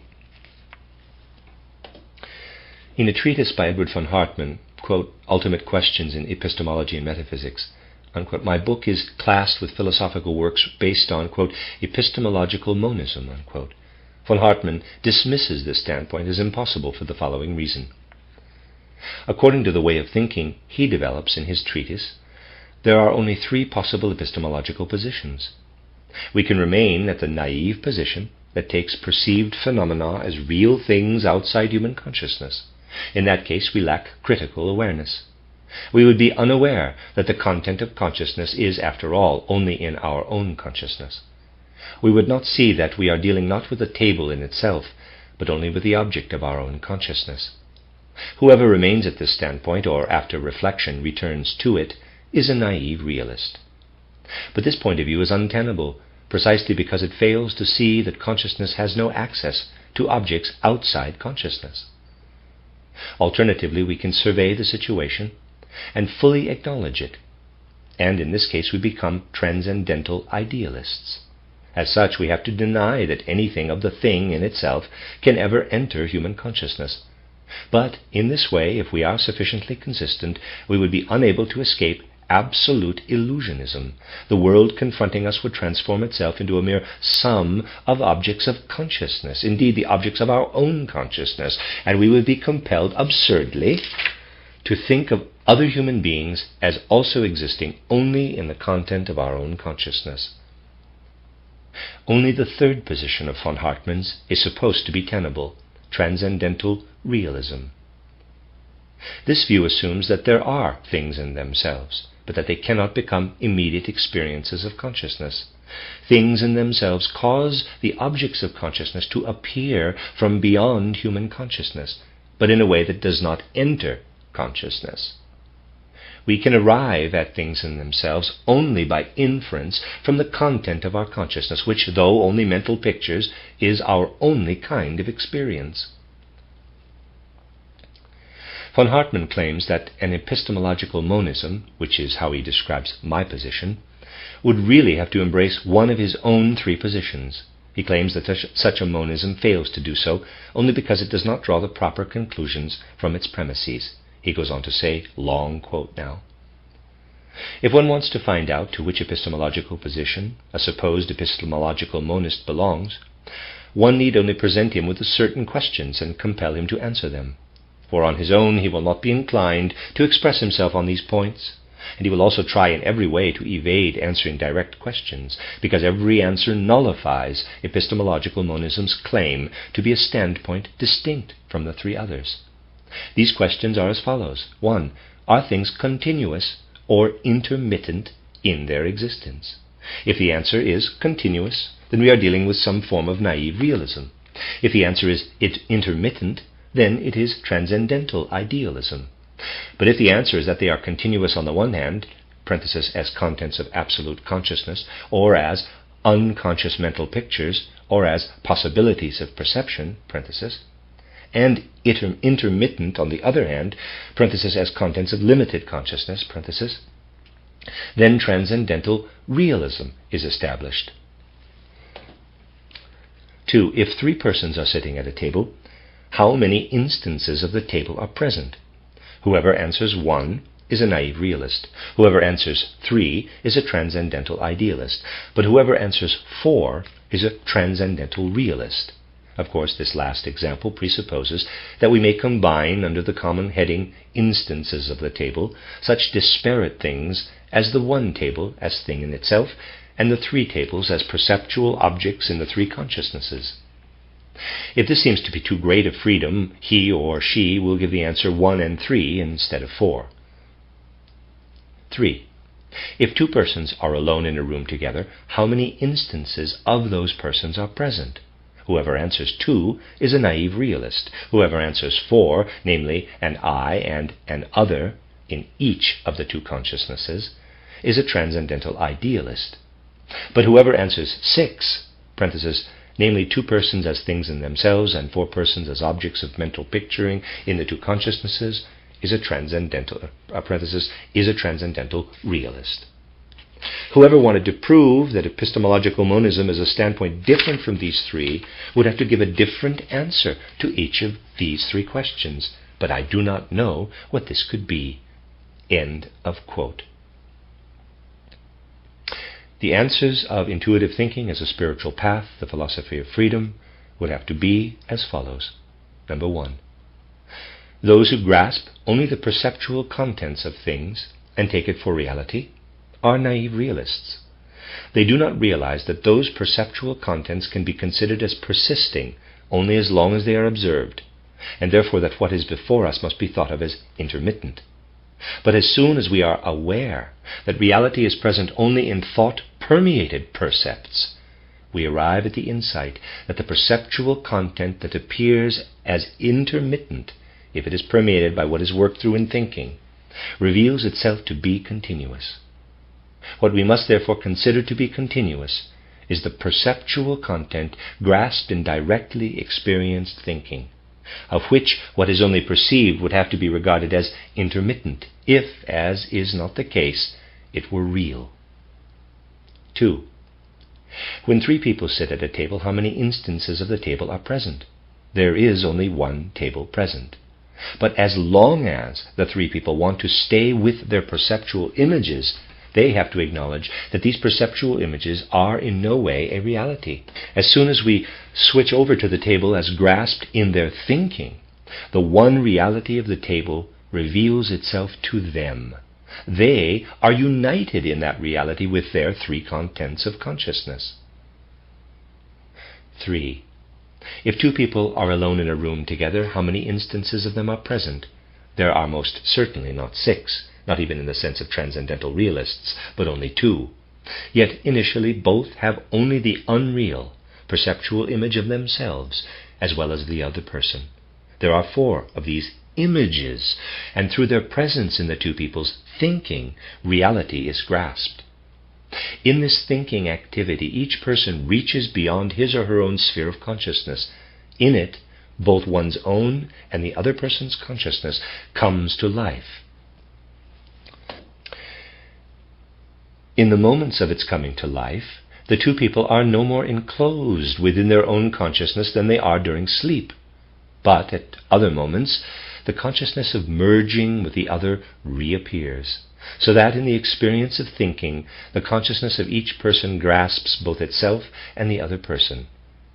I know that a transcendental realist would call this a relapse into naive realism. Yet, as I have already indicated in this book, naive realism retains its validity in the case of thinking that is experienced. Transcendental realists by no means experience the true state of affairs in the cognitive process. They cut themselves off from it by a web of thoughts in which they then become entangled. Nor should the monism appearing in intuitive thinking as a spiritual path, the philosophy of freedom, be called epistemological. Rather, if an epithet is wanted, let it be called monism of thought. All of this was misunderstood by Edward von Hartmann. He did not engage the specifics of the presentation in my book, but claimed that I had attempted to unite Hegelian universalist panlogism with Hume's individualistic phenomenalism. In fact, intuitive thinking as a spiritual path, the philosophy of freedom, has nothing to do with these two standpoints that it is supposedly attempting to unite. Parenthesis, this is also why I could not, for example, enter into a discussion of Johannes Remke's epistemological monism. The viewpoint of intuitive thinking as a spiritual path, the philosophy of freedom, is completely different from what von Hartmann and others call epistemological monism. Parenthesis. End of the first addendum. Number 2. In the following, what stood as a kind of preface to the first edition is reproduced in all essentials. I place it here as an appendix, not because it has anything immediately to do with the book's contents, but because it shows the mood of thought in which I wrote the book 25 years ago. Since there is a recurrent idea that I have to suppress some of my earlier writings on account of my later ones on spiritual science, I do not want to omit it altogether.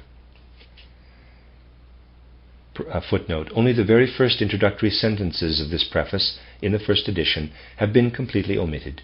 Today they seem to me quite inessential. But what is said in the rest of it seems to me necessary to say, even today, in spite of, indeed because of, the natural scientific thinking of our contemporaries.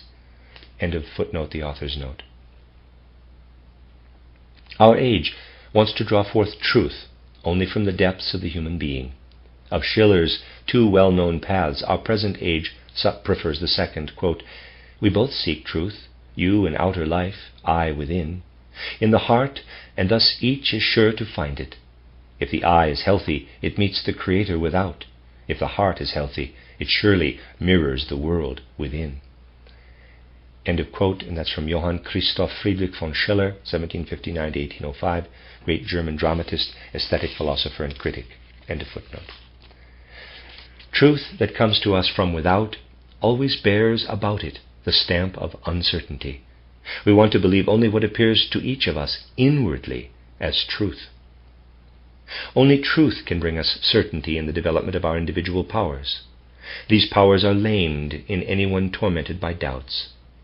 In a world of riddles, people cannot find a goal for their activity.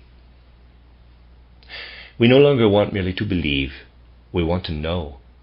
Belief demands the recognition of truths that we do not quite understand.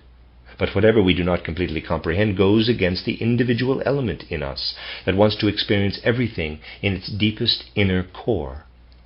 The only knowing that satisfies us is the kind that submits to no outer norm, but springs from the inner life of the personality.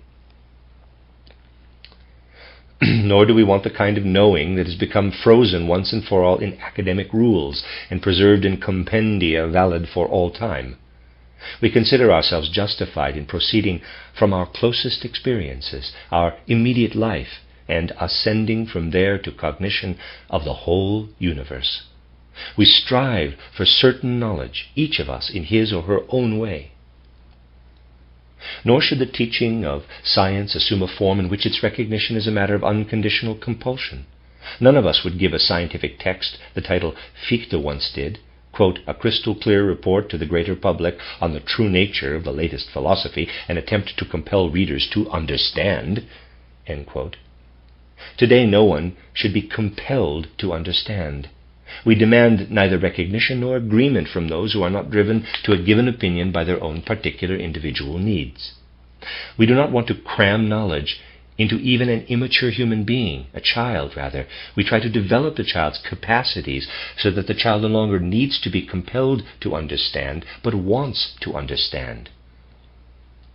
I am under no illusion as to this characteristic of my time.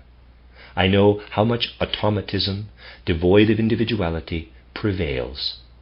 But I am also just as aware that many of my contemporaries seek to orient their lives in the direction that I have suggested here. I would like to dedicate this book to them. It is not supposed to lead to the only possible path to truth, but to describe the path taken by one for whom truth is central. This text leads first through abstract regions where thought must draw sharp contours so as to arrive at some secure positions. But the reader is also led from arid concepts into concrete life. I am certainly of the opinion that one must also lift oneself into the ethereal realm of concepts if one is to experience every aspect of existence. Someone who knows only how to enjoy use of the senses does not really know the most delicious part of life. Oriental sages have their students first spend years in renunciation and asceticism before they share with them what they know. The West no longer requires pious exercises or asceticism to attain knowledge, but it does demand the goodwill to remove oneself for a brief time from the immediate impressions of life and enter the world of pure thought. The realms of life are many, for each specific sciences develop. But life itself is a unity, and the more the sciences busily immerse themselves in separate realms, the farther they move away from seeing the living wholeness of the world. There must be a kind of knowing that seeks in the separate sciences the elements that lead human beings back to full life again. A scientific specialist wants to become aware of the world and how it works through his or her insights. In this book, the goal is philosophical. Science itself is to become organically alive. The separate sciences are preludes to the science attempted here. A similar relationship obtains in the arts. A composer works on the basis of compositional theory, which is a sum of all that one needs to know before one can compose. In composing, the laws of composition serve life, serve reality. In just the same way, philosophy is an art. All real philosophers have been artists in concepts. For them, human ideas have become artistic materials and scientific methods have become artistic technique. Thereby, abstract thinking attains concrete individual life. Ideas become powers of life. Then we not merely know about things, but have made knowing into a real self-governing organism. Our active, real consciousness has lifted itself above mere passive reception of truths. How philosophy as an art relates to human freedom, what freedom is, and whether we do or can participate in it, this is the principal theme of my book.